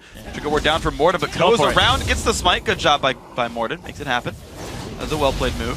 Very difficult to get an objective away from the Lee Sin. Yes. But it still means 3,000 gold is the lead now for Ninjas in Pajamas. They've made very good early game moves. The Dragon fight, the Dragon itself, and now 2 turrets picked up. Their duo lane actually winning by a lot right now. All of their lanes are winning in CS. Yeah, absolutely. Yeah, exactly. Their lanes are all actually winning in CS. But the main turret that went down was actually, you know, top lane was because the guy left the lane, and you know, that's pretty forgivable. And they got Dragon for it, so that's kind of a wash. But bot lane just got the turret kill head just straight up. They just showed up there, beat the lane up 1v1 and made that happen, right? Mid lane got turned by ganks and whatnot. That's forgivable as well, but bot lane won the 2v2. That one's big to me. And the only deaths on the team are actually Ko as Evelyn. And Evelyn really just has to get 1 or 2 items and then just falls off anyway and becomes a team fighter. But think about his 1 or 2 items. He went Cutlass. Yeah. Remember how last game NIP was all in for the early game? That's a solo Q build. Well, this is going to be a 2v3. Good jumps away, but Morden, can he land the Q? No. Yeah, that's a very solo Q-esque build. People will typically go Hex Drinker, second item. But because he has the Cutlass, he's going to try to make more use out of his Ravage and the attack speed bonus he gets from that. Yeah, he's very much about assassin in the back line. Ko wants to get back there, relying on Voidal and Exile really for durability here, which is a risk he's going to take. Last time he went, I think, too squishy on Jarvan by getting the Hex Drinker third, but you know, he's an aggressive player, a young player, not a lot of competitive experience. I still trust him. Like, I think it's a good build, but I just you see it rarely in competitive, and there's a chance that's too big of a risk here. We'll see if it pays off. Definitely have to see what happens there. They're besieging this turret up. It's basically a nice, gentle breeze would knock it over. That or some stomach acid from Kog'Maw. Yeah, just one of those. Removes the rest of that. I saw this thread that was describing what every AD carry actually does. It's like, shoots light from their gun, shoots crossbow, vomits on you. Vomits on you. That vomits would be his stomach acid on you. That's what Kog'Maw does, though. I would rather have that than, you know, poisonous bolts from a plague rat, to be fair.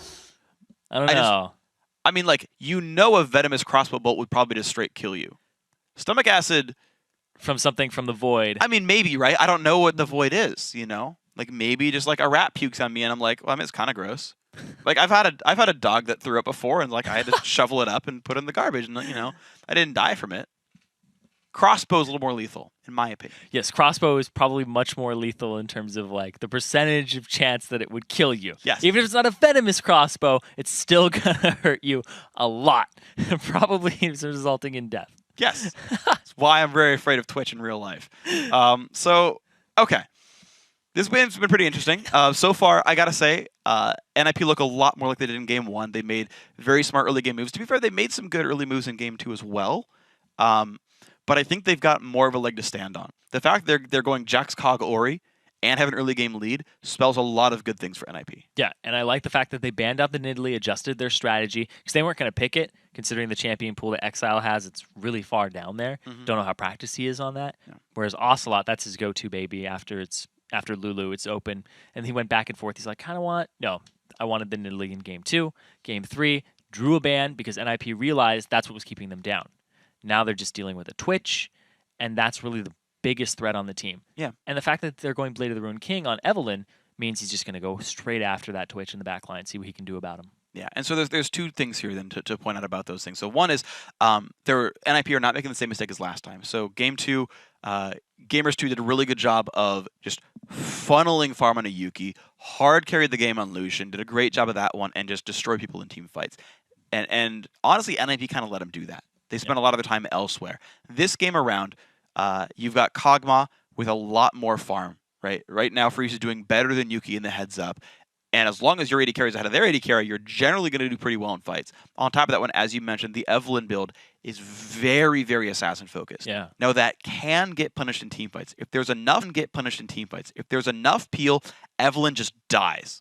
Like Twitch just like kills you with his ultimate while killing the rest of your team as well, and you get nothing done. That is a risk when you don't have defensive stats. That shield doesn't matter very much because you have no armor to back it up. That could happen to Evelynn. Not a guarantee, could happen though.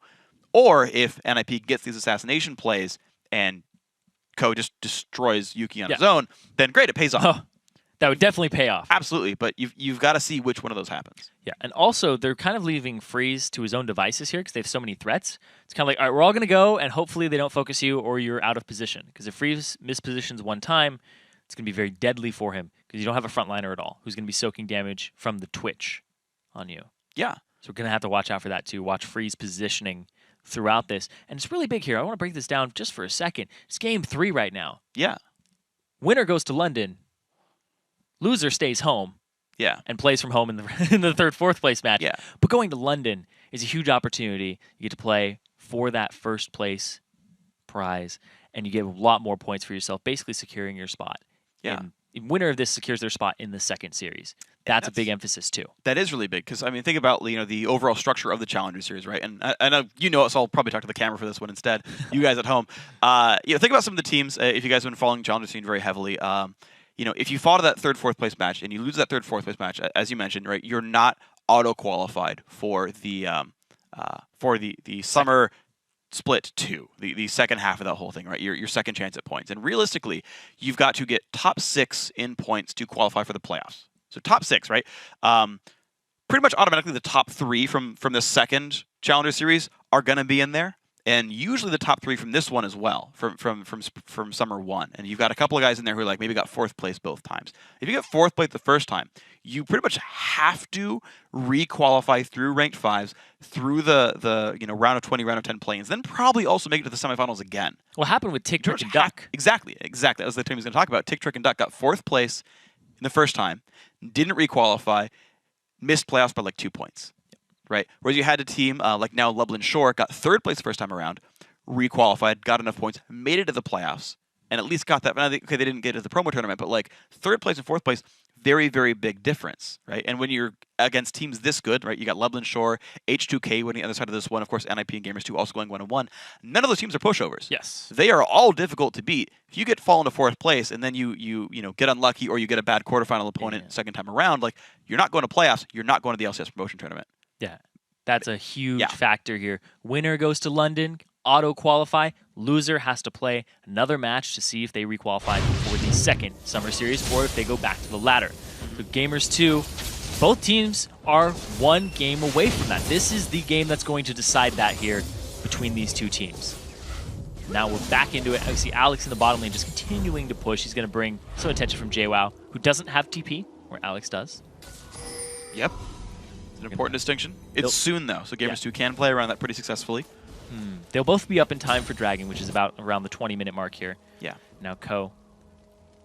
Man, just stalking around the jungle. Yeah, NIP have definitely been a sort of stockish team, really. They seem really, really focused on getting individual picks and snowballing off that. I do want to point out that because of the way that the early game was going and the lane swaps, people have different level disparities right now. The mid lane, we see Exile is level 12. To AD carries level 10, support's level 8. Usually you see the AD carry would be somewhere around level 9 with the support being right there too, or very close to it. Yeah. And the mid laner, they've just been soaking more experience into it. Actually, most people should be behind this or closer to what the mid laner is. Correct? Yeah, mid and top top laners are behind exactly what sure. you expect them to be. That's exactly the point here. So it does mean that Alex Sitch is missing his rank 2 ultimate. Top and supports are a little behind. Yes. AD carries and, there we go. And mid laners are ahead. That's the point I want to make. Okay. No, that's a very accurate point, though. It's the one we're going to look for here. Exile and Freeze are... Oh, and he stops Ocelot's back, which is actually pretty big then. He's going to have to stay for one more wave. Which actually... And a wave, too. Yeah, so he misses out on, his turret taking that one out. Yuki's going to help defend this mid lane because it's kind of the wave where you're like, if we punish Ocelot, he wants it back. He's got money in his pocket, so he's actually got less items than he wants, right? 1,100 gold right there. Exile, similar situation, actually. There's the recall. Twitch will hold mid for this one. Blue's up. Both teams know it. This NIP's blue once again. And also again, can't back in this one. Shockwave comes in, and there's the stomach acid. Turret goes down. NIP actually get a lot of damage down. They kind of use that turret as bait, but that blue buff is still dying right now on the right-hand side of the screen. You're going to see it is going down and picked up there. Ooh. By the blue team. Eve. Who got it? Ko got it. Ko? What? Ko got it. I didn't even see him smite. It wasn't even smite. No, it wasn't smite.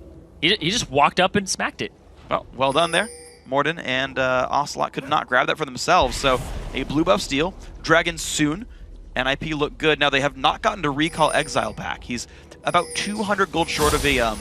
Ooh, Exile does so much damage right now.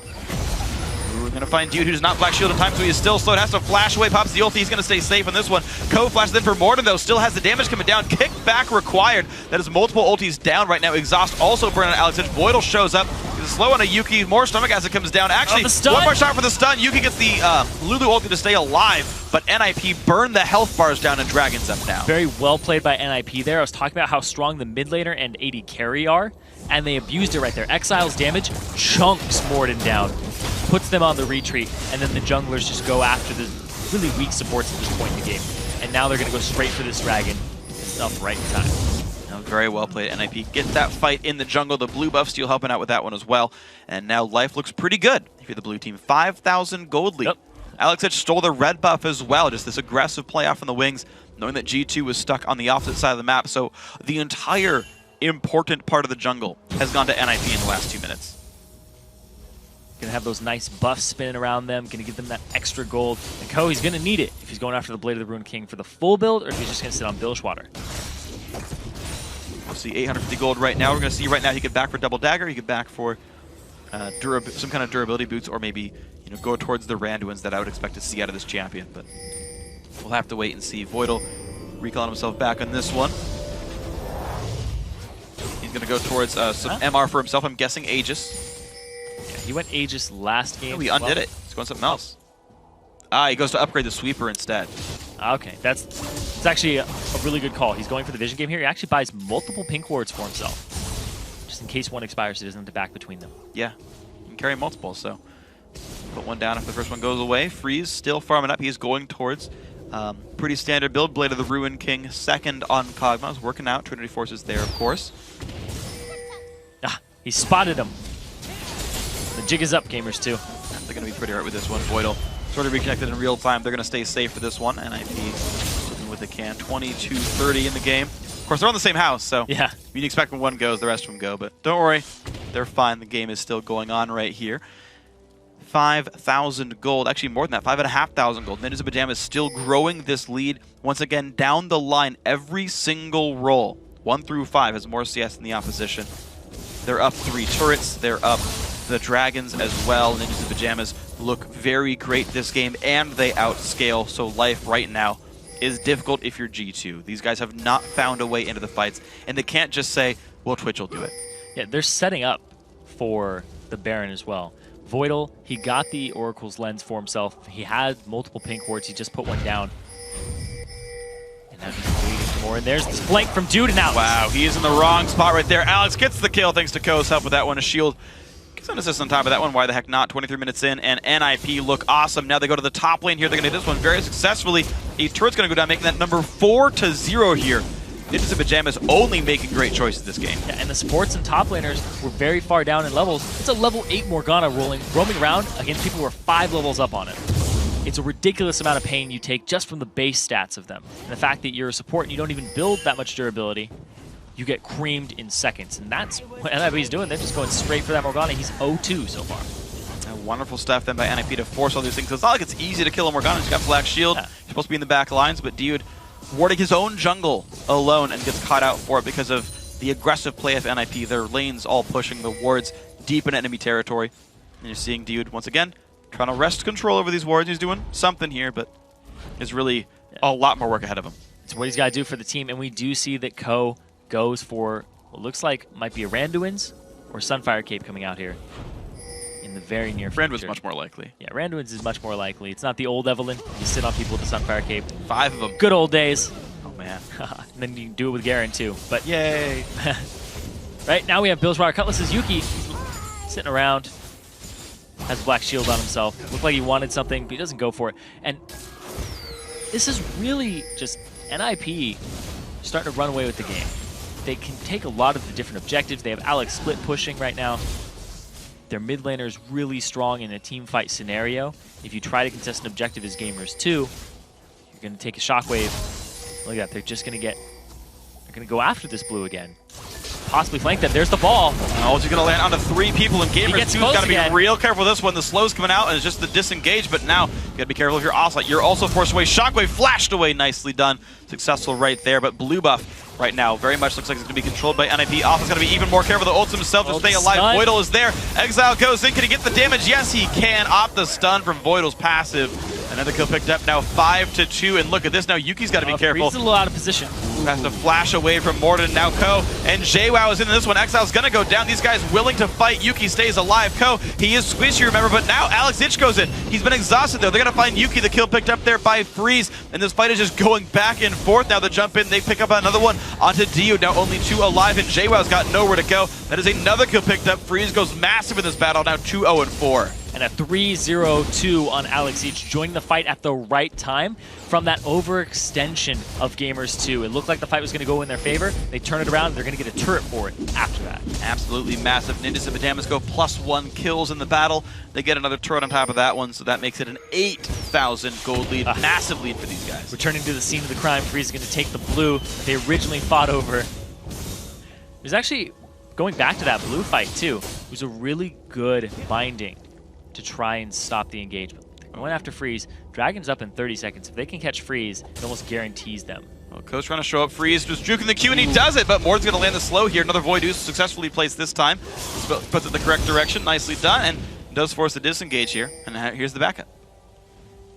Escapes on a path of his own vomit. Yep.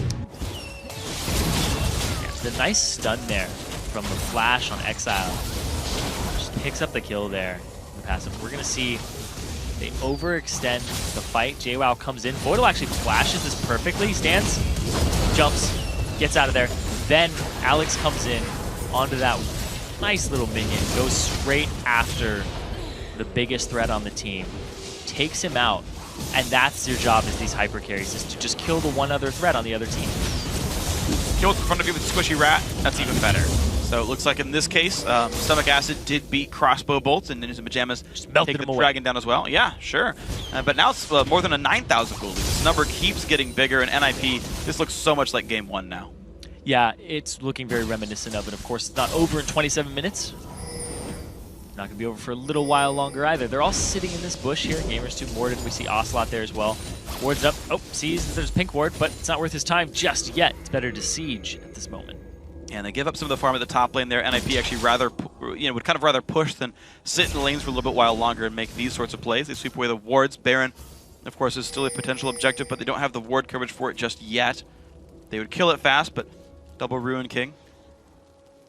Randuitz is going to be the build for Ko there, and also Alex still making his way up there. Actually buys early Lacrity Boots on himself as well, so he's really caring about mobility. And he wants to get onto Yuki. He wants to be able to get to that back line and just stun up the Twitch and finish him off. We saw he was able to do that successfully in that last fight.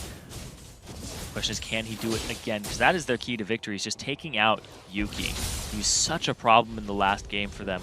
And in this game, he's not as much of a problem because we see Freeze is ahead. But he's still Twitch, and he's building the attack speed Twitch, so he's still really good in fights, and the durability has not been stacked on for NIP just yet. It's really Ko with the Randuins. And is right now, so we'll see how good these engages go. So Ko has got some tank stats, and actually he's holding parity pretty much with Yuki because of how far down Gamers 2 are held. It's a 2-item AD carry versus Randuins in the aggro's Baron.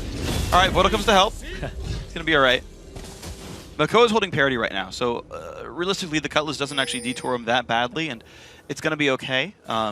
Basically, NIP have weathered the storm of that slightly risky item build, and it works just fine for these guys. 1-3-3. Ko has some deaths. Ko is actually going to find JWoww right here, stop the recall, and the team is coming to help as well. We're going to see if he forces the ulti out. Ruin King used, and JWoww is going to be safe.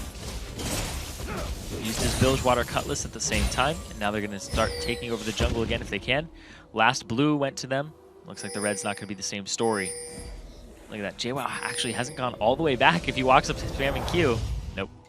I'm not going to get that one, so going to stay safe here, but stay in the brush and maybe wait for someone else to show up in this one. Right now, Alex still pushing bottom, so they have to have JWoww deal with this. And he's got about 40 seconds to go until teleport comes back up, actually. So they're going to actually want to wait a little bit. If they force the battle and JWoww shows, that's bad news right here. Alex is doing some good damage to the turret. Voidal. Yuki, he's stealth. Oh. Yuki does not find a way in this fight just yet, but There he Ko goes. does. Shotgun's going to land on a one. Yuki's got nowhere to go. Kill picked up Dude. Now also knocked out. That is a second kill grabbed very quickly there. Nice flank by Ko. Good kick by Mortar, but I don't know if there's enough for them to get away from this one. There's a safeguard. The damage still coming through. Ko trying to make it happen. Nice dissonance to keep the team hasty.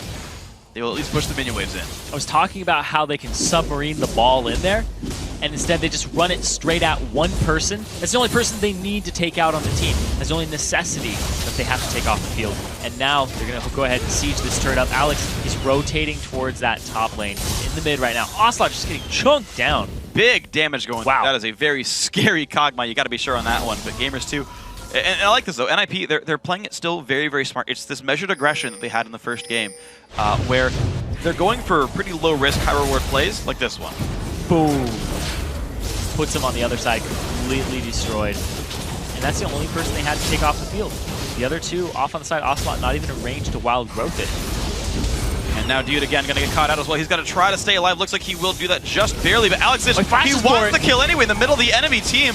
A little aggressive there, but the shockwave hits a bunch of people, and Yuki goes down. The Dragon Form trying to run away, but more damage comes out. Alex can't quite find another, but Freeze sure will. The ulti from long range makes it 2 kills in this fight, 12-4. Exile's such a great pickup. Even in their loss, he was 6-0-5 on LeBlanc with only missing out on 1 kill in terms of participation. He's coming up big for the team despite being the new guy here. We're going to watch that again. See, they start off, he uses the counter-strike, and he just goes really hard onto Dude. Doesn't go after Yuki just yet. He's not even on the field. He's off on the side. Wild Growth is in. Watch this. This is fantastic. 4-man shockwave there. JWoww didn't get flown backwards into the distance because of the turret. But, oh my lord. They come up huge there. And with the nice ultimate there to pick it up for himself. Yeah, so Baron has gone down as a result of all of this. So Ninjas in Pajamas look all kinds of awesome. 14,000 gold lead. Pretty big lead for these guys right here. And honestly, it's, 32 minutes. Pretty standard game time here, but they are so far ahead at this point. Pink Wards trying to defend the jungle of Gamers 2, but it's not nearly enough at this point. A dedicated siege would win the game. They're still sending Alex a split push in the bot lane. He still has teleport up if he wants to rejoin his team. Exile's got the easy wave clear going on. Voidal's there to help defend. And here we go. And then we have 2-item Jax hitting the field. We also see that Freeze has himself a QSS. So even if he gets bound, he's fine. Just completely out of there because Voidal's going to be a scumbag, not even going to buy him the kills. That's okay. He's the front line there. He's going to buy a lock for the team. He needs to go ahead and get his team some magic resistance. It's actually the right choice. That's just fine. Ocelot still got a little bit of ways to go till the Void Staff comes in, so not a huge damage threat just yet. Mortis is really working on his first big tank item, actually, so does not have Randuin's or a Banshee's Veil, so he's got to be afraid. Alex Ditch, as you mentioned, plenty big, though. He's pushing the bottom lane. Ko already pushed top. The rest of NIP grouping towards mid. Ko actually now slinking around to the side as well to make sure everything's nice and safe. And now we see Alex just pushing the bottom still. 3-0-3, 2 items over JWoww right now. He's actually bringing a lot of pressure to him. Level 17. 3 levels up on the solo laners of Gamers 2. They're going to go mid and try to push this advantage that they have, not only in levels, but also in items. Yeah, it's looking pretty good for these guys overall. So, barely tickles him now. Yeah, it doesn't hurt anymore. I mean, you've got Baron buff region, even if it did deal damage, that's not really anything that matters. Alex is still calling attention down to the bot lane. He is just so far ahead of JWoww, it's not even funny. There's no way you can really defend this properly there. Alex can walk right past him, hit the turret if he wants to. Once the mini wave gets in there, Freeze now getting damage down on this one. He's got to be very careful. He's got QSS, but that won't stop him from getting kicked backwards. He's got to be careful. That gets a lot of shields to keep himself safe, but there's the engage from Ko. There's Voidal in as well. A lot of damage coming out there. Morgana ulti only hits 1, and the kill is picked up there by Exile. Into the base they go. You've got Jax taking the turret down. It's a 1-for-0. The turret going just away from this one more to kicking someone back, but there's just no real damage coming through anymore. Yuki does not have really anything that's going to touch Jax, and there's the inhibitor down. Yeah, they put a ton on Yuki's shoulders, and he just hasn't delivered this game. He didn't get the type of lead that he had last game, and now with the wave pushing top, Alex going straight for it, picks it up for himself, and now they're converging onto it. It's a 4-on-5. You gotta be a bit careful in this one because Ko's putting out a good amount of damage. Voidal there to defend the team as well. He's staying nice and safe, and now that's 2 inhibitors down. Once again, NIP take the time to back off. 1 minute till Baron. There's a mini wave bot lane, but they're not interested in that. Yeah, just gonna go ahead and go back, spend all of this money that they've gotten for themselves. Dragon just came up, and they're able to go ahead and rotate towards that if they want it. We'll see that's what they go for here, because right now, going back to base. Man, they're ready to close this out. 2 inhibitors off of the Baron. A lot of gold swung in their favor, just even more. And now, Gamers 2 definitely on their back foot. And their back foot's pretty much planted to the ground. It's what's going to happen now. They have to make a final stand because you can't stall the late game against a Jax, Orianna, Hogmoth. There's really not a way in for Gamers 2 at this point. They're very low in levels. Like, that might be the thing. Yeah, if they can just get those levels for themselves and Yuki gets huge and they get a good team fight, maybe it'll work out for them if they pick off Freeze. Oh, they try to make play for Yuki, but he stealths away. He's going to be safe. But you know what? NIP can just show up with their group of champions regardless. Shove out bot and go for it. Orianna's going to be joining the team very, very soon. He's been pinged as being near the mid lane, but honestly, the bot lane siege is the easy choice now for Ninjas in Pajamas. I like Alex's just TPs, all series long. Yeah. His teleports have been really good. He's definitely really acclimated to top lane quite successfully. Held up in 1v1 matchups. Definitely played well in lane swaps as well. He's done a good job in team fights. Oh, wow. Freeze just chunking Ocelot down from an enormous range with the Fire Arcane Barrage. The ball placement's going to be key here for that Shockwave. Look how measured NIP are being right now. The Baron buff's gone. It's like the old NIP style. Pick them apart. Yeah, but they've done a good job of that one. Look at this. Ko's actually flanking around the mid lane. He's ready to engage on the turret and just dive this with the gold lead, with the tanks in the front line, with all the armor and the shields coming in from Exile. He's getting ready to go. They might slap a ball on him as soon as he gets in range for it. If they push up. Look at that. Freeze just pushes Dude off the fight. This is the turret. Yep, they're going right now. It's the turret or the deaths. JWoww's going to do what he can. Ulti's going to only hit one, but who cares from that one? JWoww on the front line. Nice knockup comes out from Braum. There's nothing for them to do, really. Freeze is destroying his health bar. He's going to go down. Turret falls as well. 2 kills picked up so far. NIP pushing everyone away from this fight like it's their base. And now they go on to the next. Is Voidal. A lot of shields. Oh, he's going to die. Unfortunate there. Voidal gives away a kill, but who cares? NIP in 37.5 minutes going to make it 2-1. And advance into the finals of Summer Series 1. And they're going to go to London as well. And just uproot the NIP house, take themselves to England. A little bit southwest of them, and make it a good performance. So honestly, NIP look great. G2 looked pretty good as well, but just not quite a match for the Ninjas there. You saw them put together game plans. The individual skill was awesome. The shot calling from Alex. It's the individual play of Alex. It's new to the top lane. Still worked awesome. Yeah, and I was very impressed by his teleports, his communication. I assume that he has a large voice inside of the team so that he's able to call it out and position people to be around his teleport, which is very key. It's a very communicative summoner spell. You have to be able to tell people, I'm using it here, I'm using it now, or I'm using it whenever, or when it's up, when it's down. Yeah. You have to basically just put your whole team in the know on that. You have to be like, this is when it's in, this is when it's not. Yeah, it's a really important situation to put yourself in here. So NIP have secured themselves some more points. They've also secured themselves a spot into Summer Series 2, which pretty much all but guarantees them a spot in the postseason as well.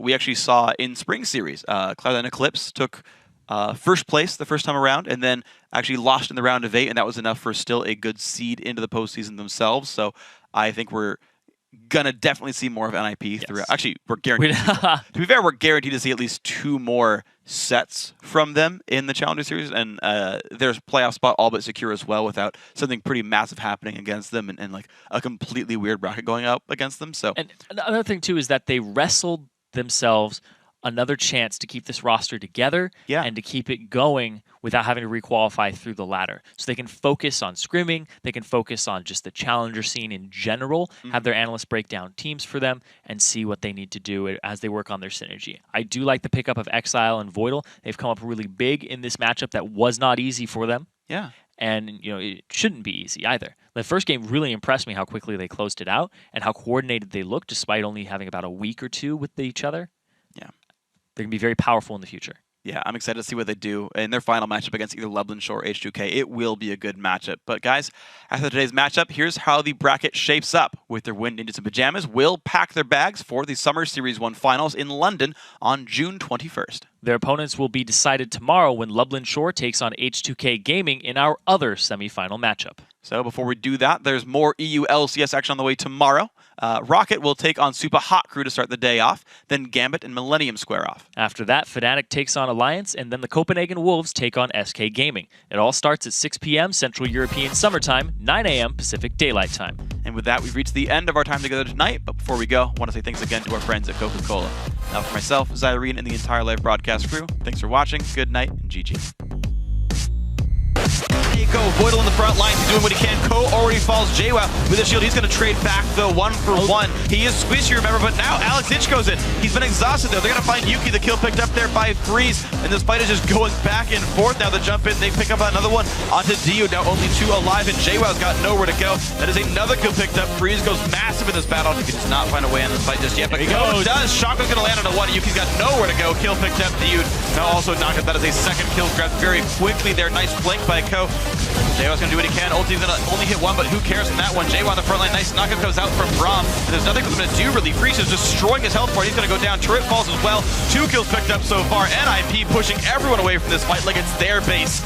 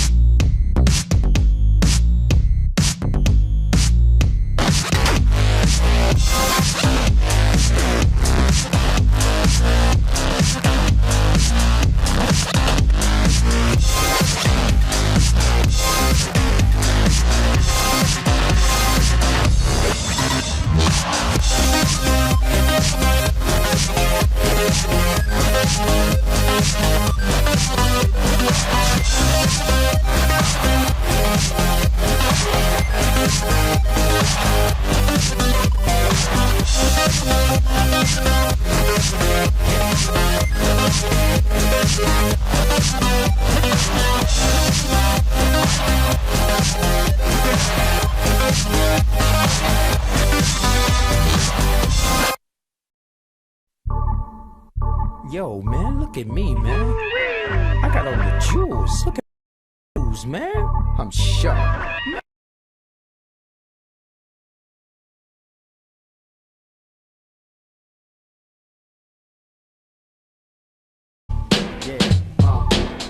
Right. Come on. I look good. Right.